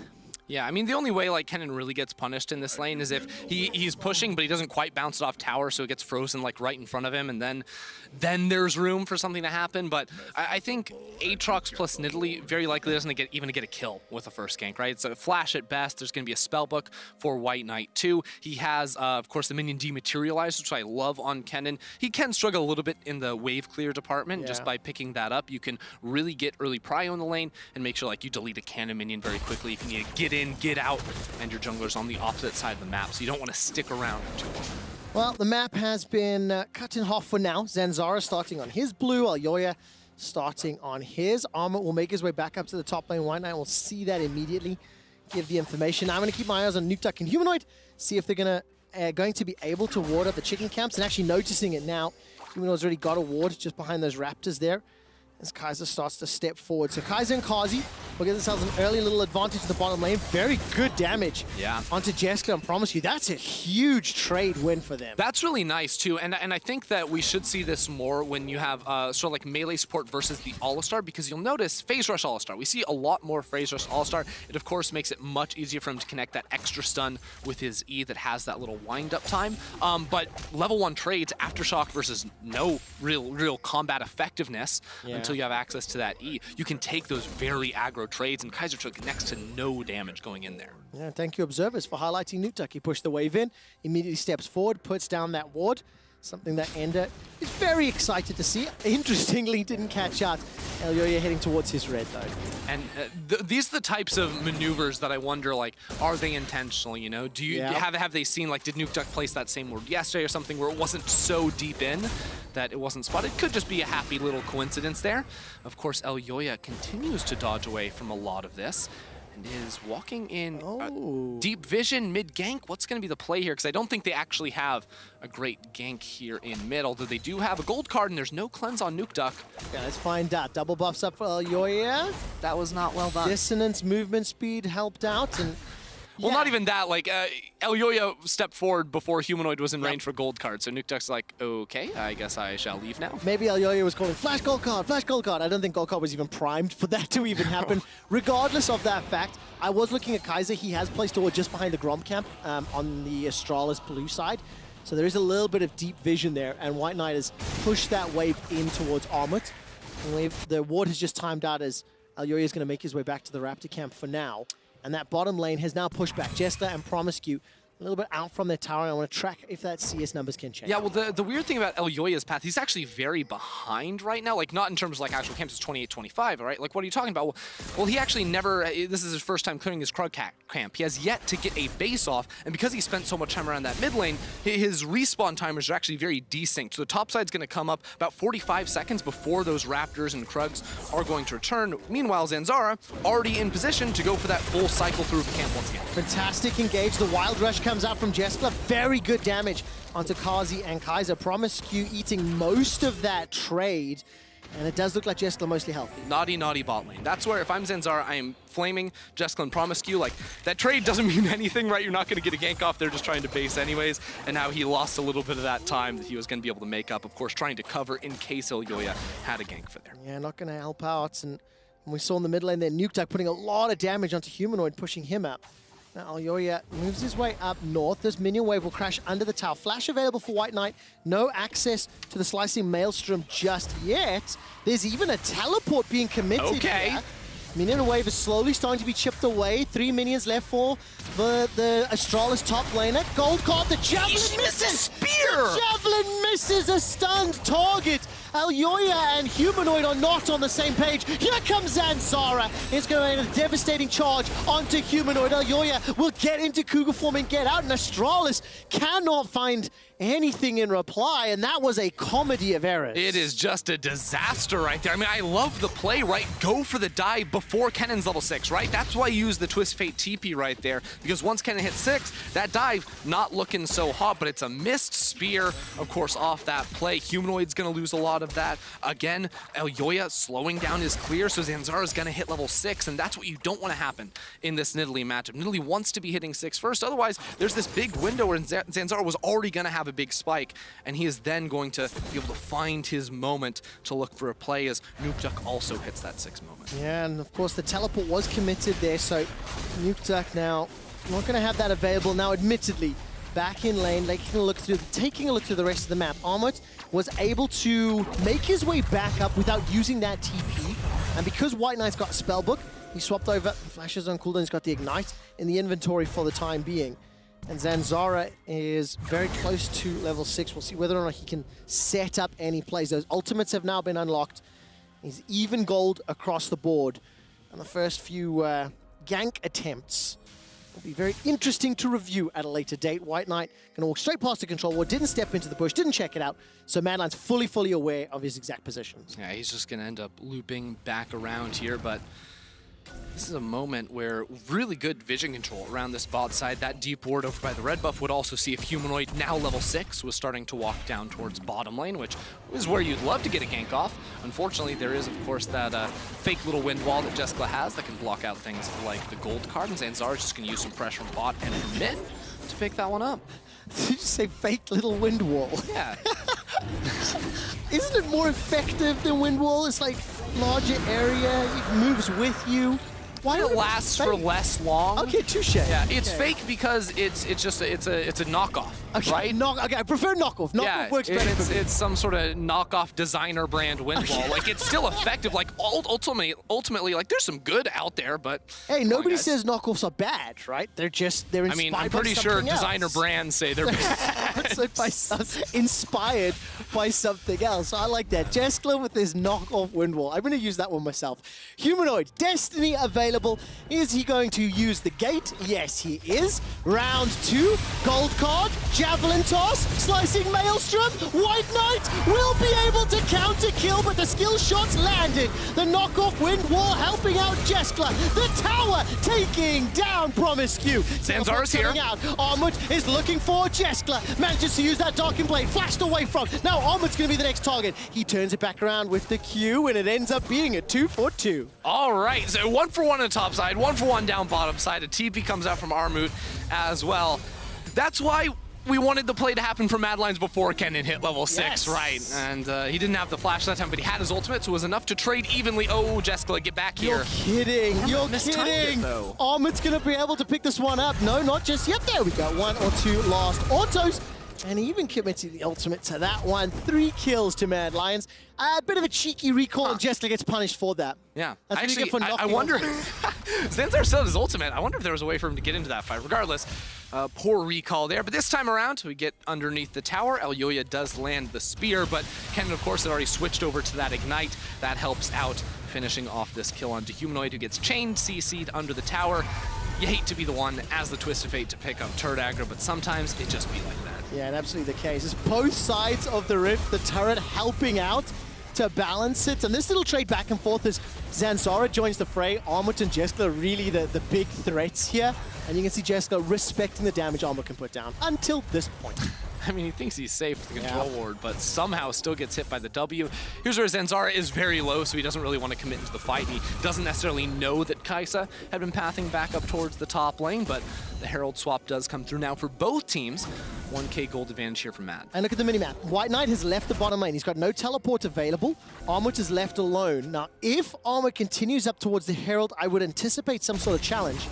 So I'll keep my eyes on his movement. Instead, he's maybe going to go and defend the tower against Armut's Aatrox. Zanzara got that ultimate available. You called it out just a few moments ago. And it's going to be available for this engage. Does he pull the trigger? Dredgeline goes down to Promiscue. The ultimate comes out, and no fight. So I was building that one up. I thought they were going to go for it. Instead, Mad Lions, they extend that gold lead. It's 1100, and they've got Rift Herald available. Yeah, and Mad Lions continue to need to continue to be high-pressure gamers, right? As soon as they get the push off in lanes, rotate on over. So Armut had push in bot. He's going to move towards top while the Herald's being started. Same thing happened on the top side of the map where they get those waves in and make plays happen. Humanoid has his TP, has his ultimate, ready to go once more. So again, let's use that pressure and continue to try and convert it into more and more here and break that lead open, because remember, Astralis' team fight is not fair. Like, this is not what you want to play against ever. And of course, if they're able to get to that stage, the thing is, Mad Lions do have a gold lead for now.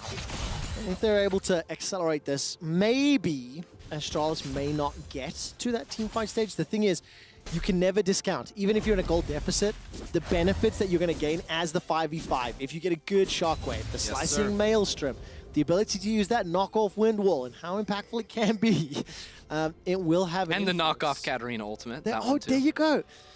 She's just... Okay, the Katarina one is definitely a worse version. There's no doubt about that. I mean, she gets to move, though. It's like Wild Rift Katarina. It's crazy. Well, where would you anticipate some of these engages yet? Because there's a couple of plates going down, but neither lane, until this very moment, the bot laners have now switched top. Plates are going to be dropping very soon, so you have to anticipate the top lane with maybe Rift Herald? Yeah, I mean, ultimately, like, Astralis are going to be playing around objectives, so whenever Mad Lions are willingly grouping up. When they're not grouping up, well, they may just get punished. JSKLR with the good ward, though. We'll see that coming out. He's playing weak side, of course, so he's actually very content to be able to pick up the Krugs, while he doesn't really have much support around that area of the map. The rest of Mad Lions now grouping up towards mid. Gold card comes out, the Hex Flash over the wall, and Kai'Sa gets blocked by a couple of melee minions, so not going to be able to line up that dredge. It's just a couple times now in mid lane, the coordination has been a little off. Like, Humanoid that time went in too early, while the Hex Flash was still being charged by Kai'Sa. So these are the tiny things I think Mad Lions do need to clean up. I'm seeing a few cracks here as they get back into the swing of things. But here we are with the Cloud Drake, Astralis. They want that CDR. They want that team fight. It is time to go for it. Zanzara stepping forward, looking for a charge. If he can devastate Mad Lions. I am going to take this brief moment. That miscoordination on a composition like Mad Lions is nerve-wracking. That's a good one. This one works out. Hex Flash, Dredge Line. Zanzara gets taken. I think it was the Ignite that burned him down. While it worked this time around, remember in Draft, Endo, you were talking about how a play-in's week one essence of Draft, right? Where we're not sure about the Aatrox and the level of execution required to make this work is higher than what the Astralis composition is doing, but it is very fair to say, plus 1,500 gold, this Drift Herald should get a couple of plates and Get out of here, Carzzy. boot Carzzy out of dodge. See, that's actually really cute because so the turret plate money will still go to Elyoya because he was the one to place the Herald, but that put Carzzy out of range to get the bonus gold from that turret. So nice little move there from the MSI champion. And what I would like to say is that I was not ready for. That I was not ready for. Promiscu, of course, has that under his belt. And now Promiscu running for his life. Humanoid will teleport into the fray and get jumped on. There's so much damage coming out from Jessler. Stepping forward, White Knight with a slicing maelstrom. Carzzy stays alive for now and no killer instinct available to him. We're talking about money just a moment or two ago. Armut, by the way, left uncontested for so long. He's plus 40 CS over White Knight's Cannon. And remember, Cannon was the last pick. He knew what he was running into, has not had the opportunity. And this Aatrox is in a position where he can be hugely influential. Ooh, are they going to look for a play now onto White Knight? No ultimate to save himself under the tower, no flash either, and a big minion wave building up. That's the TP from Humanoid. Mad Lions are going to run this play over and over again. There's no flash, there's no ultimate. This little electric hamster will be sent back to the fountain. It will also secure the first tower of the game. And while that is going on, NukeDog is putting some pressure top, but the multi-man stack can continue the siege if Mad Lions want to.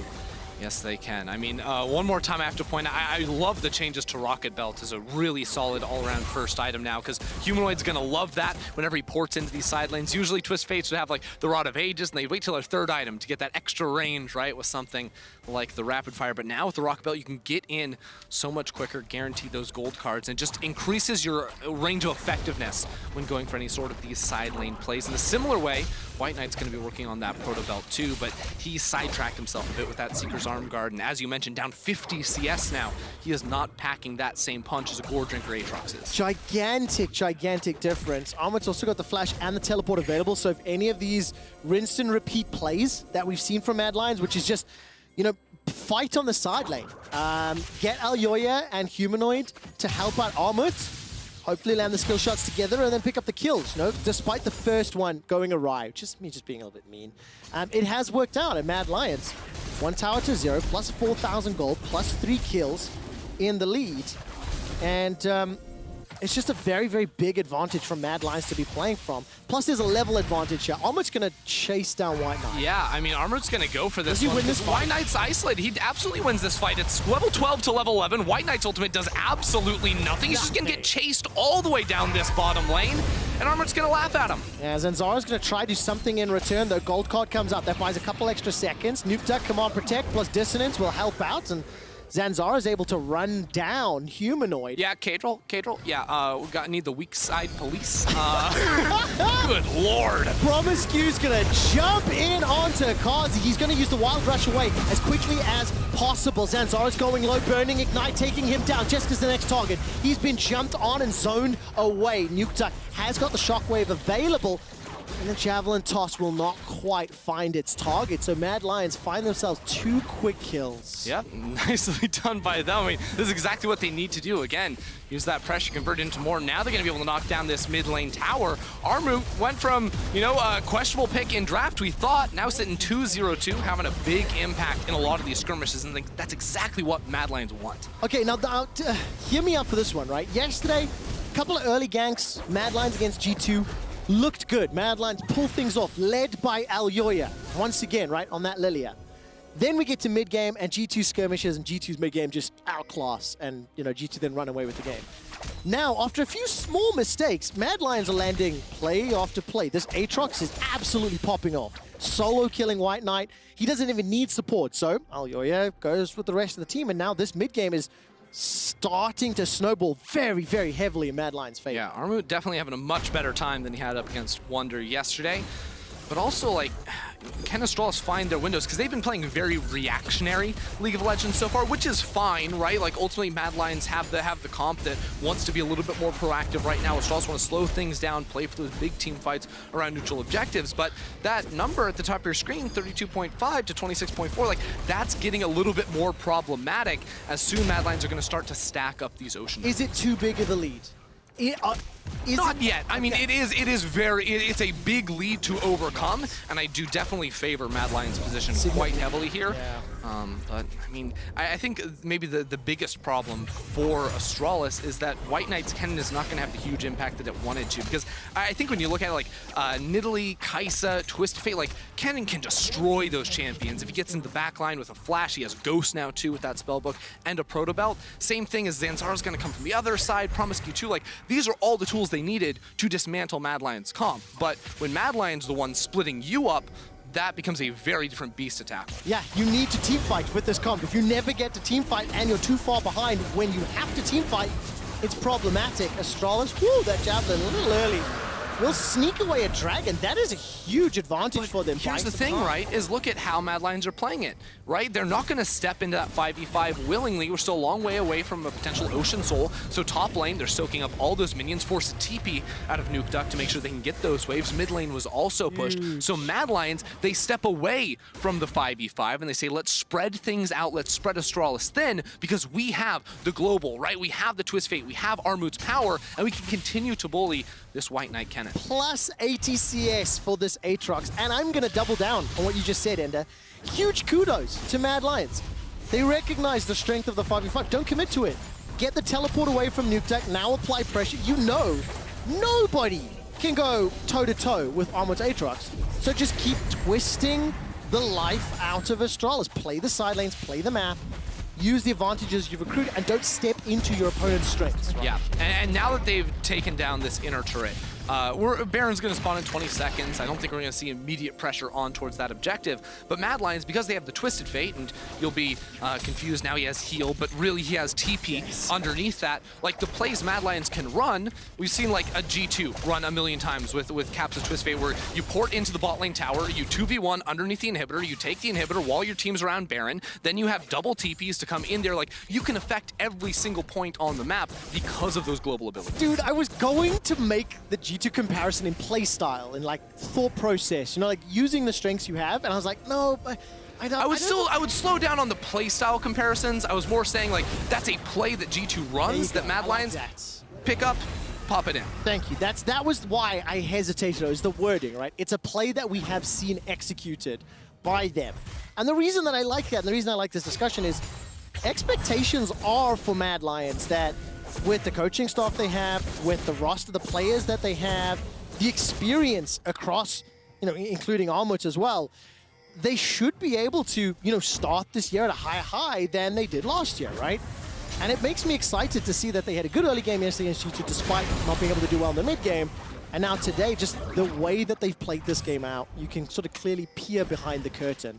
And they're using this well. Look, not going to overcommit, not going to risk it. The vision, man. Like luxury vision, right? Yeah, I mean, this jungle just doesn't belong to Astralis anymore, and they can continue chipping down at these turrets, playing the pressure game. It's exactly what you want to see. Humanoid, pressure in mid, then moves down towards bot lane, can bounce between those waves, while top lane, as this tower gets lower and lower and lower, if one or two players are ever left isolated up here, if Astralis pull 2 or 3 towards mid, immediately there's a Destiny Gate into top side. Immediately you're looking for that dive because they are so far forward inside the Astralis jungle.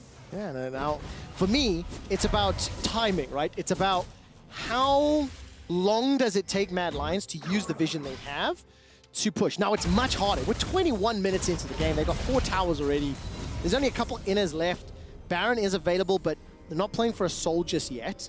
But this is that point where you're like, don't give Astralis more time than you need to allow this teamfight comp to scale up and get the item. Yeah, but at the same time, like, you see with all this pressure, like, Astralis no longer have access to their jungles. Like, that's all this gold being lost. Like, Mad Lions haven't gotten a kill in a while, but that gold lead continues to get larger and larger and larger. Yeah. Same, like, they haven't gotten a turret in a while. They got that bot lane one, but since then, nothing. But the gold lead continues to inflate.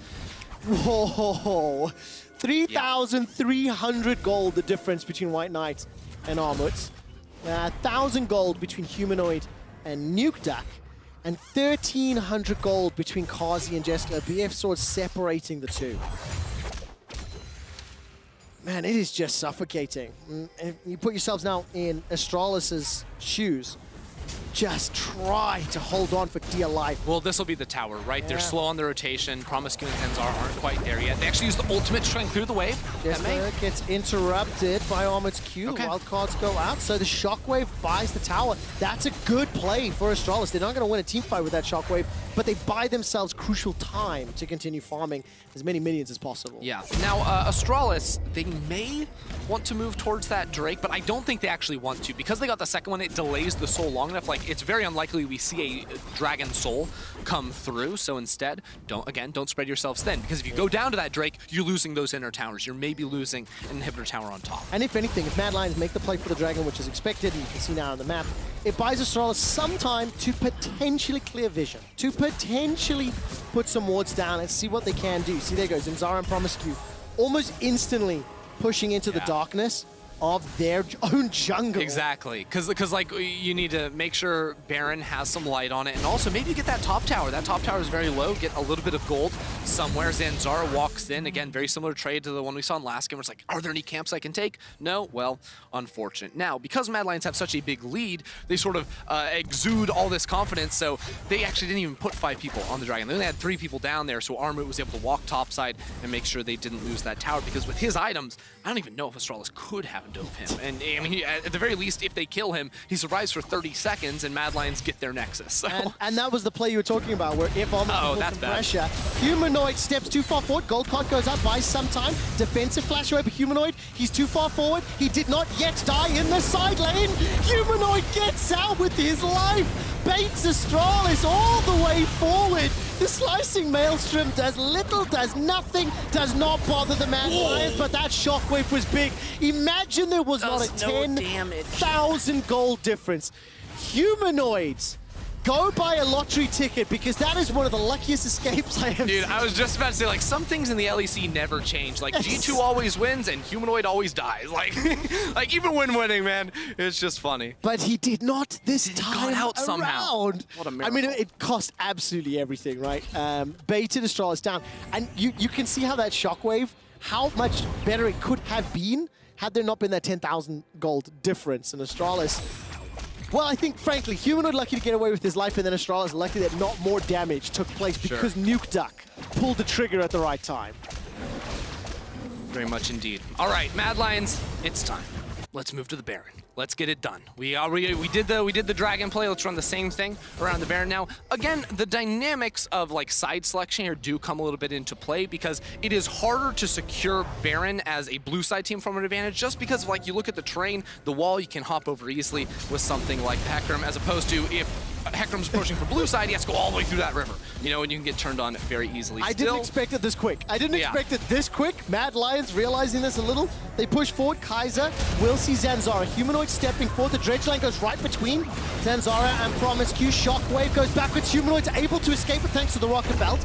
Teleport comes inside the pit. White Knight is locked inside the pit. He flashes over the wall. He's now rejoined his team. This is one of the most awkward setups I have seen, but Astralis stop the Baron. Mad Lions, do they fancy themselves another shot? If you look at the minion waves, I think top and bottom is pushing towards Astralis. Yeah, let's run it back. So they've got some time to play with. Yeah, just do it again. They don't have TP, so they say, forget it. We're just going to go straight for this Baron one more time. Still ultimates on Zanzar and White Knight down to 7k HP. Do they steal Baron? Can they steal Baron? Slicing Maelstrom can be so impactful. Promiscue's got the Hex Flash available. 3,800 hit points on the Baron. Humanoid's got the Destiny for the Vision. He's going to rocket belt forward looking for the gold card. Doesn't have the range. Astralis do it again. Strike 2. Mad Lions, will they try again? Yeah, I mean, this is what I was talking about, though, right? If Astralis are blue side, they will be forced into that fight. They're going to die there. I think if Mad Lions really wanted to make that play happen, you try to get Armut up around the Tri-Brush north of that Baron pit, get a flank, get some pressure on Astralis. You can sort of push, you know, that collapse onto them. You don't really give them as much of an angle to try and escape, but now Humanoid, after realizing he was just out of range for that gold card last time, now he's got the rocket belt and the rapid fire. So all the range he possibly could ever want in order to get that gold card pick. 9,000 gold is the lead. That rocket belt plus rapid fire combo, that should set up the CC they need to pick off those final kills. I gotta commend Mad Lions, because like I was like listing the set of questions. Like, okay, let's see, how many wards do they have? How long will it take them to make this Baron play? And I was about to say, Ender, let's judge the setup. And they just went in. Force Astralis is out because they know they've got the lead, they had the vision, the fact that TF can just use Destiny and get all the info that they need to dodge or avoid or engage. They're feeling very confident. It is taking time, you know, because like they've had this lead for the better part of 8-9 minutes. But they are pushing, and now White Knight. He's a very fast boy. Very, very fast indeed. Uses the rocket belt. He's going to be able to use an E as well and get away to safety. Yeah, so I would actually, because things have slowed down a little bit for Mad Lions. I think they played a phenomenal game, but this is one of the teams that you expect to do very well in the leagues. You would expect to win coming into a matchup like this. I want to see how well they can try to close out this game. Right now, Humanoid sees a lot of people headed his direction. Flash, Exhaust, Destiny, Rocket. He's got so many tools to not die in the side lane. Yeah, because here's the thing, right, is TP is not back up for Armut just yet, so they're going to try the Baron play once more. If this doesn't work out, then you put him into a side lane. Armut, oh my god, the ward got placed, the control ward got placed, so Armut doesn't know that he was spotted over there. Astralis know he's in that position. Interesting, but what can they do with that information? They're aware that there's a split. Destiny's available for Humanoid. He's now casted. Information's up. Flash over the wall here from Humanoid. That's the damage there onto Zanzara. Promiscue's locked, left alone without the rest of the team. Astralis are running. Karzi! From Karzi! The double kill for the Kai'Sa. Continues to chase down. He's a madman! The triple, looking for the quadra. Jeska's gonna block some damage as Armut that manages to pick up the 4th kill of the fight. Mad Lions using their lead and their advantage to squash Astralis beneath their boots. Well, I tested them. That's an A+ right there. Very nicely done. Would have been an A++ if they got Zanzara too, but they're going to settle for Baron Nashor off of that one. Really nice team fight from them. Of course, they've got a massive lead running into that. Humanoid sacrifices his entire body just to convince Astralis to stick around in that fight and work wonders. I mean, it is true what you were saying just before the fight played out into that. The expectation is that Mad Lions would win this game, very obviously, before the match began. Then you see how the lead plays out. But what you start looking at is if you expect Mad Lions to be at the top of the table, near the top of the table as the split progresses, then you start judging how they play, how they win, their decision-making. And there is some very promising signs throughout the course of this gameplay. Now, the last 10 minutes, depending on your perception and your opinions on how Mad Lions have played it, they've used the lead that they have had very effectively, and they haven't fallen into any traps. And I promise you, MSI champion is being run down. Alioya is going to be able to step forward and come on, protect. Will buy some time. Kai'Sa holds on to that dredge line. The 3rd Drake is picked up, and Mad Lions now with Baron, 2 minutes to play.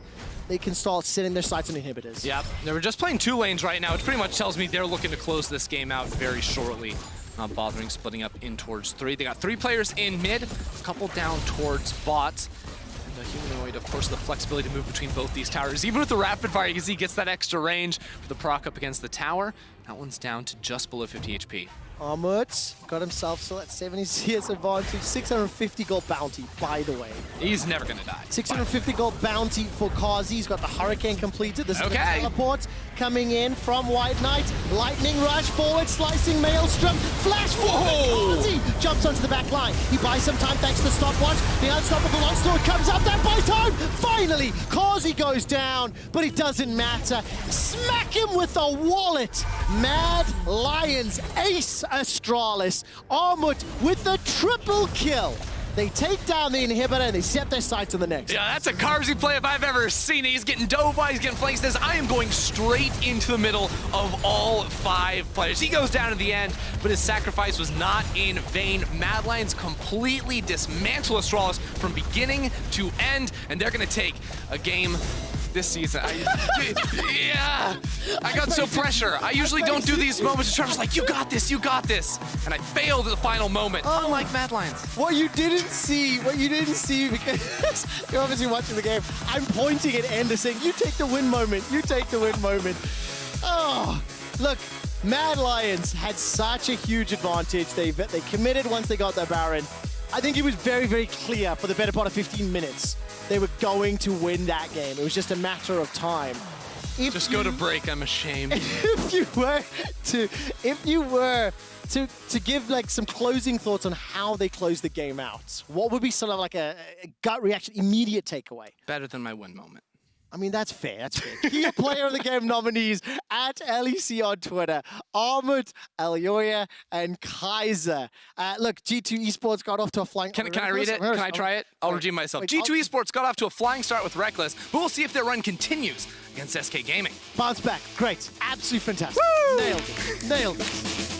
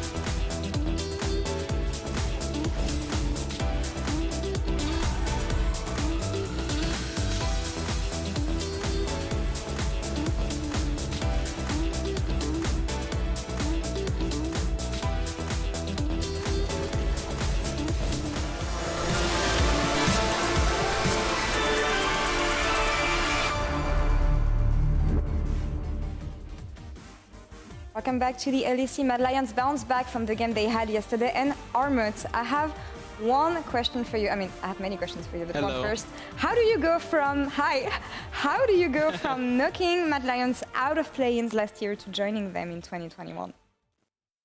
Wait, what? I mean, How do you go from knocking them out of play-ins? Yeah. I mean, they were a really strong team, and like they were having so much fun. I mean, we beat them, but I think I did some good job there. So I wanted to join their roster, which is I think is really strong right now. So I felt like we can make something really good here, like in game or out of the game. So I joined here. Yeah, a traumatizing Malphite. I guess it's better to have it on the team than against you. But Mad Lions, it isn't just a name, I feel. I mean, we know about the crazy, fantastic personalities that the players have. So how are you getting along with them so far? I mean, I think I'm quite fit to them. So we are having really so much fun. Even we lose to G2 yesterday, like we were having fun. I mean, of course, we felt a bit sad because we were expecting to win. I mean, we had so many high expectations from ourselves. I mean, we lose. I mean, G2 is a pretty good team, so it's fine. But we were having fun all the time. So I'm really happy with my team. Learning after every game, of course. And we are very happy to welcome you in the LEC. You're not the first player from TCL joining the LEC, actually. So what do you think about the influence the TCL had over the LEC and the bonds created over the years? That's really hard question. I mean, I think TCL, of course, is not like LEC, but I think it's pretty good region. There is like many good players are getting better there, so it's good support for LEC to pick up some players that have really good potential to play in like better regions. So I think TCL right now is making good players for bigger regions. That's I would say. I fully agree. A region on the rise here. And people noticed from your performance here, would it surprise you if I tell you that you are the player of the game here? I mean, I'm not surprised. I mean, I was expecting that. I was kind of monster this game. Oh, really? Yeah. Aatrox broken or you being broken, you think? I mean, I don't think Aatrox is broken, but we had like Twisted Fate and Nidalee, which helped me a lot in the game. So I became monster. I farmed everything. I killed everything. I was really strong, and I was like, just give me kills. I'm not dying this game, like because my pick was really good into their comp. I agree. Great choice here and great game from you, Armut. Welcome again to the LEC. Thank you so much for the interview. Thank you so much. And good luck tomorrow against Mr. Thank you. Bye-bye. We're going to take a break now, and we'll come back in a few minutes for SK versus G2. Stay tuned.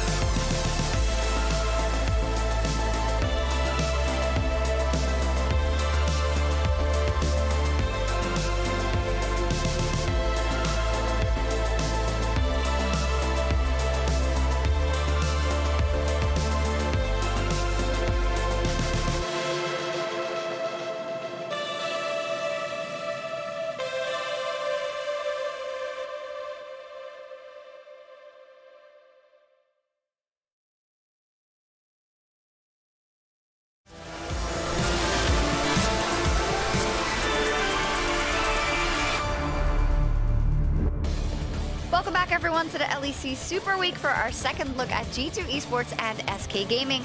The German team, they might be heavy underdogs against the reigning champions, but based on their performance yesterday, the SK fans can still hope for an upset. I honestly think that they had a solid first win. You could say, okay, they're up versus an Astralis team yesterday that is also trying to figure their team dynamic out, but a win is a win on the board, especially for a team like SK Casual, who does have a lot of new elements in the lineup. Yeah, I think that their win was solid overall, but I think that win came from simplicity rather than playmaking. I think that it came off a good draft, that they outdrafted Astralis quite hard. I think their teamfight composition was really good and it paid off. And I think the second thing was they didn't progress the game by macro kind of orientated ways. They just kind of hit hooks, got engages, and then got the fight, got an objective. So I want to see more from SK, but it looks good so far.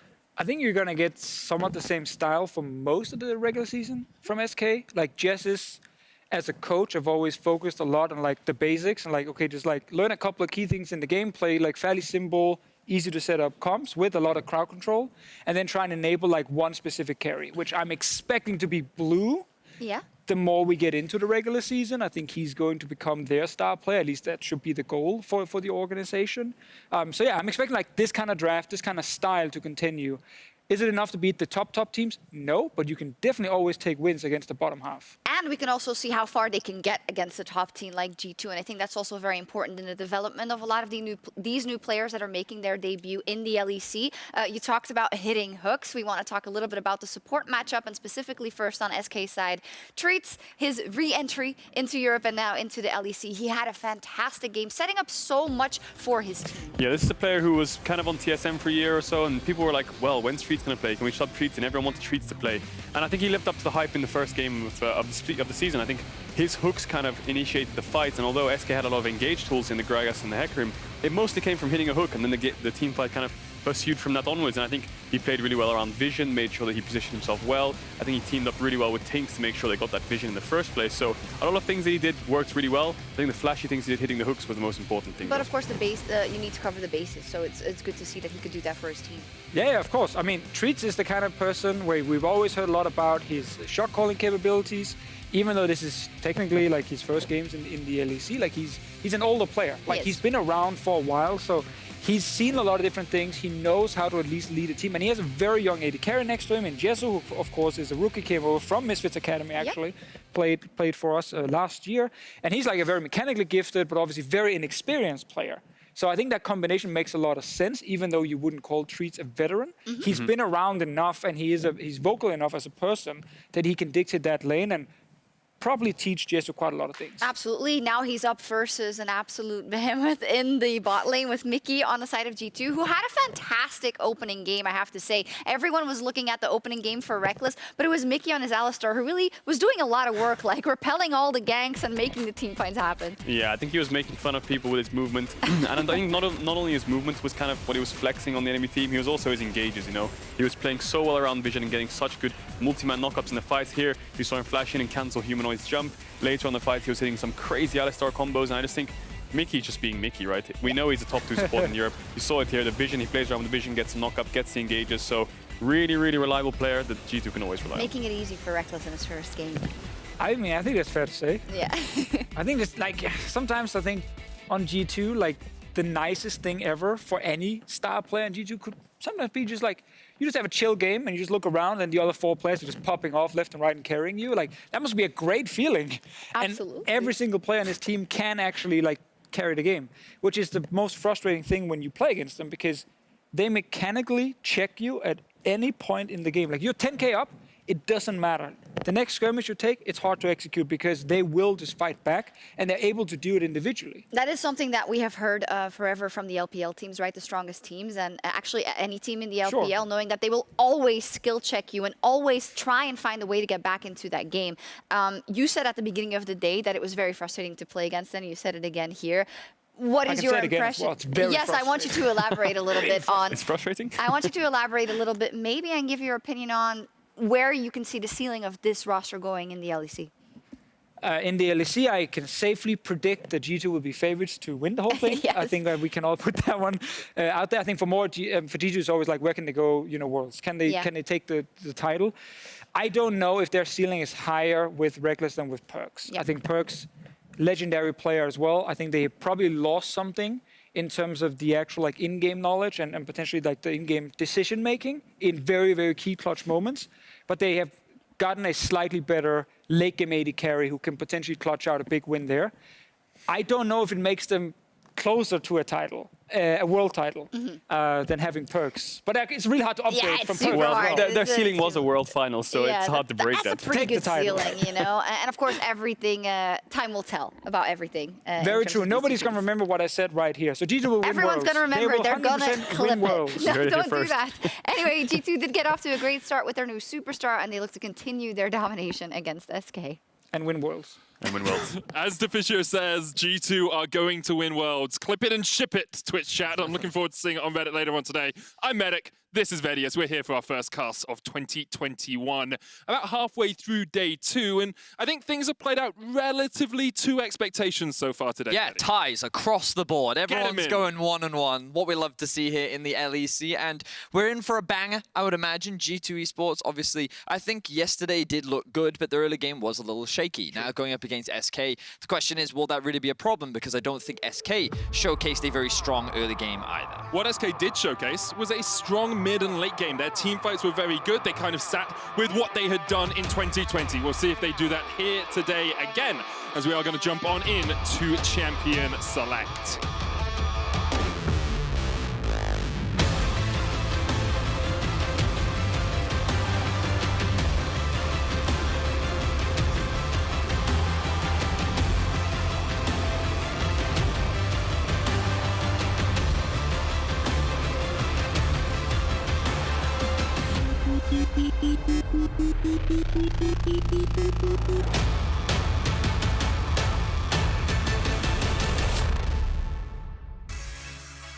I'm just going to say, when we eventually get fans back, that moment is going to be so epic. It's already really cool. It's great to be here, of course. Let's have a look at what SK are going to ban on the blue side, kicking us off with a Camille taken away. G2 obviously have a plethora of options here, and they will go for Pantheon. Okay, nothing too surprising so far. Things like Olaf, Lilia have also been pretty high presence so far in the current meta. We've also been seeing a lot of Kai'Sa often banned away too, and it looks like for the time being, both sides just going to stick to the pretty conventional meta bans with a priority on junglers, it seems, as G2 look to follow up with the Talia. The question is, what direction will SK go next? They definitely have a few options. Of course, could look towards an AD carry. Things like the Jhin, the Kai'Sa have been high up people's priority lists. Alongside that, the Lilia, still a very strong jungler. Yep, as we mentioned, pretty interesting here, as G2 looking to just so far take those junglers off the board. Another jungler going to be joined by the side of SK, with the Lilia being removed. Yesterday, Tinks did, of course, play the Hecarim. So still a couple of jungle options available, but a lot of the big primary meta junglers have been removed. We're now looking at things like Graves, we're looking at Nidalee, things like Kai'Sa, of course, still very high on the priority list. But there are, of course, still a lot of options left to be decided here for both sides. Importantly, we've yet to see the Gragas or the Renekton in the top lane ban, so we might see that traded once again. Gragas currently winning out on that. I don't want to see. I'm not sold on the Renekton first pick. Nor am I, Vedius. I'm just saying that's what teams seem to like right now. It's true. Of course, as you mentioned, there could be the whole Renekton-Nidalee combo. Very common. Seen in pro play pretty much across the world, but it's going to be the Gragas. Of course, Gragas is a flex pick. We haven't seen it in support yet, domestically, but internationally, LCK, LPL. I think we may have even seen one in the LCS as well.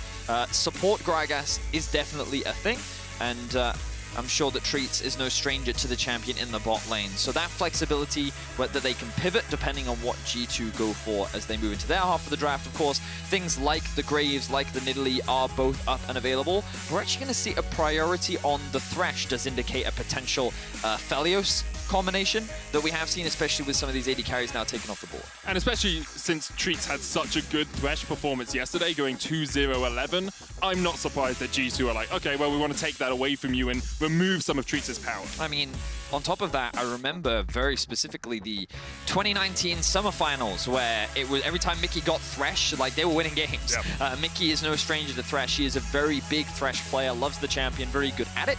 And after his big day one performance yesterday on Alistar, I'm excited to see what he can do. But it seems that G2 have this high priority on Twisted Fate. We did, of course, just see Mad Lions lock that one in, but strong early game presence, the ability to roam, impact your side lanes, very classic caps that we normally see on G2. Oh, definitely, and one of the issues can be trying to roam around and follow that Twisted Fate if you're SK Gaming. So what they've said is, well, we'll take Silas, we'll steal away the Destiny ourselves, and it gives Blue just that little bit more in terms of options when he tries to chase caps around the map. Alongside that, Tinks is going to lock in the Hecarim for the second time at this split.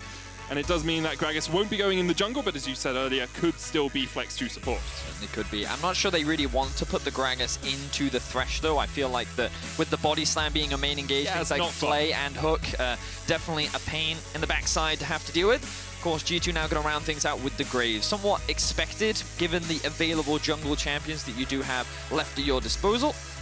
And it seems so far that SK seem to have their comp starting to really be fleshed out. Only their bot lane seems to be left on in terms of options, so I wouldn't be surprised to see G2 now potentially ban away more AD carries or potentially good support ults that they don't want to have to deal with. Looks like that the AD carries are going to be the focus for G2. Yeah, there's the Samira getting taken away. Samira very good into Thresh, of course, because the Blade Well blocks the hook. You can't get an end of the line through there. You can't get a gold card through there.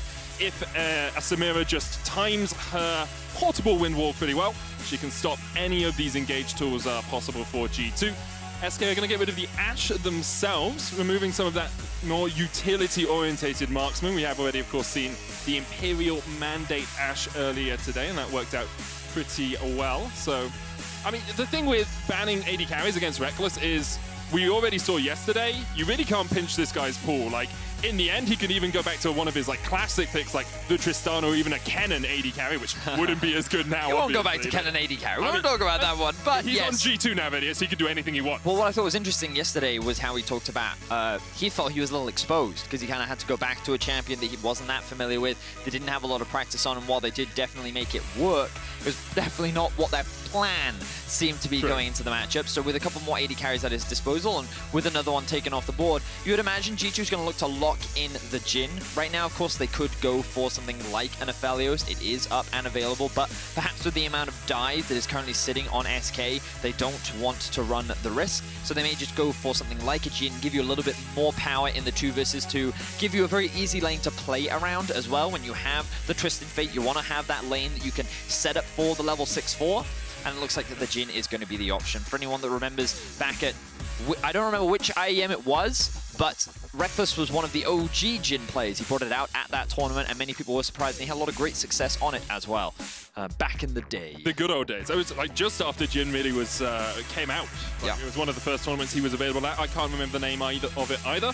So apologize for that. I was actually surprised to see SK Gaming decided to ban out more utility AD carries when things like the Jhin were still available, but obviously trying to just remove some of that extra power in the AD carry pool, and they're going to pick a powerful AD themselves. The Misfortune, we've seen this teamed up with something like a Seraphine earlier today. That is a very strong poke lane, but would be a little bit tricky into a Thresh Jhin. I agree. I'm thinking more along the lines of something like a Leona, but we'll see what direction they go for. And it will be the Leona. So a very typical Misfortune Leona bot lane. Nothing too crazy, very powerful, a little difficult to play when going up against the Jhin, but with a champion like a Hecarim, it kind of goes to what Deficio was talking about on the analyst desk. Very typical SK, we saw this a lot from them last season as well, where you have this team fight-centric comp, relatively good scaling, offers primary utility in the form of support and top lane. And yes, we have the Ivan top lane. Okay, we have an Ivan top lane coming out from G2 Esports. LS, of course, in our first game, they give us the Ivan top lane again. Great. All right. Well, we're going to be seeing some Moonstone and Staff of Flowing Water. Fortunately, someone is already making the Twitch account LS Ruins G2. I'm just saying, someone out there, get in. You're going to be at it all day today. We're gonna get obviously, G2 have now won the draft. Obviously they have. We're going to get on into the game. SK Gaming taking on G2. Down.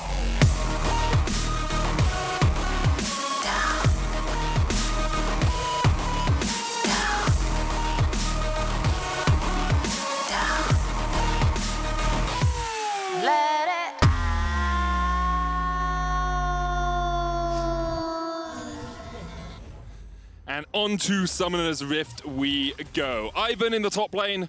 I'm sure G2 wanted to be the first ones to bring this out in the LEC, but XL beat them to it yesterday. It didn't work out for XL in the end, although having watched that game back, I feel like XL perhaps could have been in a better position, and Wonder 35 minutes ago tweeted out this, Medius. Feels good to stretch the old beanstalks. So, I mean, Wonder has this habit of letting everyone know what he's going to do. No one expects that sneaking over. Oh, Wonder. For anyone that doesn't follow Wonder on Twitter, would highly recommend it. It is very entertaining. But anyway, let's talk a little bit about this. Of course, we've already seen the Ivan top here in the LEC. The primary goal is to be a huge utility boost to the rest of your team, right? You have the Moonstone combined with Staff of Flowing Water, the extra ability power that you give, the extra movement speed that you give, the shielding. It kind of turns your carries into a hyper carry. I'm a little questionable about the Jhin combination specifically. I think that someone like a Twisted Fate may actually gain a little bit more value from that additional AP power later on into the game. But regardless, I think that Ivan just offers a lot of utility, and I think that he can actually do quite well in the laning phase as well. Against a champion like Gragas that you don't really expect a huge amount of lane pressure from, I think that it can be very effective at kind of just getting through the lane and being very passive. I also kind of think it fits towards the trend of what G2 is trying to do anyway in the early game, which is play towards the bot side of the map. With this Twisted Fate looking for that level 6, they're going to look for a roam, try and attack, or try and get this Jhin and Thresh ahead, especially when they expect them. But now we already see Jankos pathing towards the mid lane, looking to move towards his top side because he started this game off with a bit of a cheeky invade alongside Reckless and Mickey. He's going to steal away the red buff and looks to 3 camp, or 3 big camp rather. 3 buff. 3 buff, that's the word I'm looking for. It's been a while. It's been a couple of months, but we are back on into the action. And you were talking a little bit about how Caps can roam down towards the bottom lane, get that Destiny off, and team up with Reckless. Of course, we saw them team up all those years ago on Fnatic, the last time any team other than G2 won a title, as Caps just about survives in the mid lane. And it's good that he just about survived, Eddie, because both Caps and Reckless are yet to die in the LEC, and we want you to vote at home. Who do you think is going to die first? Type Caps or type Reckless in the chat. After watching that play, I'm pretty sure I know which way the vote's going. Well, we'll have to wait and see, because yesterday neither player did die, as Medic was saying. And this is your opportunity, chat. You get to be the prophet. You get to predict who you think will die first. Make sure that you vote Reckless or Caps. For now, Caps is definitely being bullied in this 1v1. I like how aggressive Blue is being. He does have that ward on the bottom side of the river, but he just wants to put as much pressure on Caps as possible. And while he did lose his flash, getting Caps' flash out and forcing him to burn his teleport means a lot, because usually that Twisted Fate wants to try and look to go at back to base at a very specific time so that he hits that level 6 at the right time so that he can then look to roam. All of this is now messed up for him, so Caps is going to have to pivot and adapt. And while he does currently sit at a slight CS lead, his ability to roam at level 6 may very well be interfered. Mickey looking for the hook here. Treats just steps up towards the top side, and because G2 Jankos is down on the bottom side, I wonder if Tinks looks for a red invade here, because Jankos still has yet to take his red, with Blue having such domination, such control in the mid lane. Actually, he's just going to go in for Caps. Gold card is locked, but hasn't come out yet. The stun's going to land there onto Tinks, but Tinks is chasing Caps down, and the vote is over. Who will die first? Twitch chat, you and Nostradamuses, you get it right. Caps is dead. So the 9%, 10%, the predicted Reckless. Are you not watching this game? Really good gank in the mid lane for SK there. They knew that Caps had no flash. The gank was just very straightforward, you know? Blue had very easy setup. The wave was even bouncing back towards him. And then with the arrival of Tinks, it's SK that end up drawing first blood. So remember at the beginning of this game, Medic, we talked about how G2 need to be careful in the early game because they were punished yesterday by Mad Lions. We're seeing that repeated punishment here today from SK's mid-jungle duo. Really good gank onto Caps. Jankos does arrive in time, but unfortunately for him, he does not have the damage to be able to turn things around in his favor. So, good start for SK. Let's see if they can get any more off the back of this. Also, the first kill for Tinks in the LEC. This split yesterday, he went 0-0-8. A jungler that a lot of people have seen coming up through the ERLs over the last few years and said, he is the next jungler to watch. He is the next guy that's going to make a statement in the LEC, so... Yeah, I mean, I even heard an interview from him where he kind of expected to be in the LEC last year, you know, and I think that a lot of eyes were on him and his success, and with SK already being 1-0. If they get a big win here against G2, that would be huge to start off your split. You know, getting early wins against G2 is what you want, because as a team, typically they tend to ramp up throughout the season and they get scarier the later into the season you get. It tends to be how recently was a World of Warcraft expansion release. Yes, if it was very recent, they're not as good. Very true. But it seems that Wonder for the time being is just focusing on PvE, so he's definitely in his element. Just hit that level 6, going to immediately utilize the daily, put the shield on the Daisy, get the knock up. Okay, no shield. I wonder if he actually had enough mana for that, because the slow that you can get from that shield can be really oppressive, and then Daisy can become very obnoxious to get away from. But for now, he's just going to use the Daisy to get that push. And you can see that he's likely going to push, look for a quick reset, and then he should actually be able to go back to top lane then without using his TP. Remember, of course, because it's Ivan, when the red buff dies, he can actually go and grab that red buff too. So you'll have a little bit of extra utility. There's the shield on top of Daisy, help with the push a little bit. He wants to make sure this gets underneath the tower. Oh, okay, he's going to choose not to. I think it's a little bit difficult because you're now playing into a tier double Ruby Crystal Gragas, and so with no mana, Wonder would struggle, but the wave's going to push relatively far. We'll see if SK are able to use the fact that this wave is just outside of turret range at all, as Tinks is pushing up towards this top side, and Wonder's had to burn his teleport here, Vedius. He was hoping he could do without that. It's okay though, because again, his role in the early game is to just focus on utility and farming up. We see that Blue has stolen away the Twisted Fate ultimate. He is pathing up towards top, but this little ward here will of course spot Blue out, so Wonder knows what's going on. But I like how Genax did set up the wave. A bit of a freeze, not sure if that has been broken yet. But the wave is in a bit of an awkward spot for him as Mickey makes his way towards mid. He was spotted as well. The bot lane is coming into collapse. Destiny popped here by Blue. Mickey's going to flash away. Abscond up. Dog doesn't land. Here's the Destiny. Blue going forward. Treats there as well as Mickey tries to get away. Curtains open. Hook's going to land onto Treats once again. Jankos joining the fray. Exhausted down onto Caps, and now here comes the play from Mickey. Jezu putting some damage down as Mickey goes down to about 100 HP. Jezu, one more auto attack isn't enough because the heal comes out from Reckless. Now Jezu forced away. He has the flash. Deadly Flourish going to land. Jankos stepping forward, but Tinks stands in the way of the shotgun and blocks the shot. Beautiful stuff coming out from G2. Good response, as it was originally SK committing to that fight. The flash in from Treats, perhaps a little bit over-aggressive, but he wanted to try and punish Mickey's positioning. Now Jankos wants to continue this momentum. Pushing into the enemy jungle will proc that phase rush, and now will look to secure Tinks'. I don't think Tinks is going to get a red buff this game.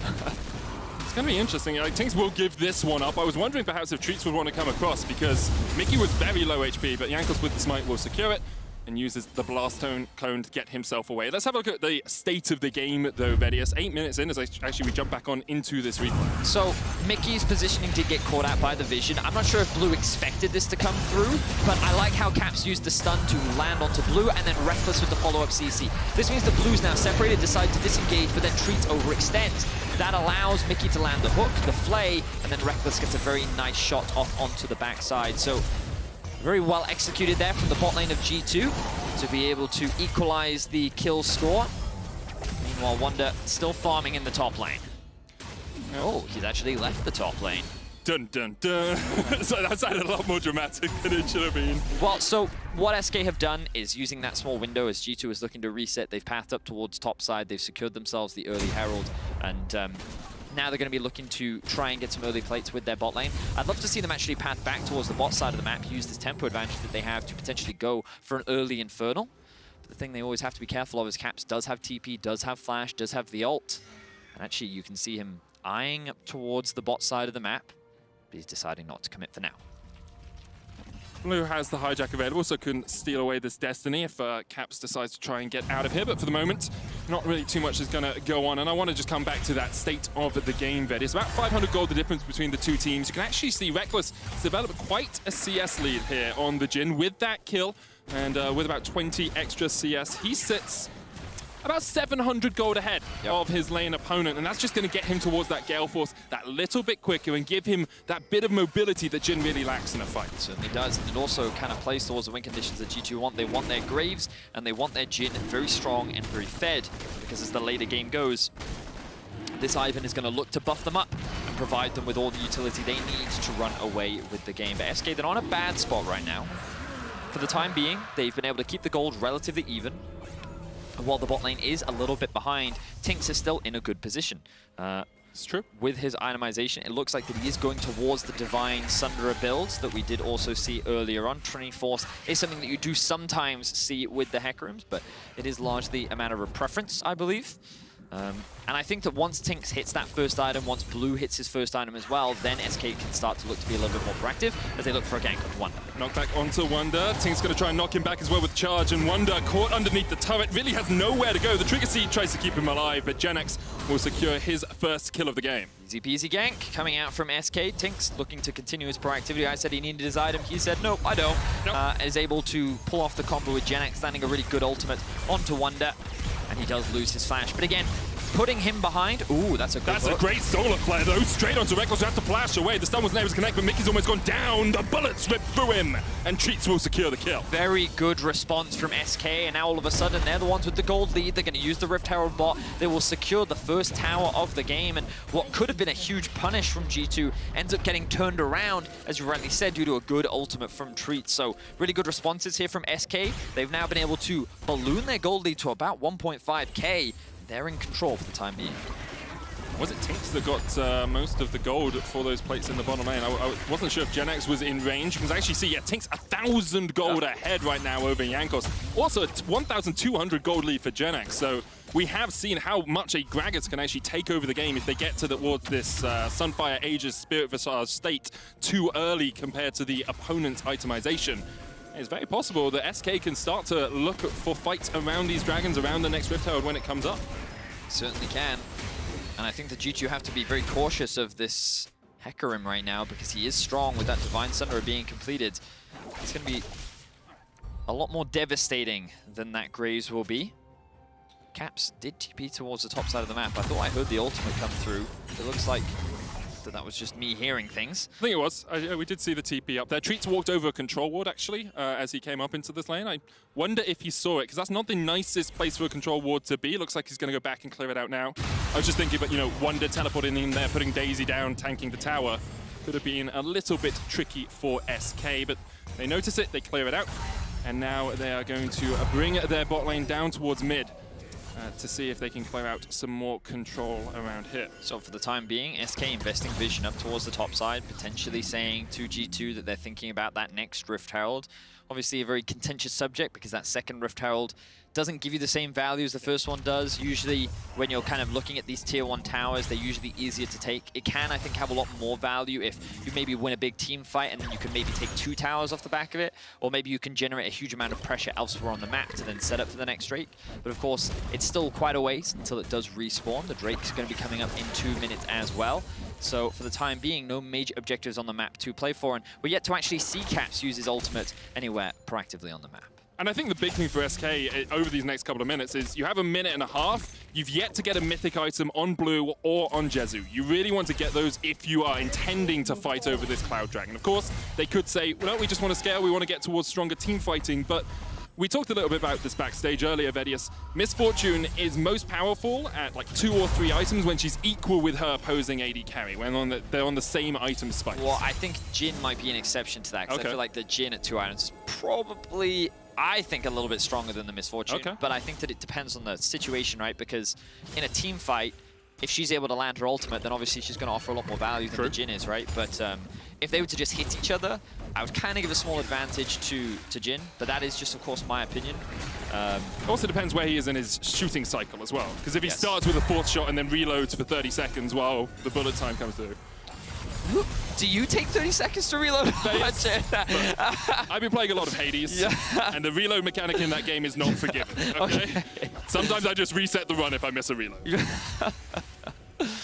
Okay, I'm just saying, the Jhin reload and Hades reload, probably about a similar amount of time, so your concept of 30 seconds. Anyway, Wonder going to grab himself the blue buff after Jankos going to lock that one out as well. Caps has grabbed himself the Ghost, making his way down towards the Drake. They're going to sacrifice some farm up towards the top side of the map, but Blue does have his TP, so a bit of a disadvantage for G2. Of course, they are going to lose something, but the idea is that they will be able to get priority over the river ahead of SK. And as we said, Jezu and Blue do not yet have those first completed items. Moonstone complete for Wonder. Tinks is off towards the top side of this. No vision for G2. Mickey lands the play. Here comes the Destiny. Solar Flare used as well, but no real engage found. Cap's going to come back in and lands the gold card. The curtains open as the curtain call is used there by Reckless. Just going to force Tinks out, who tanks a few shots. Hook alongside the stun card into the damage collateral from Jankos, able to pick up the kill. Tinks just gets killed, and he's not even in range to do anything about it. He's just getting hit from everywhere. Graves ultimate, Twisted Fate card, the Thresh hook, the Jhin Deadly Flourish and ultimate. Just SK lost the fight before it even started. They couldn't find that engage. You can see that Blue wanted to try and be ahead of the play. He used that Twisted Fate ultimate to catch Mickey out, and it did look like he was out of position, but then the response from G2, the fact that he was able to flash away to safety means that SK were then just put in a position that they could not get out of. So this is the future? This is the future, yeah. Apologize. I'm like, that's not a Twisted Fate ultimate, that's a Jhin ultimate. Yep. So a bit of a taster for what's happening on the next episode of G2 versus SK. Guys. A d'oeuvre. I know French on words. The next episode of G2 versus SK. Blue ults in the mid lane, stealing away Reckless's curtain call. Will Reckless ever die? That's the question. Oh, anyway, Rift Herald going to be traded in favor of SK. They do still hold on to a very slight gold lead for the time being, but the I know what Ellis is saying to me right now. As long as Wonder is still farming away, they're still feeling good. No flash on Mickey. Yeah, Mickey really has nowhere to go here. Tried to path down with Jankos, and Genax was very willing just to isolate Mickey by himself instead of looking for the double barrel. And that's an easy kill for SK. 4-2 currently on the scoreline. Still a tiny gold lead, as you say, for SK. Definitely a big mistake there from Mickey. He knows that all of SK is sitting in the topside river, and I think that it was good of them to punish Mickey, because as Cadra would say, that was definitely some illegal gameplay. Yeah, weak side police were coming in. Not quite, he just shouldn't have been there, you know? Okay. So he was just arrested, thrown into prison, and now he's going to be let out on bail. I'm just going to say, stop before the end of that. It goes down a weird path at the end. But anyway, we are going to continue on with the game. I want to talk about this Liandry's Anguish that Blue has decided to pick up. It gives you actually a huge amount of damage over time throughout some of these fights, and I'm interested to see how effective it is against G2, because something I didn't realize as much was it reduces the magic resistance for every second it ticks over, up to 15% magic damage, magic resistance reduction, but there's not a huge amount of magic resist sitting on G2. For sure, yeah. But of course, that will start to mount over time. But I also just think that a champion like Ucap's going to face check. He is, and he's going to get caught out by Tinks. Knocked back. Jankos here as well. Onslaught of Shadows comes out, but Caps is able to escape for the moment using the Ghost. Jankos still chasing away. Graves' ult is available. Collateral damage. Good pick up there, Betty. Noticing it in the nick of time, and Mickey perhaps has noticed that he's been caught out at the bottom time, ripping through him. And Jetu Cloud bursts his way to victory and takes the kill on Mickey. So another 2 quick picks coming in from SK, and they're able to just be much more proactive on the map. It feels like the G2 for now is just trying to farm, trying to scale, and SK using every opportunity they can. They're trying to get into the face of G2, move into the enemy jungle, look for these skirmishes, look for these fights, and utilize some of the power that this Hecarim does have, as for now the Rift Herald is just going to come down. Not a huge amount of value, as we often see from the second Rift Herald, and they did lose a lot of farm in the top lane. I think like 2, maybe even 3 waves were lost to that tower while they were going for that skirmishing in the enemy jungle. And while SK did get a couple of picks, I mean, I still think they're going to be happy off the back of it. I don't think they're going to be able to convert it into any objectives. Another red buff is going to be taken. But as much as Jankos has stolen these red buffs, oh, that's a good TP. They get the collapse onto Jankos. Wonder is just around the corner as well. Mickey's coming in from the middle lane. Genax looking for Jankos. There's the lantern with the flash. The interruption from Genax. Jankos going to try and dodge away, but here comes Tinks. Daisy comes down to try and add a little bit of a bodyguard between the fight and the rest of G2. And Wonder steps forward, lollops his way towards SK. I think that's the best description of whatever Ivan is doing with his walk.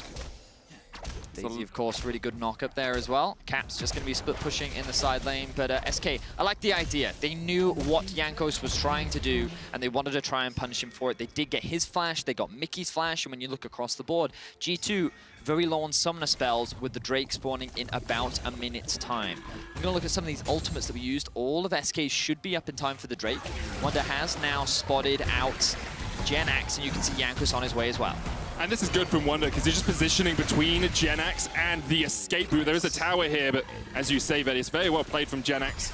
lands the barrel toss, knocks Wonder back, and is able to escape. Of course, we are still on patch 11.1, so those Gale Force nerfs have not come in quite yet. But even so, Jankos' Gale Force was still on cooldown, so he couldn't use that chase tool, and the phase rush coming in clutch. Now a bit of poke coming down onto SK, but they have pushed in top. They have good vision up towards the top side jungle, but now they need to translate this vision down towards the bot side. They want to set up before this Drake. They already have bot wave pushed in. They're going to look to contest mid. You can see the Gragas, the Silas all grouping up to help give SK numbers advantage. They're going to get this priority, and now I want to see them move down into the river. Here's the fight from the future Vedius. Curtain Call coming out.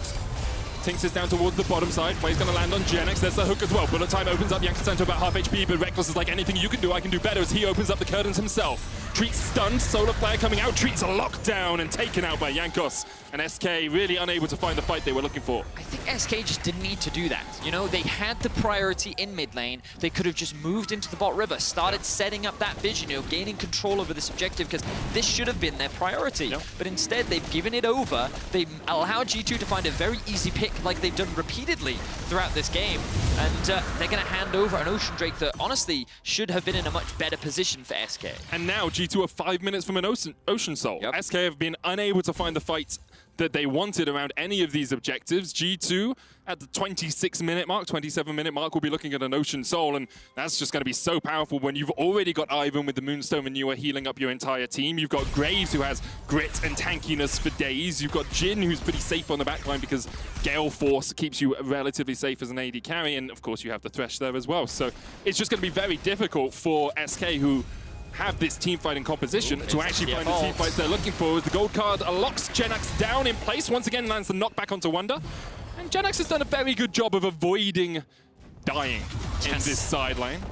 For now, I don't think that, you know, Caps and Wonder really had the damage to be able to get that kill. They were just looking for the cross-map play, you know? They noticed that Blue was up towards the top side. He was going to secure that tower, and someone needs to go and pick up that wave. Caps does have the TP. But I thought that they would actually try and commit to that bot tier 1 and then trade it, but it actually looks like that they were going for the kill. They weren't able to quite pull it off. And now there's just a lot of farm that's going to be lost towards that top tower. Caps is going to be forced to answer it. It looks like the Staff of Flowing Water will now be completed for Wonder, so he is online. He is good to go. He's now going to be offering a huge amount of utility to his team. We're going to keep track of what he's doing in these team fights and how much shielding and healing. Healing? It's the combination of healing and shielding. Shielding. Yes. Ivern's specialty. Because we have a moment, just in case any of you at home don't understand the Moonstone Manure Staff of Flowing Water combination, in essence, Moonstone Manure, when you damage an enemy, heals one of your teammates. Staff of Flowing Water, when you heal or shield a teammate, gives both you and the teammate ability power and movement speed. So they work symbiotically. Every time you damage an enemy in a team fight, one of your teammates gets healed. That gives you AP, that gives them AP, that gives you movement speed, that gives them movement speed. It stacks up exponentially throughout a team fight. It's an incredible little combination. Yes, very, very powerful. It can be done on a number of champions, but Ivan is the most popular one at the moment.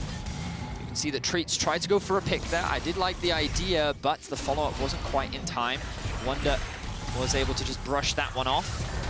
And now he's grouping up with his team in the mid lane. It kind of looks like that they have their eyes set on the mid tier 1. Blue continuing to split push in the top lane. He has been progressively getting stronger throughout this game. Of course, level 14 has 2 major items completed.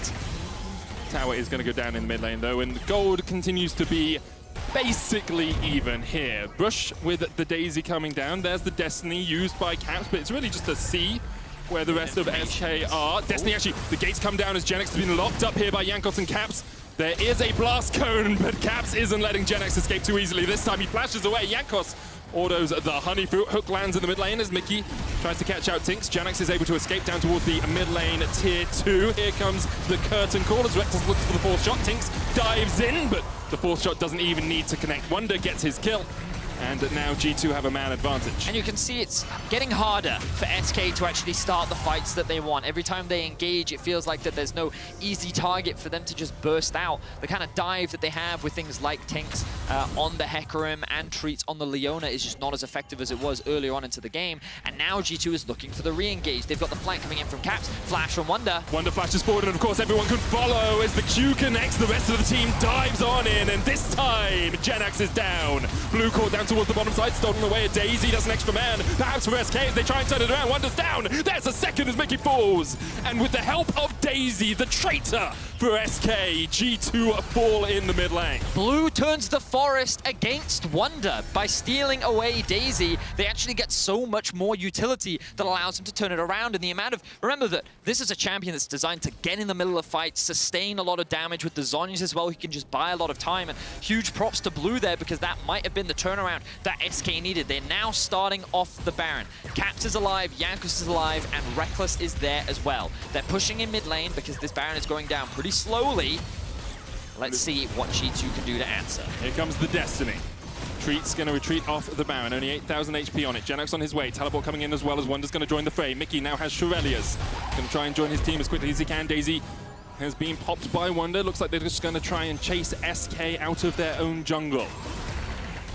Tinks has been forced out of his jungle a few times at this game, but has still been able to keep up in terms of gold for the majority. However, he is beginning to fall behind Jankos in farm and in kills. You can see it's about a 50 farm lead now for Jankos. Blue, this is the thing with Daisy, like, she's a nuisance, but she also does a lot of damage, and she's really frustrating. Yeah, if she just keeps hitting you in the face, it's just really obnoxious for sure. Of course, this is going to mean Ocean Sword. Yeah. So the problem with SK trying to start off that that Baron, was that they completely gave control of the bot side of the map, and with the quick response from Twisted Fate. Yeah, let's have a look back at this fight, actually. So remember that the initial engage starts off towards the Gragas on the bot side of the map. Blue then collapses on the top side, and you're in this little skirmish, but G2 immediately go for the disengage, and when SK want to try and commit, they actually just can't get any kills. Look at all this healing that's coming down onto Wonder. Also, of course, the heal coming out from Reckless as well, and then they realize, okay, Twisted Fate Graves now coming into the fray. Let's look for the re-engage, and then chase down onto Tinks. They're able to get that initial kill, and then after this is when things like Blue and is able to soak up a lot of damage and buy time. So G2 decide, okay, this is actually a great position for us to go for the re-engage. Caps is reset, he's going to TP back in. We can get a quick pick here, flash in from Wonder. They tunnel a little bit too hard on the Gragas, I think. This gives Blue the opportunity to force Caps out of the fight, and then just keep your eye on Blue. Yes, he takes the initial part of the damage, but then he steals away the Daisy ultimate, and that actually knocks Jankos up, preventing any form of real follow-up. So that gives them the opportunity to turn it around, as Jeju then joins the fight as well. But then they decide to go for the Baron instead of setting up for the Ocean Drake, which then gives G2 the opportunity to take that. So on top of all the extra utility that Ivan is going to bring, there's also an Ocean Soul. So there's just healing galore on the side of G2. The good news for SK is healing reduction has kind of been made easier across the board to get in Season 11. So you can already see Execution has come through, the Oblivion Orb has come through, so some of that execution, or some of that healing reduction is definitely available on the side of SK. Treat's going to try and escape here from Caps, who locks in the stun card. Treat dives back in with the Zenith play, and I'm not sure you wanted any piece of this action. Reckless takes the kill, his second of the game. Still unkilled is the former Fnatic man, as continues to show that perhaps this move to G2 was a good one. There's only 2 games so far, so we'll give them the rest of the season to prove it. Still yet to die. Yeah. Reckless doing a great job of protecting that KDA.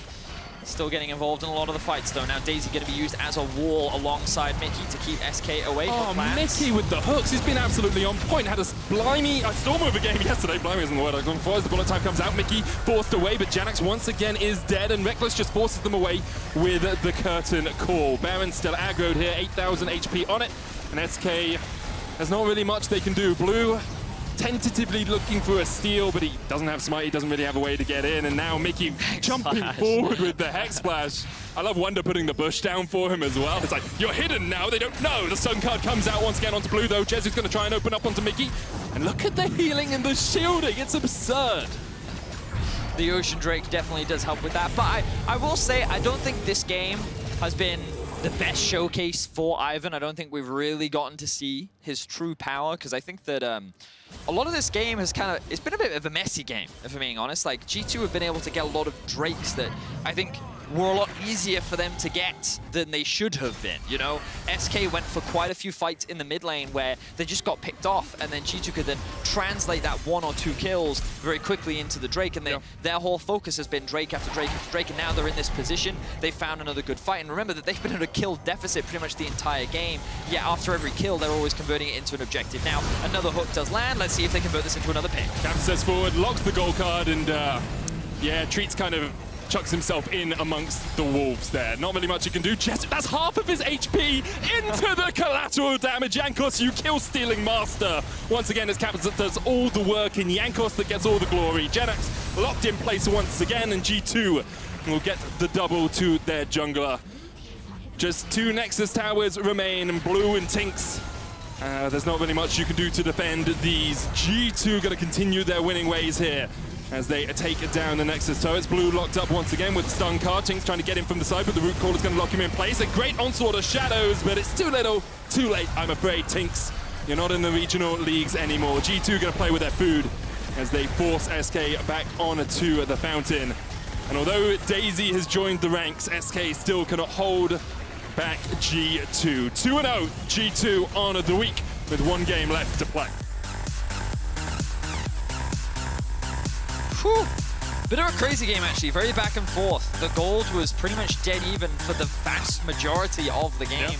Yep. But as we were saying, it felt like that while SK were getting a lot of kills, they were actually struggling to convert it into that many objectives. And as we saw, they didn't get a single Drake. They did get a couple of Rift Heralds, but the Rift Heralds only really got a gold lead onto the Gragas, which, you know, relative to the Ivern, didn't really offer a lot. And while I think we saw some positive things from Blue in the mid lane, again, it never really translated into any big snowballs or any huge advantages for SK. Yeah, it really felt like G2 were able to mitigate the advantage that JerAx and Tinks had early on, right? They were able to stop them getting in, Mickey with the hooks, Jankos with the good root callers, Wonder with good root callers. And speaking of Wonder, he's one of your Key Player of the Game nominees. At LEC on Twitter is where you can vote. Wonder, Jankos, and Reckless. Don't vote for Wonder. Don't vote for Wonder. Don't vote for Jankos either. Like, he's KS'd every single kill. We're closing out the day with our match of the week, though, featuring the 2nd and 3rd place team from last summer. Don't you miss it. Oh, he caught it.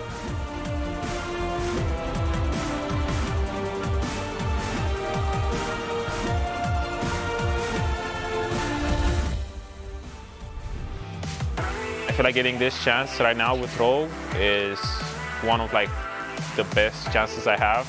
Now it's just my time to show it. I'm very happy, but there's also a lot of pressure with filling these shoes. But I judge myself the most harshly. I'm just really happy I have this opportunity to work with a lot of great players. Reckless was Fnatic's hero in the moments of end. And I feel like now that he left, when the end starts from Fnatic, there's no one to stop it. Fnatic and G2 have always been the best teams because of the mainstay names. The fact that we lost ours and we haven't really gained a new one, it's going to be a test on whether we can create one.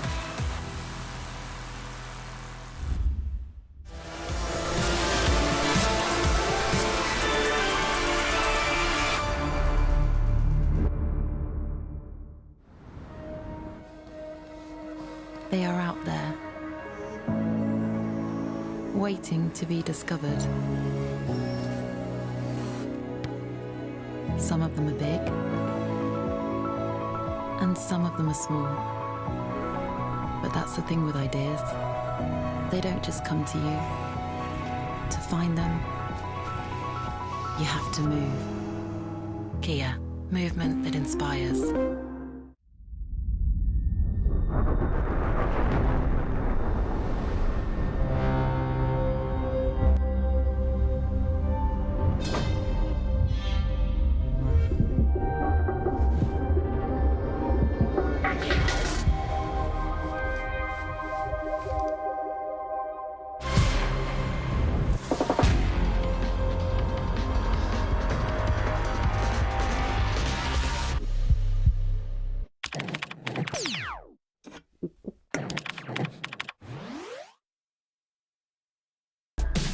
You tell me take my hand and trust me if you can. I know I'll be okay if I hold you, and I'm not letting go.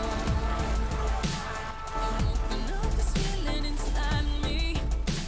It's opened up my eyes. This thing I cannot hide. Do anything to keep it around me, and I'm not letting go.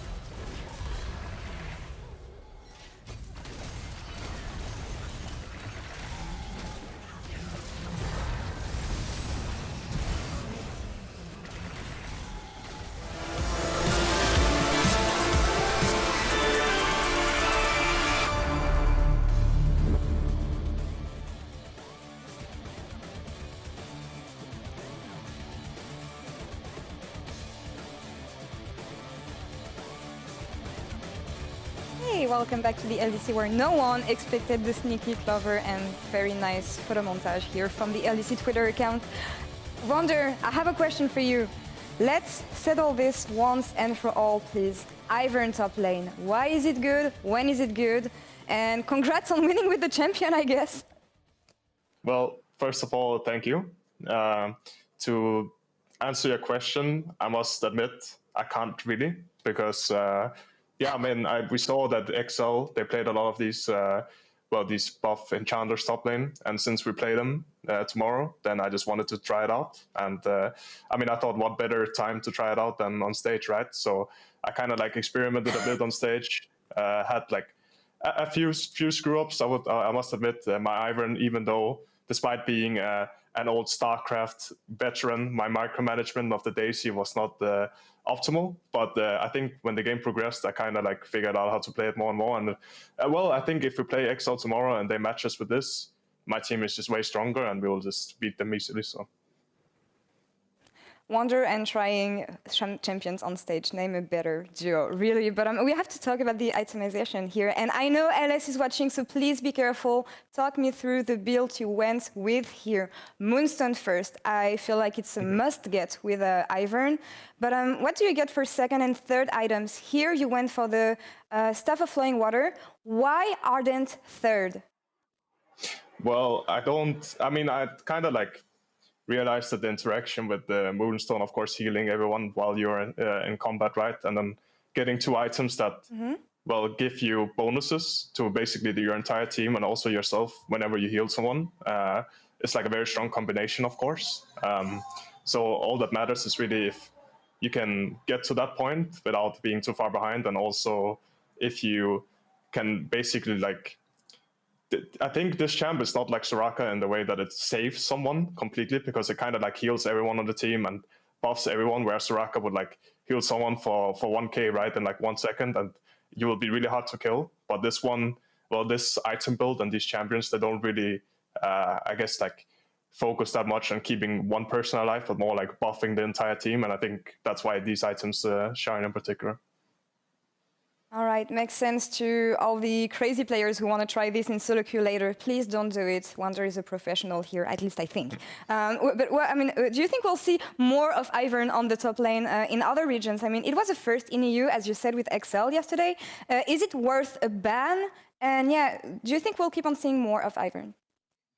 I think, other regions, I'm not sure. I think, of course, XL tried it out. I don't think they had like too much success with whatever they were doing. I don't know if it's because that team is maybe just like worse, or they rely maybe too much on their top laner to play something else, or maybe they had success with it in scrims, but on stage it's just a different game. But I felt that we would have for sure won easier, I would say, today if I played an actual, like standard top laner, whatever you want to call it, a bruiser, a carry champ or something in the likes of that.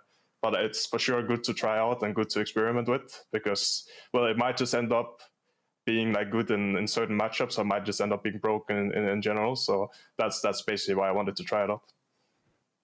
For sure, and we like seeing you on crazy picks after all, so thank you for trying this on stage and making it successful, Wonder. Thank you very much for the interview. We will see you tomorrow for the third game. Thank you very much. We're going to take a short break and we'll come back in a few minutes with the match of the week, Rogue versus Fnatic. Stay tuned.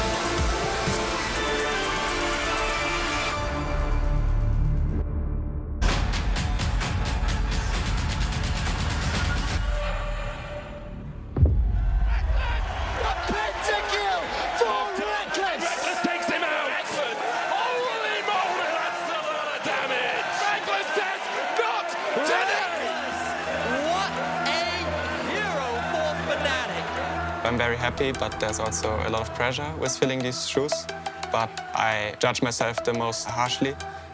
If I perform bad in whatever team, I will feel bad about it. Once again, RDYCHK still doing work here as Upset, just cleaning up the fight, somehow got the triple, somehow got the penta! I'm just really happy I have this opportunity to work with a lot of great players.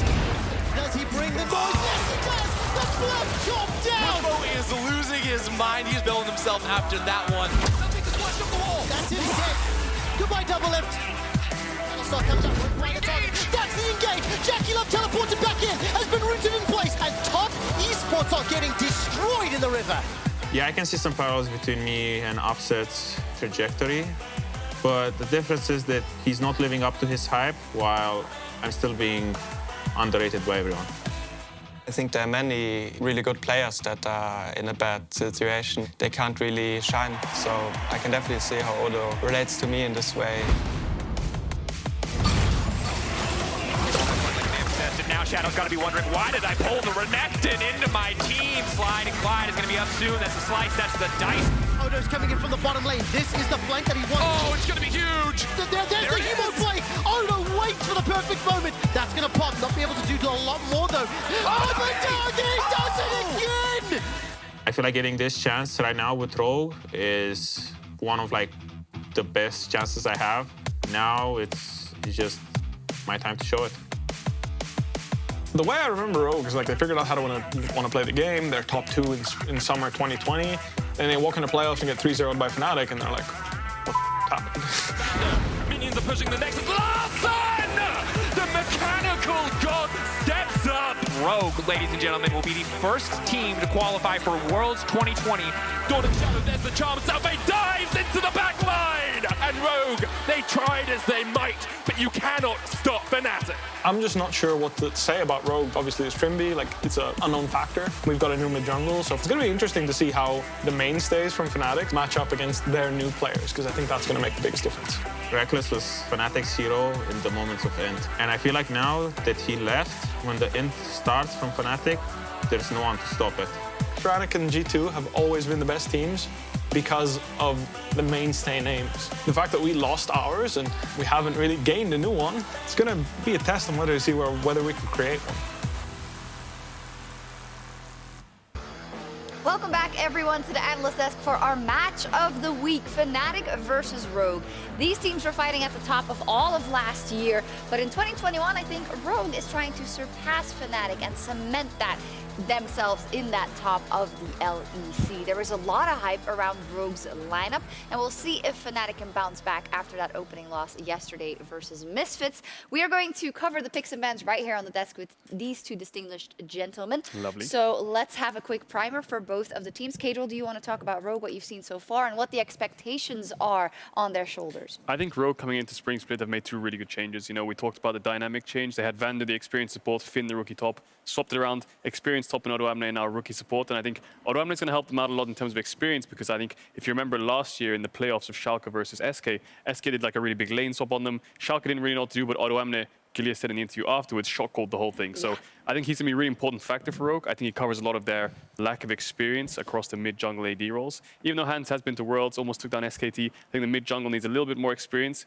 And I think once that all comes together really well, Rogue for me is like an S tier team. But it's also them just looking at Hans specifically and saying, okay, he's the kind of player, if we play around him, if we get him ahead, we've always seen him take over games. He's a massive carry then, but he's always struggled if they don't play around bot side. So them actually getting a more flexible, more consistent top lane, as you're highlighting, for your weak side is very strong. I also do want to say that with RDYCHK, we have seen him play carries multiple times. He can still do it. This meta offers pretty much everything around top, so there's a lot of flexibility for him. I mean, he can do it all as we go into the picks and bans for Fnatic versus Rogue, our match of the week. So let's also have a small primer then for the side of Fnatic. The big news, Reckless not on the lineup and Upset coming in. First day versus your team, Misfits, a false start. But where do you land in terms of what they can show you in this match of the week? I mean, I think, honestly, for Fnatic, it's a complete 50-50 right now. I think they have the individual skill on the team to always be able to challenge any team in Europe and potentially snowball in an early game and win it 100%. I also think they have a lot of new vocal players. Upset is extremely demanding in the way he wants to play. He really wants to win lane together with Hylissang. It's a big thing for him. Nisqy as well kind of wants to take over comms. So right now Yamato kind of has a lot of players who want to talk and who want to like control the game, and he needs to figure out which lane do we actually play around. He does. The bans have already come in the first round at least. Kadril, what do you make of it?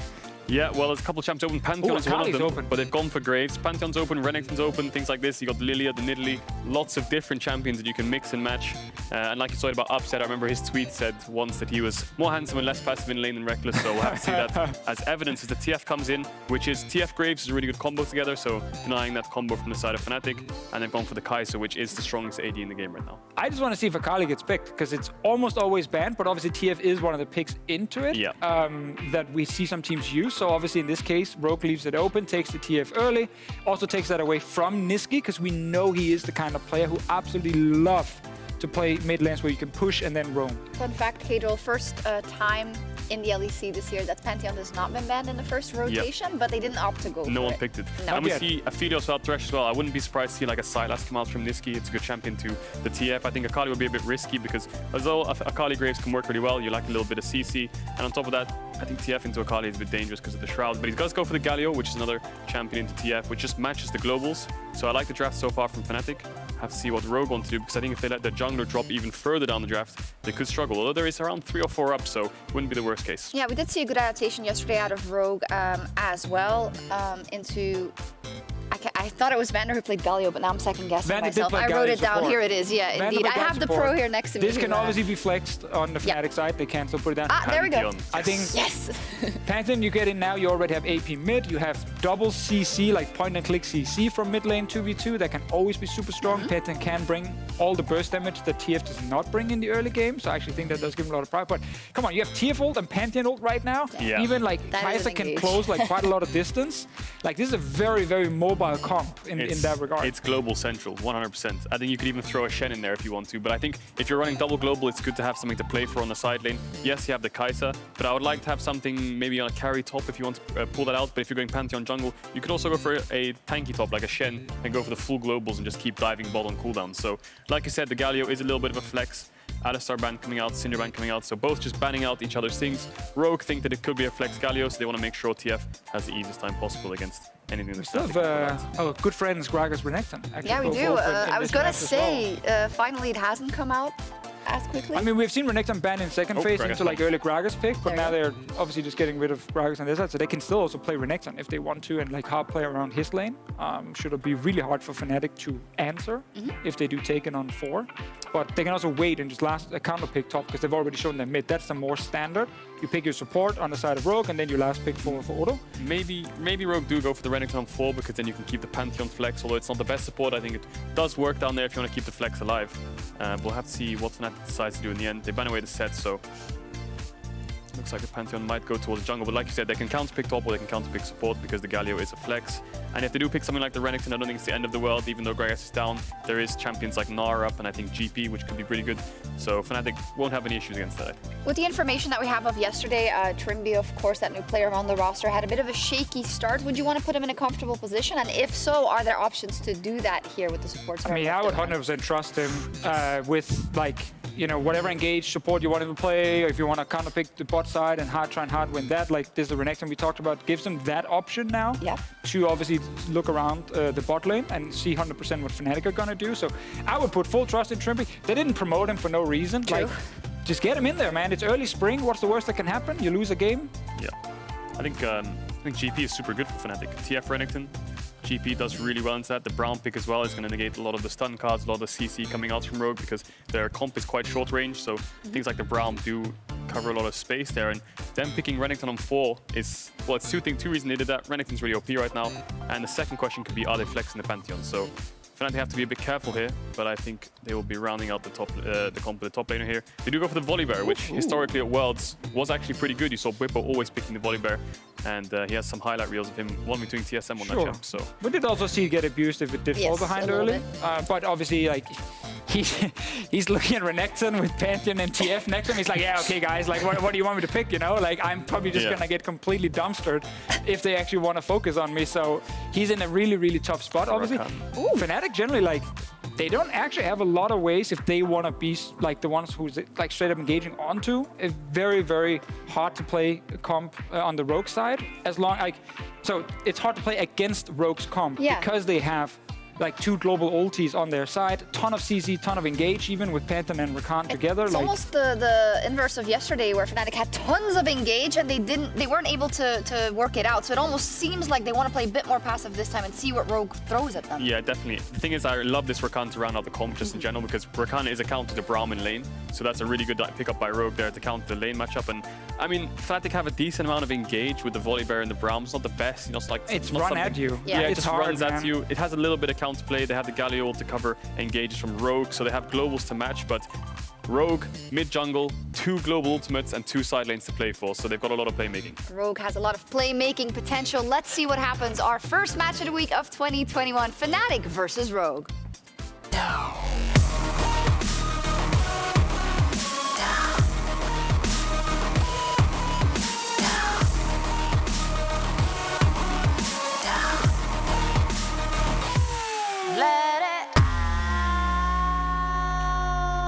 And on to Summoner's Rift we go. It looks like Bwipo and Hylissang are starting off with something slightly spicy as they are working their way down towards the bottom lane together. However, Trimby was aware this might happen. The ward. The ward shall spot them. No secret surprises. Hello. Hello. It's Medivedi. What's the accent for? I don't know. Sometimes I like to be astute at the beginning of my just cast. tried to copy me. How are you? Oh, very well, thank you. Good Yes, chap. you can see in this early game, more of a gentleman's game, you know? It's a gentleman's agreement. Yes, they look at each other, they tip their hats, good day, and the bloodshed shall begin later. The ruffians, you know? Okay, I'm gonna say this is quite a cool and big game, Fnatic Rogue. Let's bring it into slightly more serious mode. Yeah. I mean, of course, we already had a lot of great insight from the analyst desk. And I think some of the really interesting things that they talked about was like who wants to engage, how they want to engage, and all that good stuff. So one of the talking points that you always have to bring up when you look at an Aphelios and a Graves is that because they're pretty short range, they usually want the enemy to come to them, right? And when you look at champions like Pantheon and Renekton, what they want to do is, because they're also relatively short range, they are diving into you. Yep. So the Aphelios and the Graves often have a great time, right? And that is under the assumption that if both teams are like neutral around a Drake, hang on a second, bot lane. Trimby jumping in, is gonna get the knock up onto Hylissang. Okay. Concussive blows, gets the stun back, but it's an easy enough trade. So yeah, as I was saying, if they were like in a neutral position around the Drake and Rogue tried to engage onto Fnatic at the Drake, then Fnatic's probably feeling pretty good. But what the analyst desk also highlighted is that if Fnatic want to be the proactive team, if they're the ones that want to engage onto Rogue, it's actually a lot harder for them to do, because now they're the ones actually making life easier for the Rogue composition, because if you're walking into them, then they're obviously very happy. So when you look at things like that, when you're looking at relatively short-range comps, the thing that you have to think of is that being first on the objective is very important, right? Okay. And the one thing that I think that we credit Rogue a lot for is their ability to manipulate the wave state, set up for objectives, and their ability to play for early objectives. And I think that kind of on paper, I would just kind of give the advantage to Rogue, especially when they have so many playmaking tools. They have the Twisted Fate ultimate, they have the Pantheon ultimate, and so in the early game they have so many tools to get ahead. And then when it comes to these objectives, once you have a lead, it actually becomes easier to set up for these objectives first. So I'm excited. We're going flashing forward. Going to be a trade of flashes in the top lane. Bwipo saw his opportunity to go for the all-in, and you get to see why Volibear is considered a pretty good matchup into the Renekton, one of the few champions that can go toe-to-toe with him in the early laning phase, actually get those trading advantages, and Bwipo very familiar with the matchup. He brought it out a lot during the World Championship and already showcasing how prominent it can be. And of course, the important thing for that is you might just look at it and say, well, flash for flash, both of them burn a summoner spell. Odoamne has to burn his teleport to get back into the lane, and Bwipo will be hoping to not have to burn his, but he then immediately burns it because Odoamne has set up what I believe was a freeze underneath the tower. That's not Summer, good. yeah, it's going to get stunned up as Trimby walked away from the lane for a moment, and Hunt Summer was left all alone. The heal comes out. Upset still has his flash if he wants to go forward, but very respectful that Inspired is on his way. Hylissang didn't get the memo, and first blood goes to Trimby. That, I have so much respect for Hansama for not flashing there, because he made a mistake. Yeah. He was too far up in the lane when Trimby was going to clear a ward. He was getting punished by Hylissang and Upset. I don't think Hylissang and Upset actually wanted to get the kill there. They wanted the summoner spell, they wanted the flash, but he held on to it to the last moment, kind of to bait them into overextending, because he knew that Inspired was on the bot side of the map. Inspired then flashes in and is able to secure that kill. So really good turnaround from Rogue, which is going to immediately balloon that gold lead to 1K. And remember, we talked about it, they have a lot of tools in the early game to get these leads with things like Rakan, Pantheon, Twisted Fate. There are so many options that they have to be able to snowball the early game, and getting that first kill is going to be a great start for them. Hylissang just overstepping a little bit in that bottom lane. RDYCHK continues to trade with Whipper, but I do want to come back to that idea of Rogue's early game, because last split they were very strong in the early game, and even yesterday actually they had a very good early game performance in their win versus XL. The important thing to note here is they were 4.4k ahead and they only had 1 kill. So it was very much to do. Obviously, they had some good matchups in the lane. It was Kennen into Ivan in the top lane. Like, they had good matchups, but it was very much to do with how they were mechanically playing their lanes rather than getting all the kills. Yeah, they certainly were. And I think it kind of goes back to the point that we were talking about earlier, right? Which is they know how to play winning lanes very well. They know how to move around the map very well as well. And the thing we now need to keep our eyes on is utilizing level spikes and item spikes very well. So Larssen has gone back to base, used to teleport mid, gonna hit level 6 soon. Nisqy likely gonna be looking to do the same very soon, but Nisqy's got the wave in a pretty good state right now. He wants to keep Larssen slightly pressured, and I'm looking where the junglers are at. So Selfmade just gonna look to reset. This will be his first base of the game. Nisqy gonna back off a little bit, Inspired pathing towards the bot side of the map. So it looks like Dragon is gonna be the focus for now because they have the push in the bot wave, but I think that they can contest this. No TPs in the top lane. Nisqy does have his ultimate available. The mid wave is being pushed in. The bot lane's gonna answer their wave, and now they're gonna move up towards the river. Will they actually go for the fight, or will they concede this? Well, it's already down to about 1,500 HP. Selfmade is on his way. Hylissang stepping forward as well. 1,000 HP on the Dragon. Inspired has the smite, lands it. Hylissang going forward all by his lonesome. Nisqy coming in with the hero's entrance, and Inspired will fall. Now Trimby and Hansama have to be the targets. Trimby looking to jump back onto Hansama, but Hansama has been caught up with the taunt, and Nisqy and Upset flash straight in to the jaws of death as they kill Hansama. Now Larssen's getting chased off towards the top side. No red buff on Selfmade means that Larssen should be able to escape, and Trimby got away down in the bottom lane. So as we talked about, Fnatic had the tools to answer, and while they were a little late to secure the Drake, they will get themselves 2 kills. And even though Hansama didn't burn his flash earlier, he did burn it this time, and Upset was ready to get a little bit of revenge. So note here that the Twisted Fate does move first, but the Galio actually arrives in the fight earlier thanks to his ultimate. Braum soaks up a huge amount of damage thanks to his shield and the Guardian proc.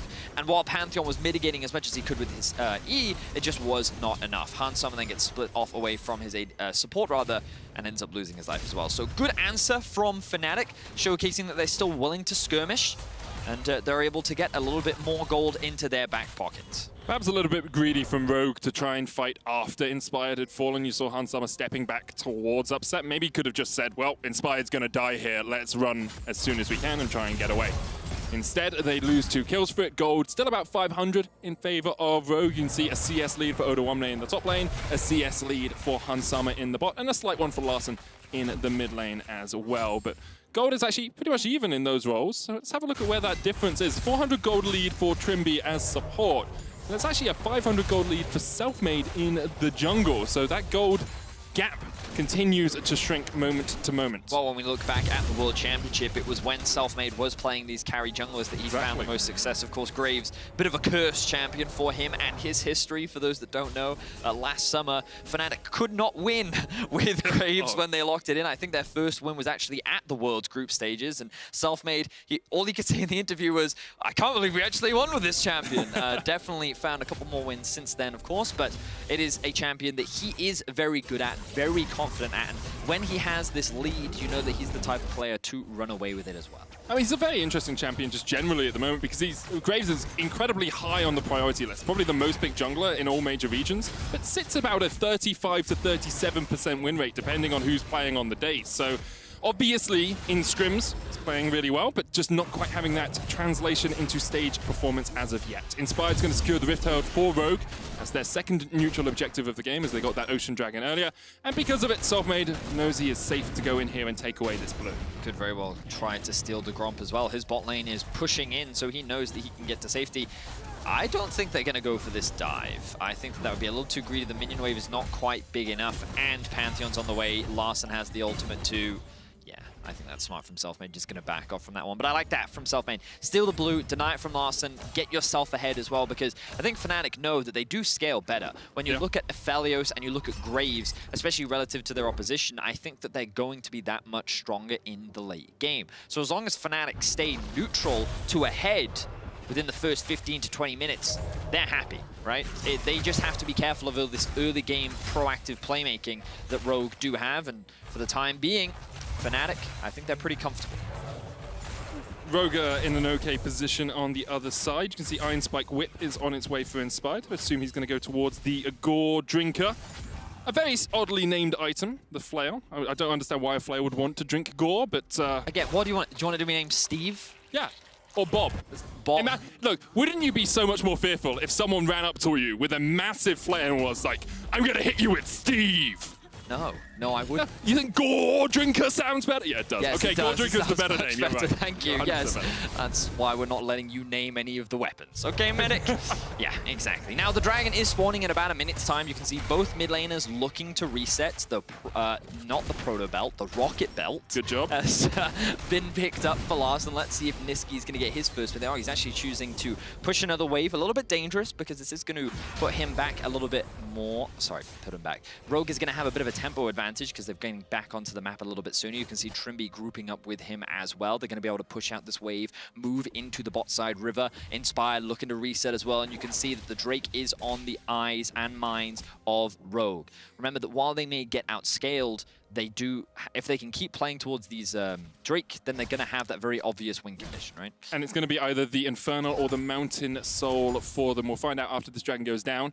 One thing we did see a lot from Trimby yesterday was moving away from his AD carry around this portion of the game, and he started to get caught in the mid game as well. And so what he hopes, and what I'm sure Rogue hope, is that he is just a little bit better at coordinating with his team. Now let's quickly look at the items. You can actually see that the shield bow was picked up for Selfmade. Usually we see the Gale Force, but he's going more for that frontline tanky setup as Inspired does land the stun. Glacial Fish is going to come down. There's a double taunt. Hans Summer and Trimby locked up. The charm goes out, but Hans Summer with the killer instinct able to jump up towards the top side of the fight. And Hittersank's the first to fall. Hero's entrance coming in. Hammersack gets a kill onto Trimby. Odoamne forced off, split off from the rest of Rogue, but Bwipo now stepping forward, landed on, stunned up, and Bwipo goes down. A 2-for-1 trade to buy in favor of Rogue, and they will force Fnatic away. So one of the scary things for a fight at this point in the game for Fnatic is that Rogue is still very strong. Pantheon, Renekton are a terrifying combo, especially when they have that easy stun lineup with the Twisted Fate. It means that it's very easy to just get those quick kills and turn a fight in your favor. And we can see that here for Fnatic, they had the Rise set on jumping onto Hansam. He looks unprotected here. He looks like he's out of position, and follow Niski. As the knockup comes through, he flashes in, gets the taunt, but the Killer Instinct immediately takes him to safety, and now Hillisang's in a place that he does not want to be. Now the fight is in favor of Rogue, because Odoamne becomes the source of focus, and Rogue can play this sort of front-to-back team fight. So while it ends up with both supports being traded, Bwipo is then kind of left without a team to support him, and Rogue end up coming out with the kills and the Drake. It's also a really minor thing there that Trimby did that is one of those things that he could have been planning or could have just been very fortunate, which is when he used the charm, he pathed down towards the bottom side of the map while Hans Summer Killer Instinct on towards the other side. So Fnatic were actually moving away from where Hans Summer was, making it a little bit harder for them to find that re-engage. We'll give Trimby the benefit of the doubt for now, saying that it was planned as the Rift Herald goes in the top lane. I'll always assume that the pro players plan. But I also watched the one to get a blast cone perfectly timed yesterday, and I'm like, yeah, I'm not sure how planned that was. Very true, very, very true. Either way, Trimby definitely off to a better setup, or better game rather, than what we saw from him yesterday. As you rightly said, he was picked out a couple of times. Still a rookie player to the LEC stage. formerly of AGO Rogue, and now we see, ooh, the response from Rogue. Grand start, Scarfall's going to come in, and you can see already Hylissang's dead. Nisqy teleported in, he's going to land the 3-man taunt. Actually only hits 2 as Odoamne is able to get away. Upset trying to step forward, but Odoamne with the dominance is going to keep himself alive, and the stun card goes down. It's a double for Rogue. Fnatic were the ones to look to try and find the fight, but they weren't able to get it, and Rogue strike back. The emote comes out from Inspired, the question mark. Oh, they're all coming through Larson from Larson damn now. Oh, okay. Hang on, Rogue, you lost a damn one. Let's not forget that. Yeah. Mocking yourself, but also mocking Fnatic. They needed a top esports one, really. They did. That's They rubbing salt in definitely the did. wound. Either way, Rogue, they saw the dive coming. There was a wave stacked. The TP award was set up from Fnatic, and Nisqy was looking to flank from behind. But this is where the double globals came through. Look at your minimap. You can see that both members were already in position to answer, and they immediately respond.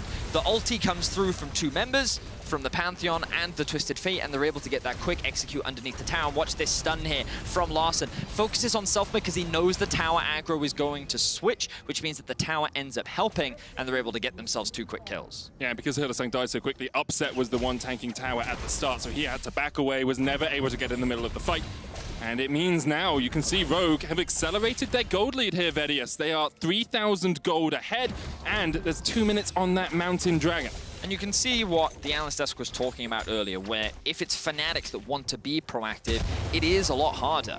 With the composition that Rogue have, it's so easy to respond to anything that Fnatic's trying to do early on in the game, and this is going to be the same when it comes to fights later. Fnatic needs to be first on the objective. That's a good charm. Trimby lands the charm, so tried to get himself away across the wall. Hunsummer flashing forward, but here's Hylissang and Upset. You can see Nisqy in the middle of 4 members of Rogue, and that he has fallen now, but Hunsummer next on the menu. Submate will take the kill. Upset looking for a little bit more damage onto Inspired, but even with the Infernum, it doesn't quite have it. Gold card locks in from Larson as Hylissang retreats. The spear unable to find its mark, and it looks like it's going to be a 1-for-1 trade in the jungle. Quite the blunder there from Hansama. That should have been a quick kill, maybe even 2, and then gotten out. But because his ultimate actually kept him on the side of the wall, he didn't actually follow Selfmade over, and he had to then flash. He then doesn't even have enough damage because he realizes that Upset and Hylissang have joined the fray, and that means that it's only Nisqy who's left in an awkward spot. But Nisqy's life for Hansama at this point in the game, definitely a favorable trade for Fnatic. You can see there, Trimby was looking for it once again. He wanted a little piece of that action in the bottom lane, but as the Destiny comes out, they knew that Selfmade was just around the corner. Trimby just trying to delay and distract Fnatic here, stop the ports as quickly as he can. And I wonder, I've just seen Odo's off towards the top side. Actually, it looks like he was taking the Scuttle Crab. I was wondering if he was going to start up that Rift Herald, because it has spawned, and Rogue had a pretty free top side of the map if they wanted to use that Herald to crack through one of these turrets. The thing we need to be keeping our eyes on, Medic, is that Drake spawning in 45 seconds. I think that Rogue do not want to go for the Rift Herald, as we already talked about last game. I'm not really a fan of second Rift Herald. It's like, it's a bonus, right? But I think the amount of time that you even invest into getting it gives a lot of tempo to the other team, where they can then make something else happen on the map that can often be much more advantageous. So I think that right now the focus should be on the Drake, and you can see that a lot of major items are being completed. Larson even finished his second item, which is pretty big. He's kind of been quietly picking up these golden kills, kind of hasn't been the focus of this game, but definitely been very relevant. And now Rogue already set up for this Drake. And remember what we said, whoever's on the objective first is already set up for success, because Rogue, their lives are easier if Fnatic walks into them, and same for Fnatic. Hylissang going in with Glacial Fisher, but was going to try and step forward, lands the stun, but here comes Trimby, double charm, double knockup. The hero's entrance going to try and join the fray as Trimby dashes back out to Hansummer. Inspired and Larson split off towards the bottom side. Storm bring it in from Whippo, and Fnatic are trying to dive in. They get one, they're looking for more as they try and dive back onto Trimby, onto Odo, onto Hansummer. Larson has a gold card from across the side, but Odo's too tanky at the moment for Fnatic to rip through him. However, they've already got that first kill. Odo flashes back in, Ruthless Predator stun onto Nisqy. Not quite enough. Odo has to go away once again. Trimby diving back into Fnatic, but immediately he's popped. Answered with a kill onto Nisqy, and you can see Rogue not willing to give this one up without a fight, but Larson's mana is low, and so is Hansummer, and the root comes out onto Larson. Hansummer trying to open up onto Whippo. Will take the kill, looking for more as Hylissang forced back underneath the tower. Whew, what looked like a good fight for Fnatic initially ends in disaster. They have no HP bars left. Inspired has respawned, and he's going to make his way straight towards the Dragon. Rogue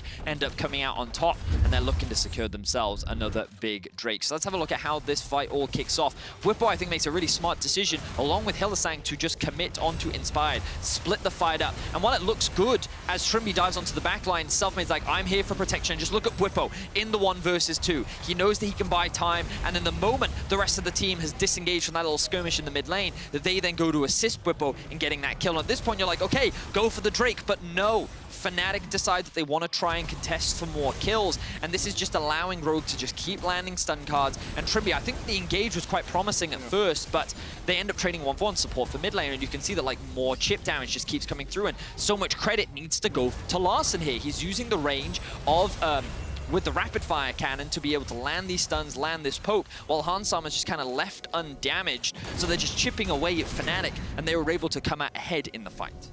Really feels like Larssen hasn't let up since 2020 when he was fighting close to caps as one of the best mid laners in Europe. And they topped the charts in summer season. Larssen was probably the most developed player in 2020, in my opinion. The guy that really stood out on this Rogue lineup, and now he continues to do so in 2021. 3,000 gold lead here for Rogue as Fnatic try and get their way into this jungle, maybe looking for a pick. I mean, Larssen was even in the conversation for MVP yeah. Last, but he definitely had a fantastic performance. And while yesterday he was not the star of the show, he's always that consistent mid laner. We've been saying that ever since he joined the league. You know, he's a player guy that like just casually gets to a 3-0-3 scoreline and is ripping through the team in all of these fights. But when he first joined the league, he was that player that just didn't miss CS. Yeah. You remember? Well, it doesn't matter what matchup he was in, he was just always either even or ahead in CS. And it was kind of crazy how consistent of a player he was. And as you talked about, his evolution has been pretty insane, along with Rogues. And kind of when we look at their state of the map right now, 3 Drakes, 3K gold leads. Of course, we talked about how they had a lot of tools to get ahead in the early game, and I think that they've utilized them very well, along with punishing a lot of the mistakes that Fnatic have made. They've got double TP, and all they need to do now is wait for the next Drake. They set up for it first, get that fight. With the Mountain Soul, they can look to end the game. As you've said so many times, it's all about who sets up first. Because actually, if you look at Fnatic, their key carries are strong. Immortal Shield Bow Collector is finished on Selfmade. You have an Aphelios who's getting towards his second item, and we all know what Aphelios can do when he gets a couple of items under his belt. If Rogue are coming into Fnatic and trying to get on towards that objective, then Fnatic have a really good chance. But if it's Fnatic who have to go into darkness, if it's Fnatic who have to go through choke points, it becomes so much more tricky. Their engage tools are also just pretty non-existent. You know, you have the volley bear jumping in, maybe if Hylissang lands an ultimate, but you compare that to Rogue's engage tools. I mean, look, they've just found Hylissang and now they're diving on it. Well, Trimby misses the knockup. Aegis Assault's going to be used by Inspired to block some of this damage. Hansama coming in with the killing instinct from the side. Hylissang able to get away. The taunt's going to land here as well. And Inspired only just able to dodge to the side of the collateral damage. Teleport coming in behind by Odawamne. Upset still trying to go forward. Stormbringer used by Whippo. Inspired. Oh, he's going to starboard, but he's going to fall in the pit instead. Fnatic will not turn their eyes towards the Baron. Instead, they're looking to mid. Okay, so Rogue were the ones that were punished this time around. Hylissang doing what he loves to do and soaking up damage, and he was able to soak up a lot this time around. Did not end up losing his life. We get the CP in from Larssen in the bot river. Oh, Upset. He's found Upset. Don't be greedy. Upset's being greedy. Rapid fire cannon immediately cleanse away, but there's the charm, there's the quickness, and there goes Hylissang. Upset able to survive as the rest of Fnatic dive in. Odawamne's going to land the taunt here, only onto one, but maybe Odawamne has overstepped. He's down now, and Larssen stepping down towards the bottom side of this fight is looking for the flank. It's looking for these gold cards. Lands another onto Niski. Not too much damage, but it's the chip away that Larssen could do so well in these fights. And now, with the battle dance, with the jump in from Trimby, that's another in the books for Rogue. And Upset next on the menu. Severum can't save you now. The Aphelios is down, and Selfmade all alone, left to the devices of Rogue. Goodbye, Selfmade, and goodbye any hope Fnatic had in this game. And again, it looked like a promising fight for Fnatic. They were the ones that punished Rogue. They got that kill onto Inspired, and you're thinking, okay, maybe they can pressure the Baron, maybe they can pressure something else, but they were not expecting this hero play from Larssen. Let's go back to the original replay. Hylissang here trying to clear out a ward. Rogue is saying, nope, you're not allowed to do this. We have the push in top, we have push in mid. This should be a numbers advantage for us, but Braum just such a great job of soaking up damage. Then the Galio comes through, Selfmade is able to return it, and then with the TP response, they're able to turn this fight in favor of Fnatic. But as we transition into the second half of the fight, a lot of it you need to keep track of Twisted Fate. Yes, he uses his ultimate early, and what they're trying to do is just push in mid here. He overstays in mid, he wants to clear another wave, and it was that greed you were talking about, Medic. He stayed too long without his team, he didn't respect the potential for a TP, and again, so much credit to Larssen here for recognizing this, seeing seeing this opportunity and going for it. And yes, while RDYCHK does lose his life here, again, you just gotta have so much respect for Larssen because you know that he's calling the play here like, hey, we can go for this, we can commit for this. Look, Fnatic split up, we can fight. And now with the Baron buff, Rogue is looking for more. And Simon diving in, can't quite get the plasma onto Whippo. No minions here. Hylissang looking for a flank from the side, but really just trying to chip away at Rogue. I really want to watch how long Selfmade is allowed to attack for in these fights, because in that last one, he was Ruthless Predator stunned, into Gold Card, into having to retreat because his team is dead. And so with him being the key carry for Fnatic here, and with Fnatic having to step forward into Rogue, Hylissang already almost dead. A great taunt though lands onto forward with the Stormbreaker coming in behind. This is Upset's chance to open up the big guns. Severum, Gravitum, not the guns you want in this sort of fight. You really want Crescendum to get the damage down, and now it's 2 for 2 trades so far. Selfmade trying to do the damage, but RDYCHK just rips them to shreds! Absolutely mauled by the Gore Drinker, and the Meek have been culled! I cannot believe how impactful Larssen is being with this Twisted Fate. So many amazing stuns were landed to allow the rest of his team to turn the fight in his favor. Beautiful stuff from the Rogue squad. They're gonna get themselves the Mountain Soul, and again, that fight looked promising for Fnatic, but unfortunately for them, it was not enough.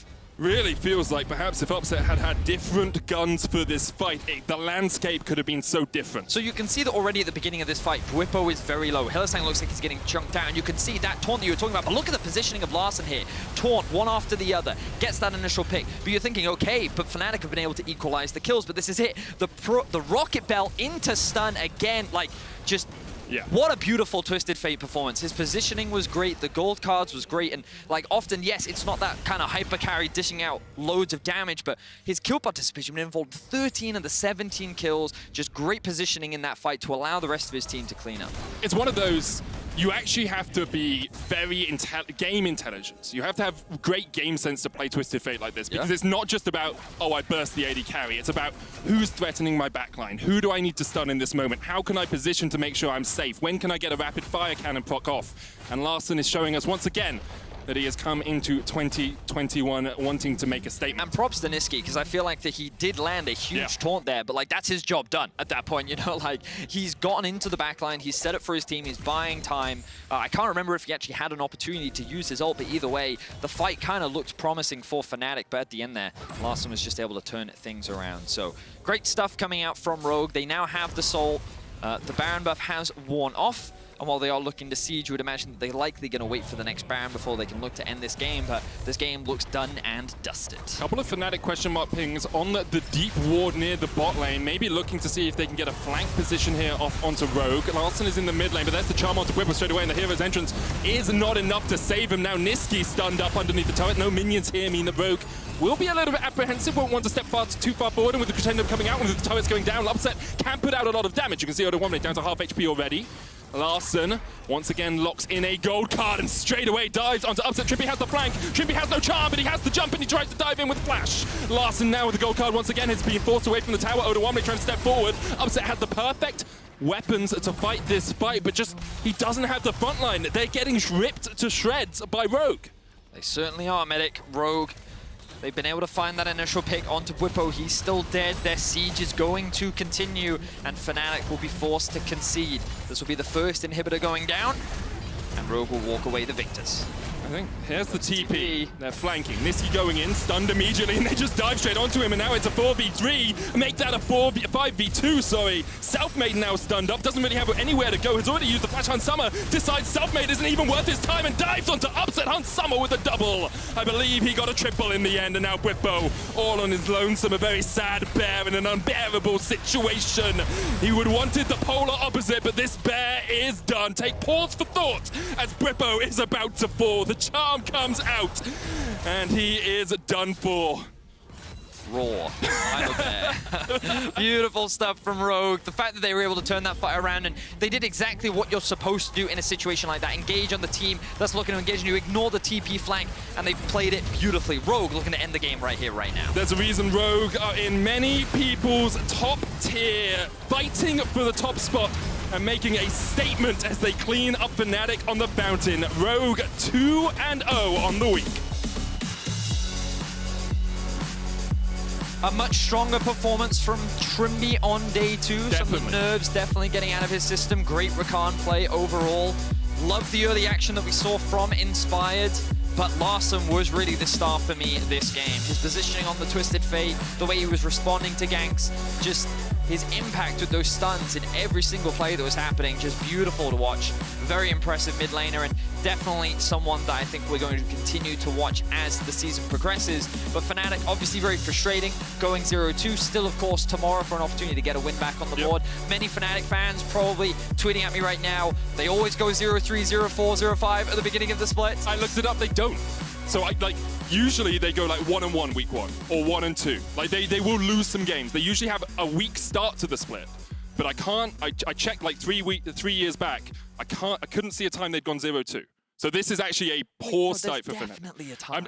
Maybe I mischecked it, but usually they win at least one game in their first week. Well, tomorrow's still another day for Fnatic, but I think like there are good things and there are obviously things to criticize for Fnatic. One of the big trends that I've seen over the last 2 days is that they seem to be taking fights that they don't necessarily need to take. True. And I think that yeah, it was a difficult comp to play against. I think that the analyst test set us up beautifully for what we can come to expect from that game, because it was very much, they didn't have as many tools to be proactive as Rogue did. And when we saw them try to attack the side lane, they often got punished for it. So we'll see what Fnatic can do tomorrow. Of course, your player of the games are on your screen: RDYCHK, Larson, and Hans Sama. You know my votes over towards Larson, but you have the choice. You can vote on LEC at Twitter. We'll soon hear from Hans Sama before RDYCHK joins us in the post-game lobby. Don't you guys go anywhere.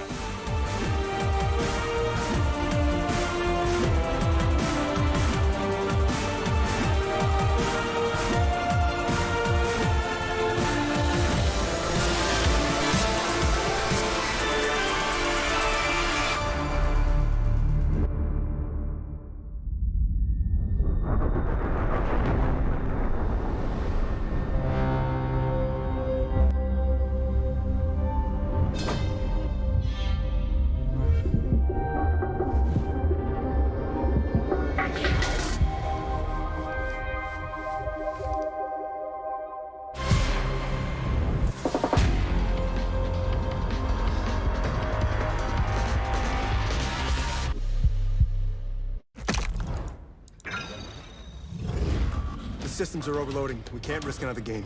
We need to take a break and regroup.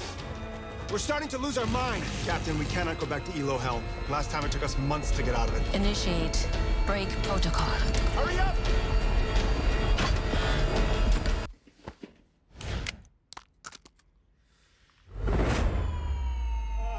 Yes! Yes! I did it! We did it! We did it! Even the biggest champ needs a break.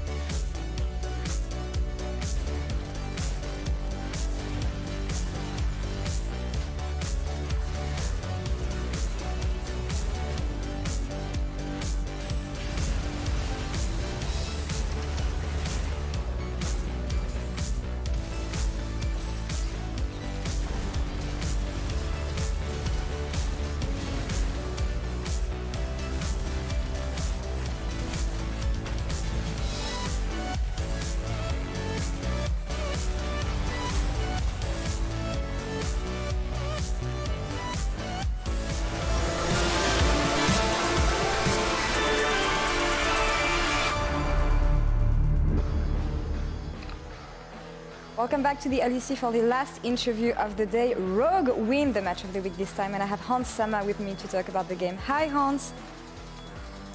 Hello. Hi. So, let me get something. I think I know how to spot a confident Hans Sama when I see one. So, explain the mindset right now and the confidence that we can see on stage. Well, I think right now, during 2021, I feel more of a confident player than the last year. Of course, I was very confident in 2020, but it's a bit different. The Hans Sama that I feel now, I mean, the me that I feel now, I feel like I've learned so much in 2020 and improved a lot as a player, and know on what I have to work on to be able to perform at my best every time. And that year was very nice for me, 2020, for my self-improvement, and I feel like 2021 I could go very far this time. Yeah, I feel like you're bringing everything a step further. And I mean, you have a new setup this year with Strimby as a support. Historically, you've been known to work with experienced supports, veterans like Mickey, Gorilla, Vander last year. This time around, it's different. You're training a rookie. What does it change for you? I have a lot of experience as well as playing with rookies back then. I played with a lot of veterans, but as well a lot of rookies. Especially when I was in Misfit, I had the chance to play with, with DOS and Crazy Cats. For me, they were people that I had to give them something, and I think I had experience working with rookies already, and I think I try very hard to let my knowledge towards Strimby. I really like to play with Strimby. I feel like he's gonna be very strong in the LEC. Yeah, you guys are a very strong bot lane already, and I talked to him after the game yesterday, and I know he was very looking forward to playing against Upset and Healy. So how was he before the game? Relaxed, a bit stressed? I know he wanted to play his Rakan as well, and he popped off during the game. I wasn't sure how he felt. I mean, I didn't really ask him, but having to see his Rakan in this game, it felt like he was very confident and went for the engages, and it was really awesome to see him playing like that. And it's I hope that in the future he will get more confidence and get more used to stage. I think yesterday he didn't really have a bad performance. I think we could see that. I mean, it was a team thing because the game was really slow. So you're like someone with a set as a champion. You're like, oh, maybe I should engage there, engage here. But it was the whole team. We were all nervous. And he was on the engaged position, so it was not on his fault. Yeah, someone has to go in playing set with the engages, I mean, and that was his role for the game. So focusing a bit more on you and Rogue right now. I know you're praised by many experts in the league scene, so who can take you down, Hans? Who can stop you right now in 2021 with the confidence you have on stage? Who can take me down? I mean, are you afraid of anyone? Everyone can take me down. It's just that I need to always respect the enemy. I don't want to go to a point where I disrespect enemies and go full int, I would say. I always make sure that my opponents, I mean, they are all very good, so I always need to focus on how can I deny them from playing their game, and I want to always be able to, take the game seriously. Every second count in the game. I don't want to go to the phase where it's like kind of autopilot. I just want to respect the enemy as much as possible and play my game. I think it's all about me. Well, you have a solid plan in mind, it seems. Hans, thank you very much for the interview. Really looking forward to seeing more from you guys on stage during this year, and good luck for the game tomorrow. Thank you. And we're going to take a short break and we'll come back for the post-game lobby with Odo Amne. See you soon.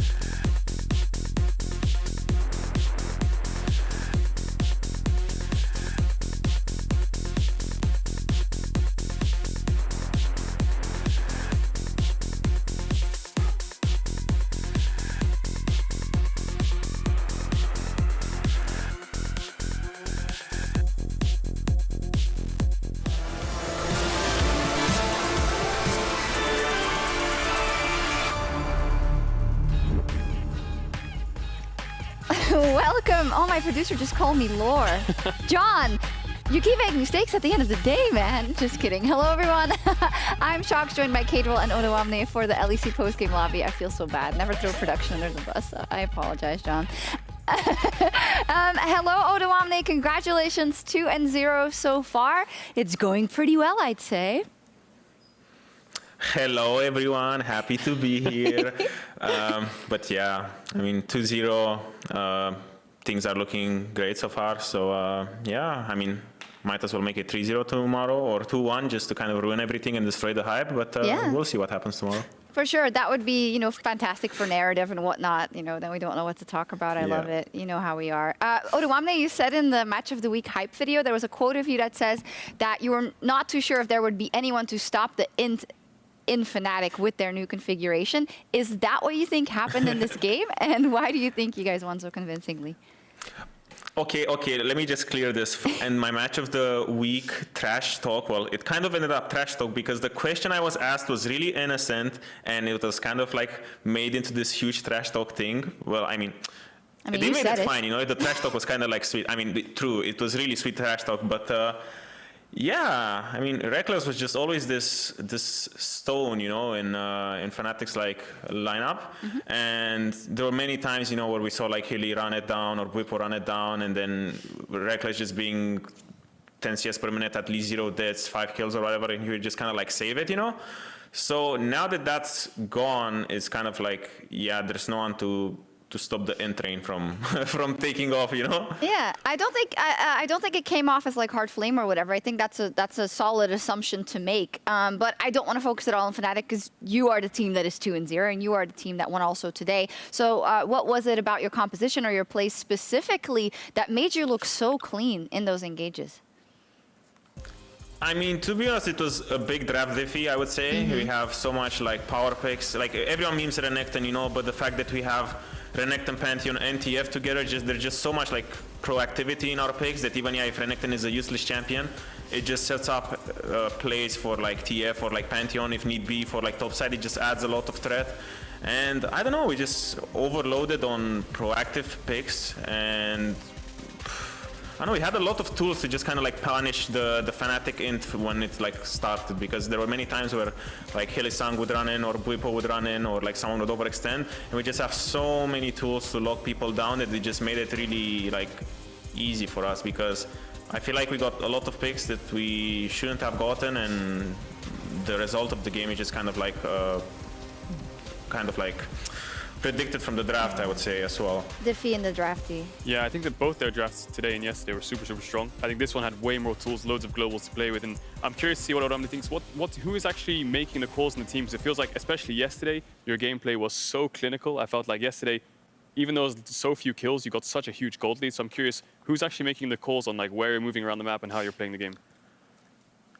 That's mostly like inspired, because he's kind of like the central piece, like he's the one who's like moving everywhere, but at the same time we're still kind of like a bit on the chaotic side where everyone's kind of like still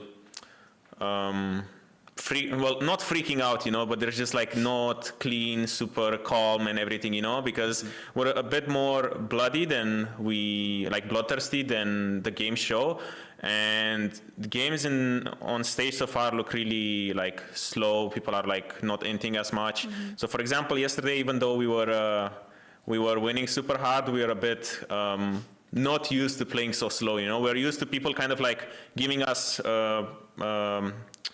an opportunity where they end and we punish it, but Excel didn't really like do it, so we kind of had to improvise or like look to play more calm than usual just because they weren't really giving us these opportunities. But right now it's a democracy when it comes to shot calling. Everyone's kind of like chiming in, and it's a bit more chaotic than it would be necessary. But I mean, we're still kind of like new team, still everyone kind of like trying to fit in onto everyone's like, you know, personalities and roles in the team. So it kind of like will become more defined, like everyone's role will be more defined in the coming weeks, I would say. Yeah, makes sense. I think, I mean, what a start to this new roster. We've heard rumors about how good you guys rumored to be, and a lot of people just rated the lineup as it was as extremely good. And those two games has definitely proved it so far, but you know, a season is very, very long, and of course you don't win it within your first two games.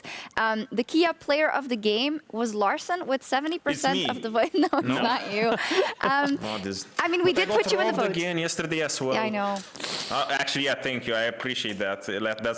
That's saving it a lot. But yesterday I was so clean with my cannon. I did a lot. My kill participation was a bit low, but I was definitely big impact. But memes aside, I think Larson today was really out of control. Yeah. I mean, it wasn't even Larson. If you guys saw his like jersey, because when he got up, it was actually TN, our superstar Twitter guy. Social media it guy. was like super sub. Yeah, super sub TN kicked in today, and his TF was really, really insane. It was of course Larson. There's no shenanigans going on over there. Tell me about your entry into this team and then playing with these people, because, you know, new faces for you. Yeah, of course you played against them, but now you get to play with Inspired and Larson and Hansama and Trimby as a new addition. How is the synergy so far, and what do you think about their level? Well, their level from the get-go is super high because I think, I mean, coming into the team, Inspired, Hans and Larson were insane talents in my book, because I always thought that they were really top 3 in their role and just really, really talented. So it was a bit difficult for me, I would say, because I kind of come into a team that has like different habits than what I'm previously used with, like Schalke and Splice before that. So I kind of had to, for like the first couple of weeks, try to just fit in and be kind of like just kind of like autofill, or just like everyone's like water boy or dog or whatever, to just kind of have to do just like not demand a lot, you know, just kind of try to fit in and see what the system is, what their like tendencies are, and how they prefer to play, because I feel like that was kind of like the best thing I could do, because I didn't really want to come in and create like, you know, chaos or like try to take over with my habits from Schalke, to say so. And yeah, I feel like with a bit more time, I kind of finding my footing on what I need to do to kind of like fit in the best, or like enable everyone else, because I felt like what they needed the most from top laner was just like consistency and stability. So that's kind of like what I was trying to do without demanding a lot of resources, both like in draft and game. But as time goes by and I kind of like start understanding how this like machine kind of like fits in together, then I will kind of be more enabled as well, I guess. For sure. Yeah, definitely. And I think a curious question that I have for you especially is, the team cohesion inside the game looks pretty much flawless to me. And I think that if you look at the top teams across the world, like G2, team cohesion is one thing, but cohesion outside of the game is another thing. Some kind of brotherhood, vibes. So how is the cohesion outside of the game with Rogue? Is it very professional? Are people reserved? Or is there a lot of memes flying around in scrims? How is it actually gelling together? It's surprisingly really well, because I feel like in the past environments I've been in with like all the way back to like H2K, I was kind of like afraid of the end, you know, because I felt like if you have bad games or you end a game on stage or something, you kind of like take you kind of take the flame, to say so, where you're kind of just like, I know you feel guilty just because you had a bad performance and you left everyone down. But I feel like the culture here in Rogue, ever since I joined, is that int is, how to say, int is encouraged. There is no shame in inting. Everyone has his bad games, and I feel really like I feel a lot more relaxed, I would say, where I don't really feel like I'm personally letting everyone down, you know, if I have a bad performance. So that kind of like takes the weight off my shoulders, and it's kind of like the same for everyone. Everyone just is able to have bad games, but at the same time, it's just like we're still like hanging out a lot outside of the game, and it's like super good mood, you know. It's not really so focused on like professionalism, but obviously it's still there. But I think in and out of the game, we're doing like great. Okay, fantastic to hear. I have to say that from a personal side, I'm also really happy to see you on a team that is doing so well straight from the get-go, and that you really seem to have found your place, and also a way to kind of exert your experience that you have in the scene on some of these newer players. And I wish you all the best with the development of this roster. It's been great so far, and it means that after 2 days, G2 and Rogue are the only undefeated team, so that's gotta feel good, Odawamne, in shared first place so far. Yeah, I mean, it's not something that I've been used to for a while, but at the same time, I think in our Schalke run in 2019, we started like 7-2, and then we missed playoffs, and it was kind of like the reverse miracle run. And who knows, maybe it happens with Rogue as well, but so far, I'm really confident going forward with this lineup. Everything's perfect. So yeah, I guess sky is the limit for us. Yeah, sky is the limit. Of course, there's a thing called the honeymoon phase as well, but we don't need to talk about that yet. You know, as long as you're winning, there's no problem. We might crash after that, but I mean, we need to make things spicy. You know, worst case honeymoon ends, we end, we don't make playoffs, everyone's shocked, and then the memes start flying in. You know, so I mean, memes are important. Anything can happen. Memes are important. True. Memes make everyone's lives better. Okay, yeah, I guess that's super true. This is super true. Love memes. But there are kind of a final thing I want to say about kind of the league and the standings, and pertaining to Rogue specifically, is that there is no end to the praise that I've heard kind of on social media and of analysts and of people I've talked to about Rogue so far, and about kind of the performance that you've shown on stage, the caliber of the players, also the caliber of Trimby, even though he's been able to shine today, maybe not as much yesterday, but that's really going to show itself on the stage as well. It's pretty insane, Odo. How are you making sure that you're not getting swept up by all the hype? I mean, to be honest, I feel like there's too much praise, because if people knew like what kind of int is happening in our scrims and all of this stuff, they would kind of chill down a bit. But I'm glad. I mean, I'm happy to say that I think that our games on stage are like a lot better than the stuff we try in scrims. So I'm happy that everyone's like able to step up like that and kind of just like clean up a lot of the gameplay aspects that we kind of like work on in scrims, that we kind of like test limits and all of this stuff. So yeah, everyone just kind of like rising to the occasion. Trimby, yesterday didn't really have a great game, but at the same time, it was his first game, and his performance today kind of just like shows that he's not really like gonna be swept under the rug by like other players and all of this stuff. So I think just with time, most of us are just going to get better and better. Yeah, Trimby also smurfed it today, so let's not forget that. Let's also take a moment to preview tomorrow. It is the conclusion of the LEC Super Week. That's right, another day of games. Coverage is starting the same as today at 4:30 p.m. Central European time. Absolutely, I mean, players are always asking for more games, and you get 3 this week. Isn't that great, Odo? Let's see who you're playing. SK Gaming, that could be a spicy one. What are your expectations? They kind of surprised me when they beat Fnatic yesterday, but after we beat Fnatic today, that didn't really like surprise me anymore. I kind of understood why it happened. So now I got like newfound confidence going into the game tomorrow. I think that we have all the tools to beat them, and yeah, hopefully we look at 3-0 Rogue after week 1. Kadril? Yeah, I'm just gonna put a point in towards the meta in general, because I think you're either G2 Rogue and you play these playmaking comps and you stomp everyone, you're a middle of the pack team, you try it out and you lose, or you're middle of the pack team and you play team fight. So I'm excited to see how the meta evolves through week 1, week 2. So we'll see how it shakes up the standings. Odo, do you have a rookie that you want us to keep an eye on? Someone you've scouted out in scrims or whatnot that you think is going to crush it this split?